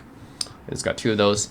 The Texas Instruments OPA 14622 and the Exmos XU316. An NVMe SSD. Yep, it's pretty fast to store your music. 2 USB-A 3.0 ports. Bluetooth 5.0. I would like to see a higher version of Bluetooth, but yeah. And yeah, supports all your typical suspects here: Deezer, Apple Music, Tidal, Qobuz, Amazon Music, SoundCloud, Presto. Some I haven't heard before: Hi-Res Audio, Idagio, Presto Music. I don't know those ones. Now this is interesting: CD playback and ripping. Play and digitize CDs to enrich your music collection. How does it do that? Does it have a CD player? I didn't know. I don't think it has a CD player, right? How does it digitize your CDs? Anyways, yeah, so once you get into the $1,000 category, you'll start to see streamers that have built-in displays, large touchscreen displays like this. Another one that's really good at this price range would be the Cambridge Audio CXN. That also has something like this, but I'm going with the Eversolo because, yeah, this one's been pretty highly reviewed and acclaimed as well. And yeah, I just wanted to showcase a brand that I haven't done on my videos so far. So it's got a pretty large touchscreen display, nice 6-inch display here. And volume controls, obviously. The power button is also the dial. And then at the back here, you have the power button. Oh, actually, okay, the power to turn on. Yeah, okay. There's a power switch, actually, to turn the whole unit on. Yeah, it doesn't. So the power button to turn the unit on is here, but then you also have an additional power switch here. I get it. Okay, so the trigger, ARC input right here and connected to your TV. You got the LAN, Ethernet port right there, HDMI out, Wi-Fi antennas there, and Bluetooth antennas. 2 USB 3 ports. You got the digital coaxial out and analog out right there. You got a balanced analog out there with the dual XLRs, and then you got 2 optical. No, you got 1 optical in, 1 optical out, and a USB audio in. Okay, so you got a good bevy of ports there, good amount of I/O, and a very nice DAC here as well, 903Q2M. That's the first time we see. No way, actually the Bluesound or the no, the Weem. Actually, the Weem had the AKM DAC inside of it. So actually, yeah, I would say the Weem really punches above its price with that AKM DAC. But yeah, the SS DAC here is pretty nice too. And of course, you got the nice touchscreen here as well. So yeah, at this price point, you'll start to get pretty nice touchscreens on your streamers. And yeah, this one you still have to connect to an amp. It's not an amp, so you have to use one of these outputs here, the analog out or the digital out. Yeah, I would actually say at this price point you should probably go with the balanced out here, but that's just me. So anyways, $1,000 price point, I'm going to recommend the Eversolo DMP A6 Gen 2. $2,500 price point, I'm going with the NAD C658. So this is from the Canadian company NAD, which also makes some, pretty good players, integrated amplifiers and everything. They're pretty competitive with Cambridge, actually. So Cambridge and NAD, can't go wrong with either, but I'm going with NAD this time. So with this, yeah, you got two-way Bluetooth streaming to aptX HD, as you would expect at this price point. Support for all your major stuff, as you would expect at this price point. Spotify, Pandora, Deezer, Tidal, Qobuz, Amazon Music, Napster. Does anyone still use Napster? Com Radio, iHeartRadio, yep. Blue OS, so it uses the same streaming software as Bluesound does. So integrates well with Bluesound, because they're both Canadian companies, actually. So Blue OS you'll find on a lot of Canadian products. So yeah, Bluesound and Blue OS integration. MQA support, if you care about that. Doesn't have LDAC, huh? Just aptX HD. Dirac Live room correction is pretty good. I mean, this is something that you'll usually have to pay extra for in some receivers, but having Dirac Live just right there is pretty nice, because that's a pretty nice room correction software. That's like, you can think of Odyssey as probably the base level room correction software that a lot of receivers use to fix your room acoustic issues, but Dirac Live is actually a premium option, so that's good that it comes with that. And let's take a look at the controls here. So you got a pretty simplistic NAD style controls on front. They all have these similar controls: power button, volume, source selection, LED display here, headphone out, and navigation. And then at the rear, you have the I/O ports. So it's nice you have some upgrade modules here. So it's you can modular design construction. You can put some extra modules in there later if you want. Wi-Fi antenna, Bluetooth antenna. You got a phono stage here if you care about connecting your turntable. Optical in, no, this is optical out actually, right? Yeah. So I'm guessing this is optical out actually, and you got USB for. I think this might be for yeah, connecting some sort of. I think maybe you can connect a player or something like that. Play some music files off of it. LAN for the network connection, obviously, and then you got coaxial connection and 2 analog. This is line inputs. I'm guessing it'll be line inputs, right? And this is okay. So this is the pre-out. So you got a line output here, the unbalanced version and the balanced version. Okay, the 2 XLRs here and the dual subwoofers. So you can connect 2 subwoofers, which is nice, and power switch right here. Okay, I'm guessing this will be optical out because this thing doesn't have an amp. You still have to connect this with an amp. Yes, even at $2,500 price point, you still have dedicated music streamers that you have to connect to an amp, and you probably want to use either the optical out or the balanced out here, or you can use the unbalanced too, but yeah, that's probably what you have to do here. Anyways, a lot of options at this price point because you get into the boutique stuff at this price point, but I don't want to go too high end. I mean, yeah, you'll have more boutique stuff, streamers and stuff like that from like Nime, or if you go really high up and go to like Lin territory, Auralic, companies like that, Lumen, like companies like that. That's beyond my price point there, or Moon Audio, Sim by Moon Audio stuff. But I think I'm just going for mostly mainstream brands, not too boutique. So yeah, in this video, I'm going to focus mostly on brands that you can like kind of find sort of easily at like Crutchfield or Amazon, not the really boutique stuff, because you can really get into the weeds with the stuff. But yeah, that's pretty much it for music streamers. So for CD players, for the $100 price range, actually you can get pretty low on the CD players here. I found this Magnavox MD6924 on Amazon. This is only $30. I mean, this price is really incredible. I actually can't believe that they can make this thing so cheap. So Magnavox is actually a pretty brand name. This is a brand that's been in American audio for a while, decades actually. I'm surprised they made a $30. Not just a CD player, but it's a boombox. It actually comes with built-in speakers and everything. Now it's not going to be good, but still, like you're not expecting good sound quality at this price point, right? But still, LED display, CDR, CDW compatible, AM/FM stereo radio, and an aux jack. Yeah, an aux jack. This is not for headphones because it's an aux in, not an aux out. So you can plug in your MP3 player if you want to use these speakers for some reason. I'm guessing these are not good speakers for 30 bucks. But yeah, you do have that. And then of course you have the top loading CD player right here, and some playback controls right there. So yeah, what can I say? This is a $30 CD player. That's incredible price point. This is like the price of a meal nowadays. So to be able to afford a CD player at this price point with speakers, it's like an all-in-one, right?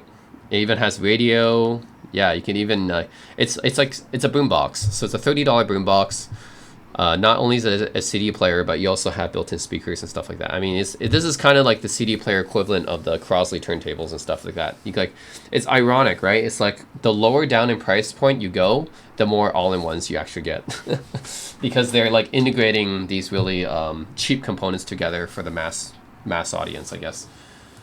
But yeah, this price point you can find a lot of Chinese brands. I went with my Magnavox because this is actually a pretty name brand in American audio history.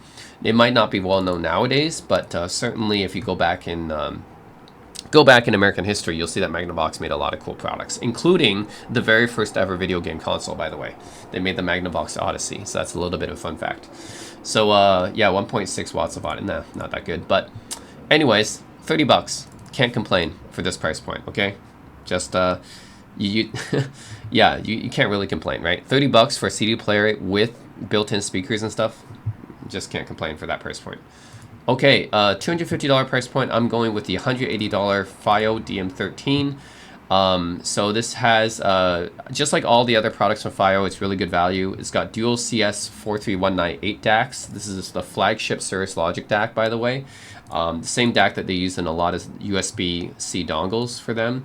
And this is only 180 bucks. I mean, this is the same DAC actually that's in their $130 FiiO K. No, is that $130? Okay, now I guess it's 100 bucks. But anyways, this is the same DAC that's in their FiiO KA5 dongle, which is 100 bucks by itself. And that's just a USB-C dongle. That's just a DAC and a headphone amp. This one is an entire CD player. So that's pretty cool. For 180 bucks, you get a CD player with this flagship Cirrus Logic DAC inside of it, 2 of them. And it supports USB ripping and recording functionality. Interesting. You can save your favorite CDs in WAV format. So you can rip CDs. That's really cool. Also has a 4.4 millimeter balanced line output. That's something I did not expect as well. That's really cool. So if you look at this thing, right, first it looks really nice. It's got this nice retro Sony Discman style design.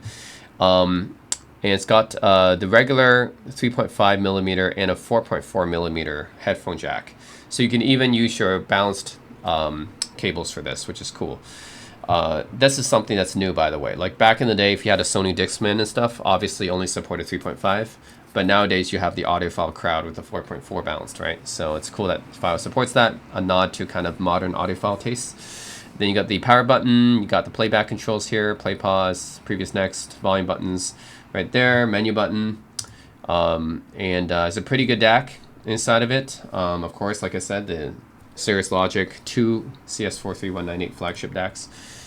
And the back, you got the 4.4 balanced line out. So you got both a like a 4.4 millimeter for your balanced headphone cable, and then you have a balanced line out as well, which is nice. So if you want to output this to a preamp or integrated amp, you can do that. That's cool. If you just want to use the DAC, which is a pretty good DAC. And then you got 3.5 millimeter line output as well. That's going to also be coaxial or optical. SPDIF, I'm guessing. And then you have a USB-C recording. Is it for recording? Yeah. To record your CDs onto a WAV file. That's cool. ESP switch. I'm actually not sure too sure what that does. Is that equalization switch? And then your power, it's powered by USB-C as well, so you can actually power it with a power bank. Desktop mode, which I guess will increase the power if you put in desktop mode, I'm guessing. So that's interesting. So it's connected to USB adapters. Simply switch the desktop mode on to position will be powered directly by the USB, which can, without consuming battery. Oh, that's what it does. Okay. So basically, Basically, once you switch this on, it's not going to use up any of the battery power, which will extend the battery life of the CD player. That's really nice functionality. That's cool. More companies should think about some features like that. For a portable device, to extend your battery life is really nice. Okay, so for the $500 price point, I'm going with the Yamaha CDC603. It's a pretty competitive price point. You can go with like, you know, some Denon or Denon and other companies will have other players at this price point, but I'm going with this Yamaha because it's actually on sale here at Crutchfield. You can get it for $450, and it's a 5 CD changer. You'll load up to 5 CDs at once. That's something that well, you will actually see pretty commonly among CD players back in the day. I remember my family actually had a 5 CD changer with our JVC CD player back then. But yeah, this Yamaha will let you load 5 CDs at once. It can play burn CDs, of course, CDs, CDR, CDRWs, and you can connect a thumb drive to it. 24-bit, 96 kilohertz. Oh, 96 kilohertz is actually kind of low, but with pure direct mode, yep, you can bypass the some of the digital circuitry if you want for more natural sound or more pure sound, as it says. Let's take a look. So yeah, you got your CD tray right here, obviously, power button. You can choose the disc that you're playing, the pure direct mode right there, smaller LED display. You can switch between the CD or USB. You can connect a USB thumb drive to play music off of that. You got the playback controls right here in the CD opener right here. Yeah, this is a pretty old school in that sense. It's got some of the same controls that you might find on a 90s CD player, because I remember, yeah, back in the day, me and my family, we had this 5-disc CD player that was from JVC, and we had kind of similar controls, not quite as sleek looking as this, but yeah, it had something similar. So this is kind of an old school design by Yamaha here.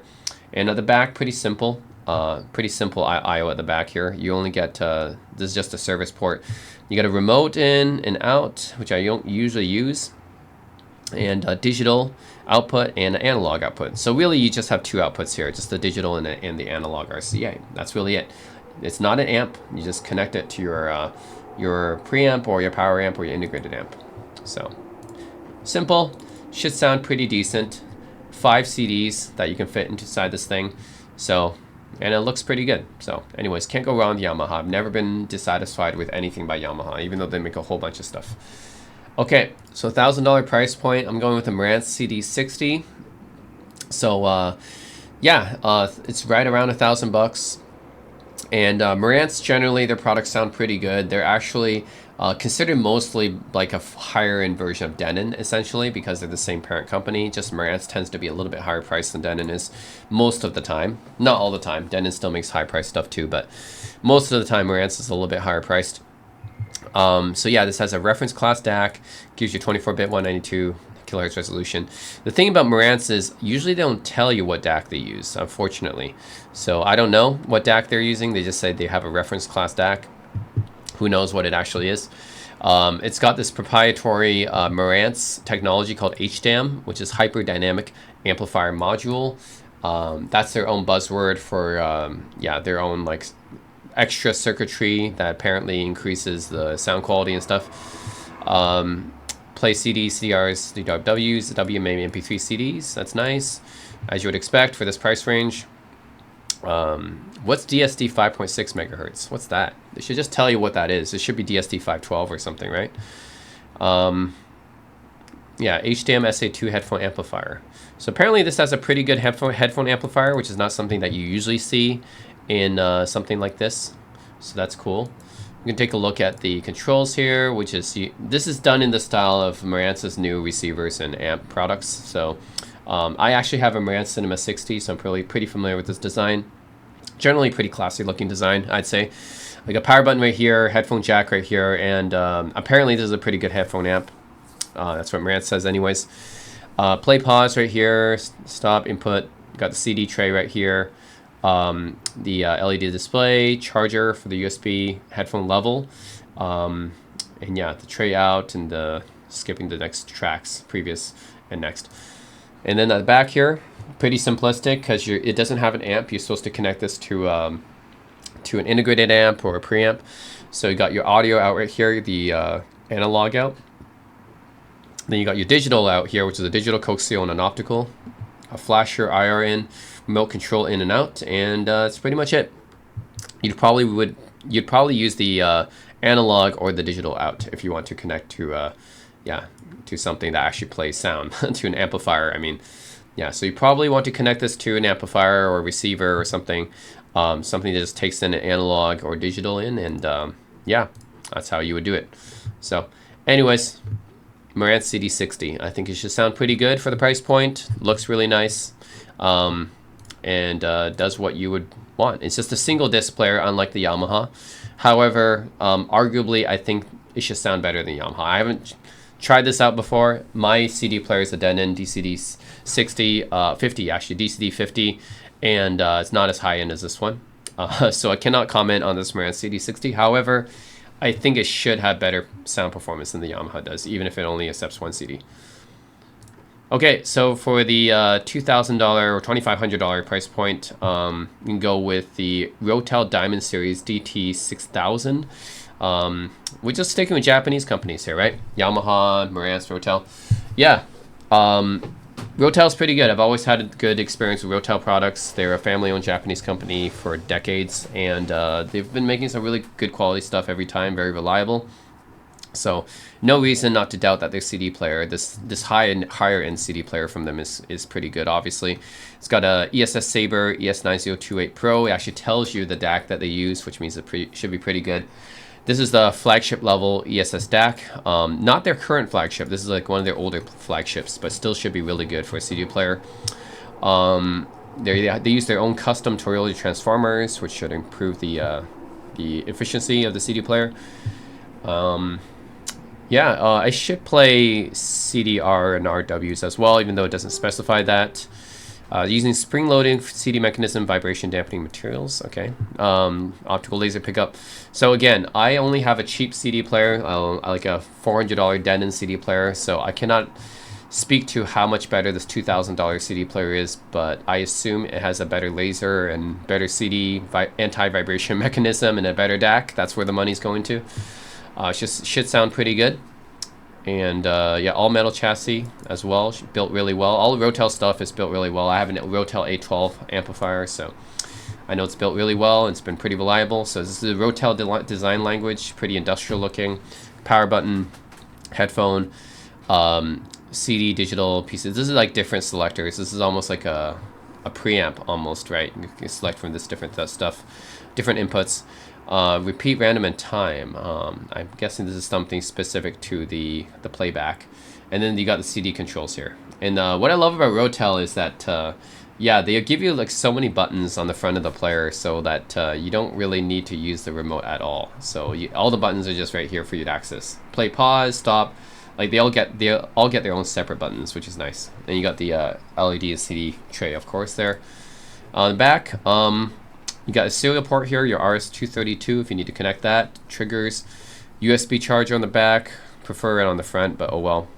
PC USB input, so you can actually use this as kind of a preamp as well, in a DAC as well actually. You can connect this to a computer and to use as a DAC and a preamp.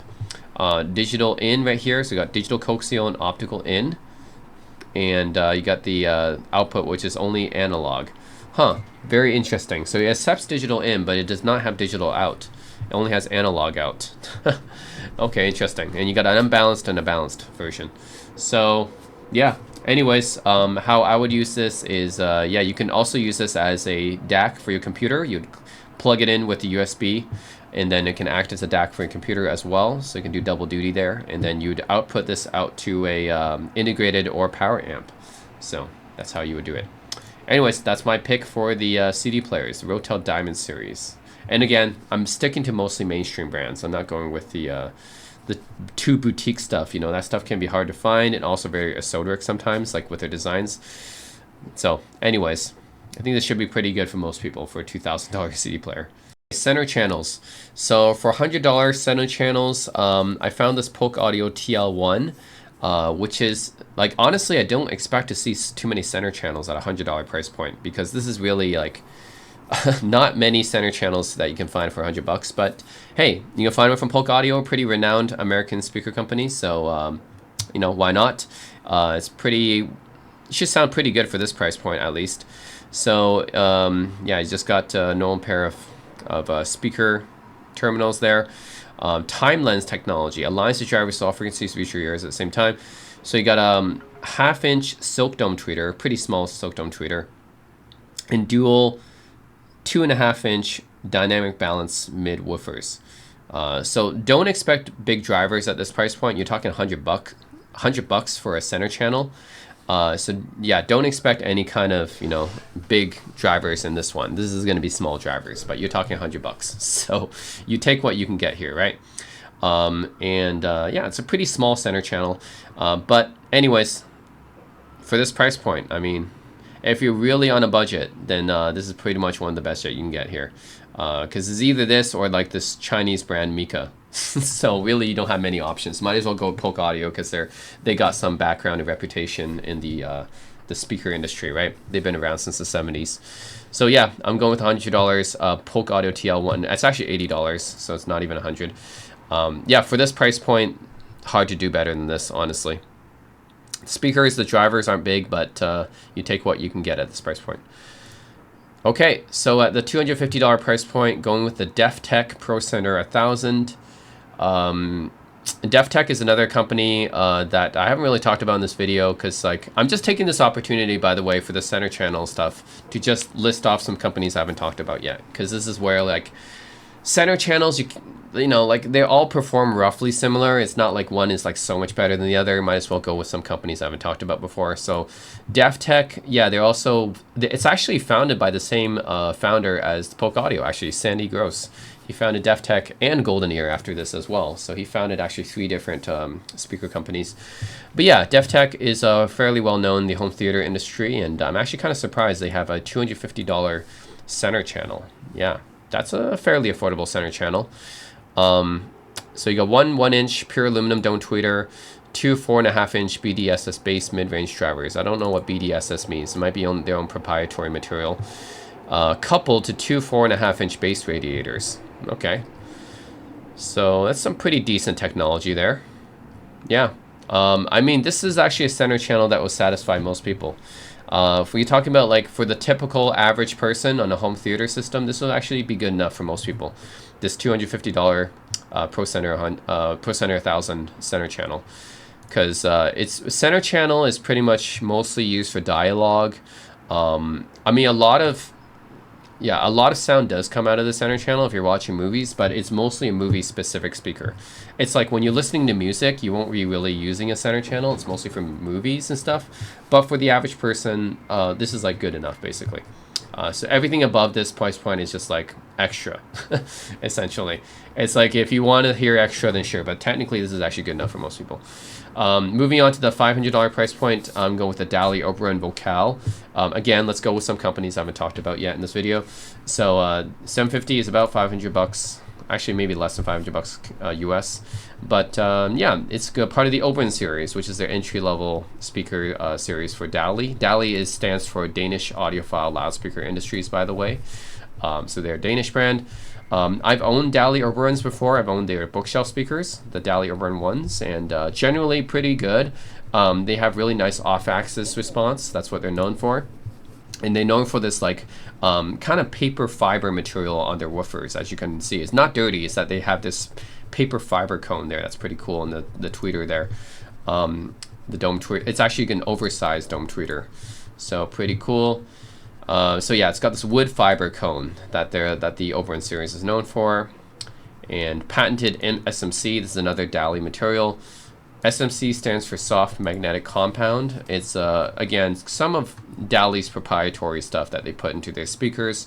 So it's got 2 5.25-inch base mid-range drivers. That's with the paper pulp and reinforced wood fiber, and the soft magnetic compound, which reduces distortion. And then it's got the oversized soft dome tweeter. 29 millimeters is about 1.14 inches. So it's a little bit bigger than your typical dome tweeter. Typical dome tweeter is like 1 inch, so it's a little bit bigger.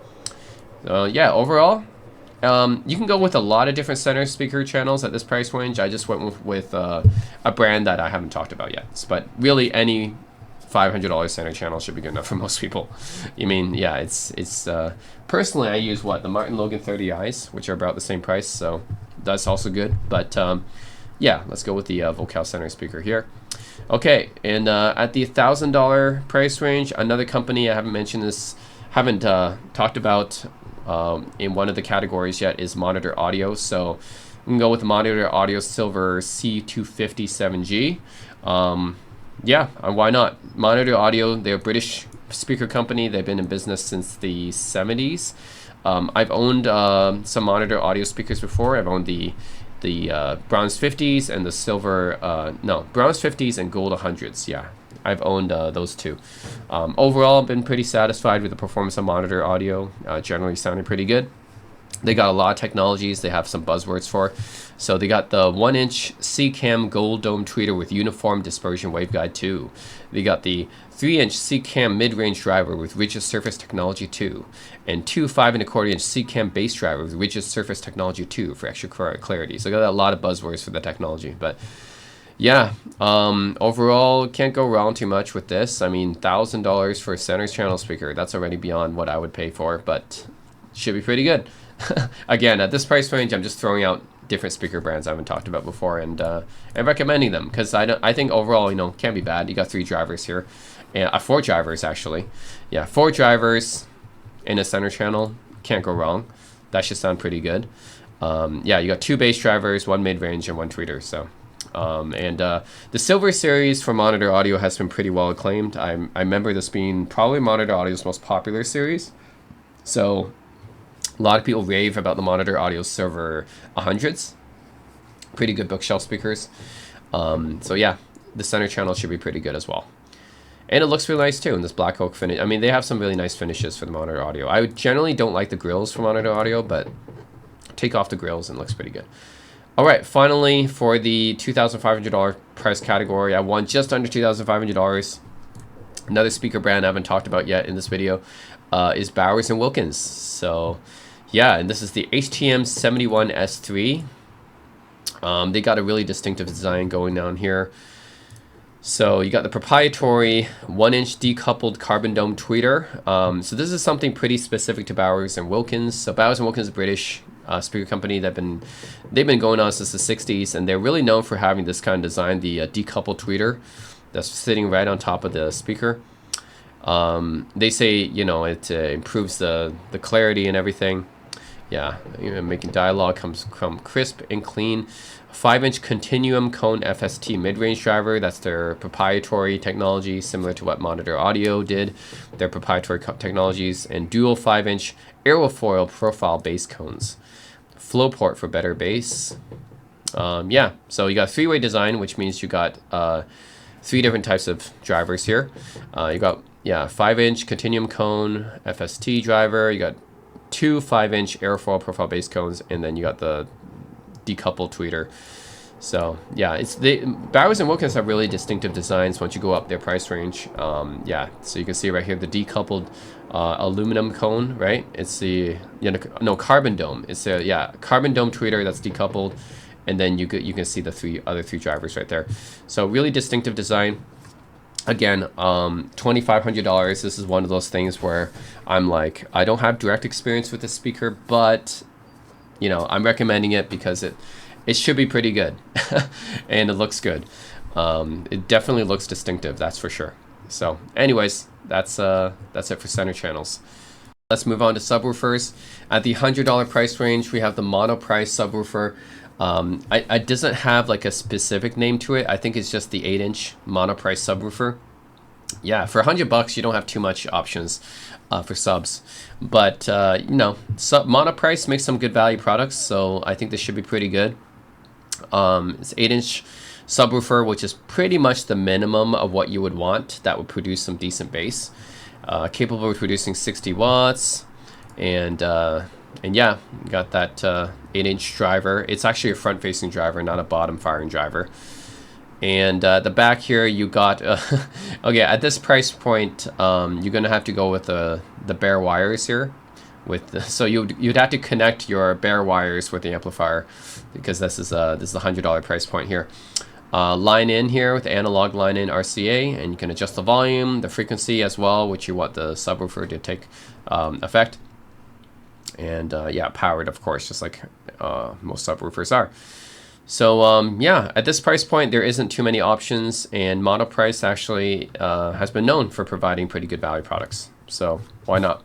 It's a pretty straightforward recommendation for me here. Yeah, $100, you really can't be picky. So go with a 60-watt 8-inch Monoprice subwoofer there.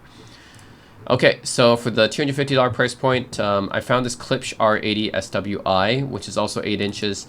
Yeah, it's actually on sale. It used to be $450, but it's on a huge sale, discount $250. Plus, you can apply 5% coupon, which will lower to $240. And Klipsch is a well-known American speaker brand, and subwoofer should be pretty decent. I've never owned a Klipsch subwoofer, but I've owned many of their bookshelf speakers that are all fairly well-performing for the price. Because Klipsch is known for providing some pretty good value for the price too, and their speakers aren't like that expensive.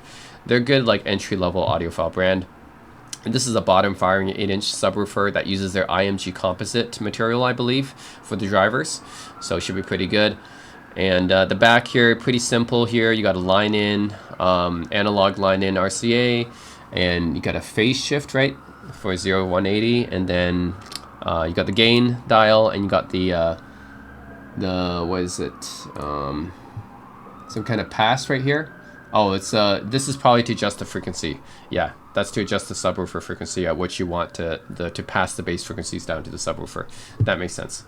Yeah, pretty much that's no, it's not bad. I mean, for $250, you got a few different options. You got some Yamahas, some Kantos, Monoprice, maybe some SVS at this price point. But yeah, I'm gonna just go with Klipsch here. Can't go wrong. Klipsch stuff is generally pretty good value. Oh, there's a... No, that audio engine one's more expensive. Anyways, that's my pick for $250. Okay, so $500. I saw this one on sale as well. This is the Martin Logan Dynamo Foundation 10. So Martin Logan, which I haven't talked about in this video yet, mostly makes these high-end electrostatic speakers. I'm actually a big fan of Martin Logan in their lower-end speakers as well, because they make some pretty good speakers that are just normal, non-electrostatic as well in their Motion series. So I actually own some of their Motion series speakers, but the Dynamo speakers are the subwoofers, which I also own as well. I own a Dynamo 400. So I have some experience, and it's pretty decent. I think Martin Logan does sell a lot of subwoofers as well. Even if they're not most well known for their subwoofers, I do think that their subwoofers do get a lot of respect. So 10-inch powered subwoofer, so you get a nice upgrade from the 8 inches that you've seen so far. And yeah, 10-inch ultra rigid polypropylene woofer, Class D amplifier, 200 watts RMS. And we can take a look at the controls here. So yeah, the pretty minimalistic design here. So you got the auto power off. You can shift the phase here from 0 to 180. You got the analog input right here, the RCA input, and then you got the low pass filter here, where you can adjust the frequency where you want to send your bass frequencies down to the subwoofer, and your volume. That's pretty much it.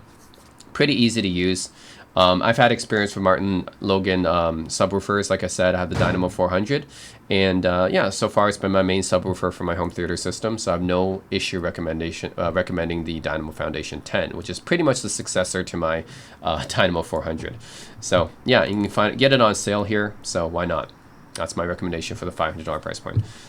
Okay, so for $1,000 price point, I'm going to go with many considered to be the company that really this company really focuses on a lot of subwoofers, but they make a lot of different speakers and stuff like that, but is most well known for the subwoofers, which is SVS. And they do provide some pretty good subwoofers for the price. It's a $900, a little bit under $1,000, but with the SB2000 Pro, I think it should be pretty good. I've never owned an SVS subwoofer, just heard really good things about them because they kind of specialize in them. And it's been one of the best selling models, so it should be, you know, pretty good. It's best selling for a reason, right? The 12-inch aluminum cone woofer, so you're getting from 10 inches in the Martin Logan to 12 inches now once you upgrade. And let's see, seal cabinet design and Class D amplifier, as you would expect. It's got a front firing woofer, not a down firing one, and it's got some DSP in there. Okay. Yeah, let's actually take a look at this. So yeah, front firing. And if you look at the back, no, that's it with the grill on. If you look at the back, it's actually pretty simple, looks like.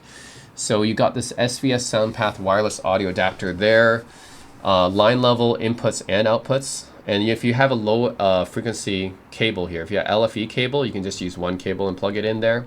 So that would be what a subwoofer cable is. When you look for just a one subwoofer cable, then that would be an LFE cable or a 0.1 cable. Then you can just plug that in here. Otherwise, you can just go with the regular RCA to the pre-outs usually. So if you have an integrated amplifier or something like that, then or a preamplifier, then they'll usually have a subwoofer out. If they don't have a subwoofer out, you can just use the pre-outs. So you can do that. RCA analog inputs and outputs, of course. Then you got this low pass and the phase right here, so you can adjust the phase and the low pass filter right here. Pretty similar to what you've seen in the previous subwoofers, just instead of a dial here, you have these buttons to adjust that.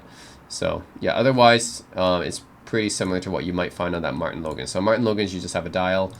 Yeah, SVS, you just have these buttons to adjust that. So usually on these powered subwoofers, you want to adjust the phase as well as the frequencies you want to pass down to the subwoofer.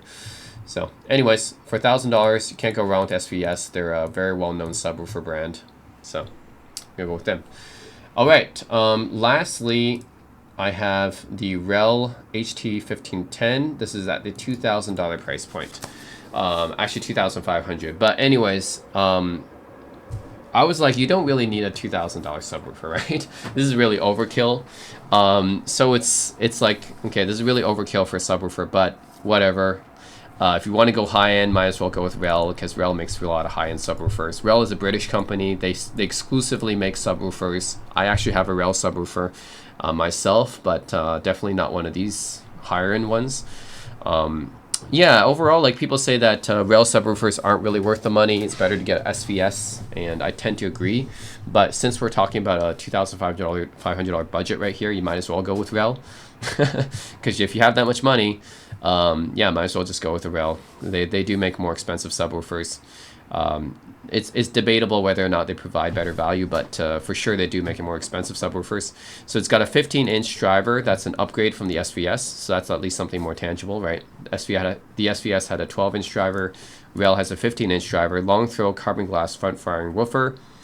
And this material is a combination of glass fiber and carbon fiber, interestingly. 1,000 watts with the Class D amp inside of it. And with this Brilliant Brace internal bracing, they got like some kind of buzzword for their special bracing on the cabinet.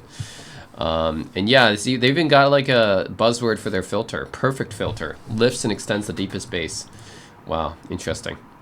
And they got a subsonic filter and a secondary filter as well.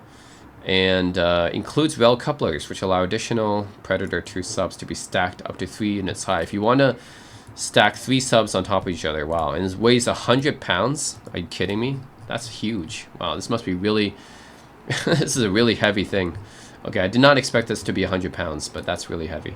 Front firing subwoofer right here. See, it's a front firing driver, I mean. And then at the back here, you got the power, and you got the balanced right there, balanced input and output.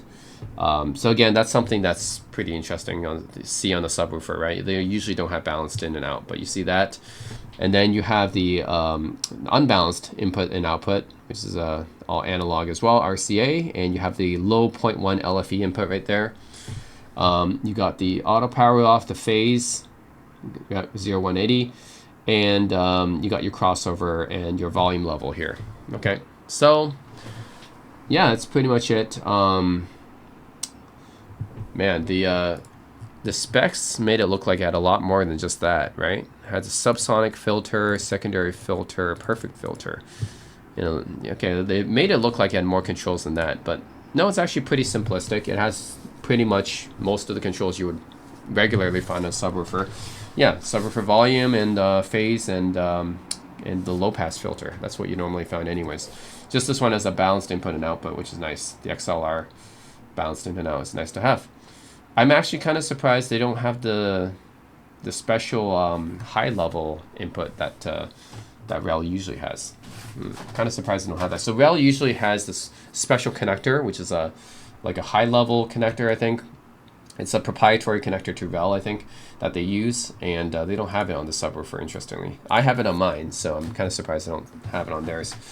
Anyways, $2,000 subwoofer, okay? Something I'm never gonna buy, but you know, I'm still gonna put this on in this video because it's like, if you have this money, you know, might as well check it out. Why not? If you guys do have this money, do check it out and tell me how it is. I'm really curious how this sounds. Actually, 15-inch should be pretty good, right? One would assume. Anyways, that's my my recommendations for subwoofers. But yeah, let me know what you guys think. Let me know if that was helpful to any of you guys. If you're looking for a recommendation for any of these things. Yeah, that's it. Thanks for watching as always.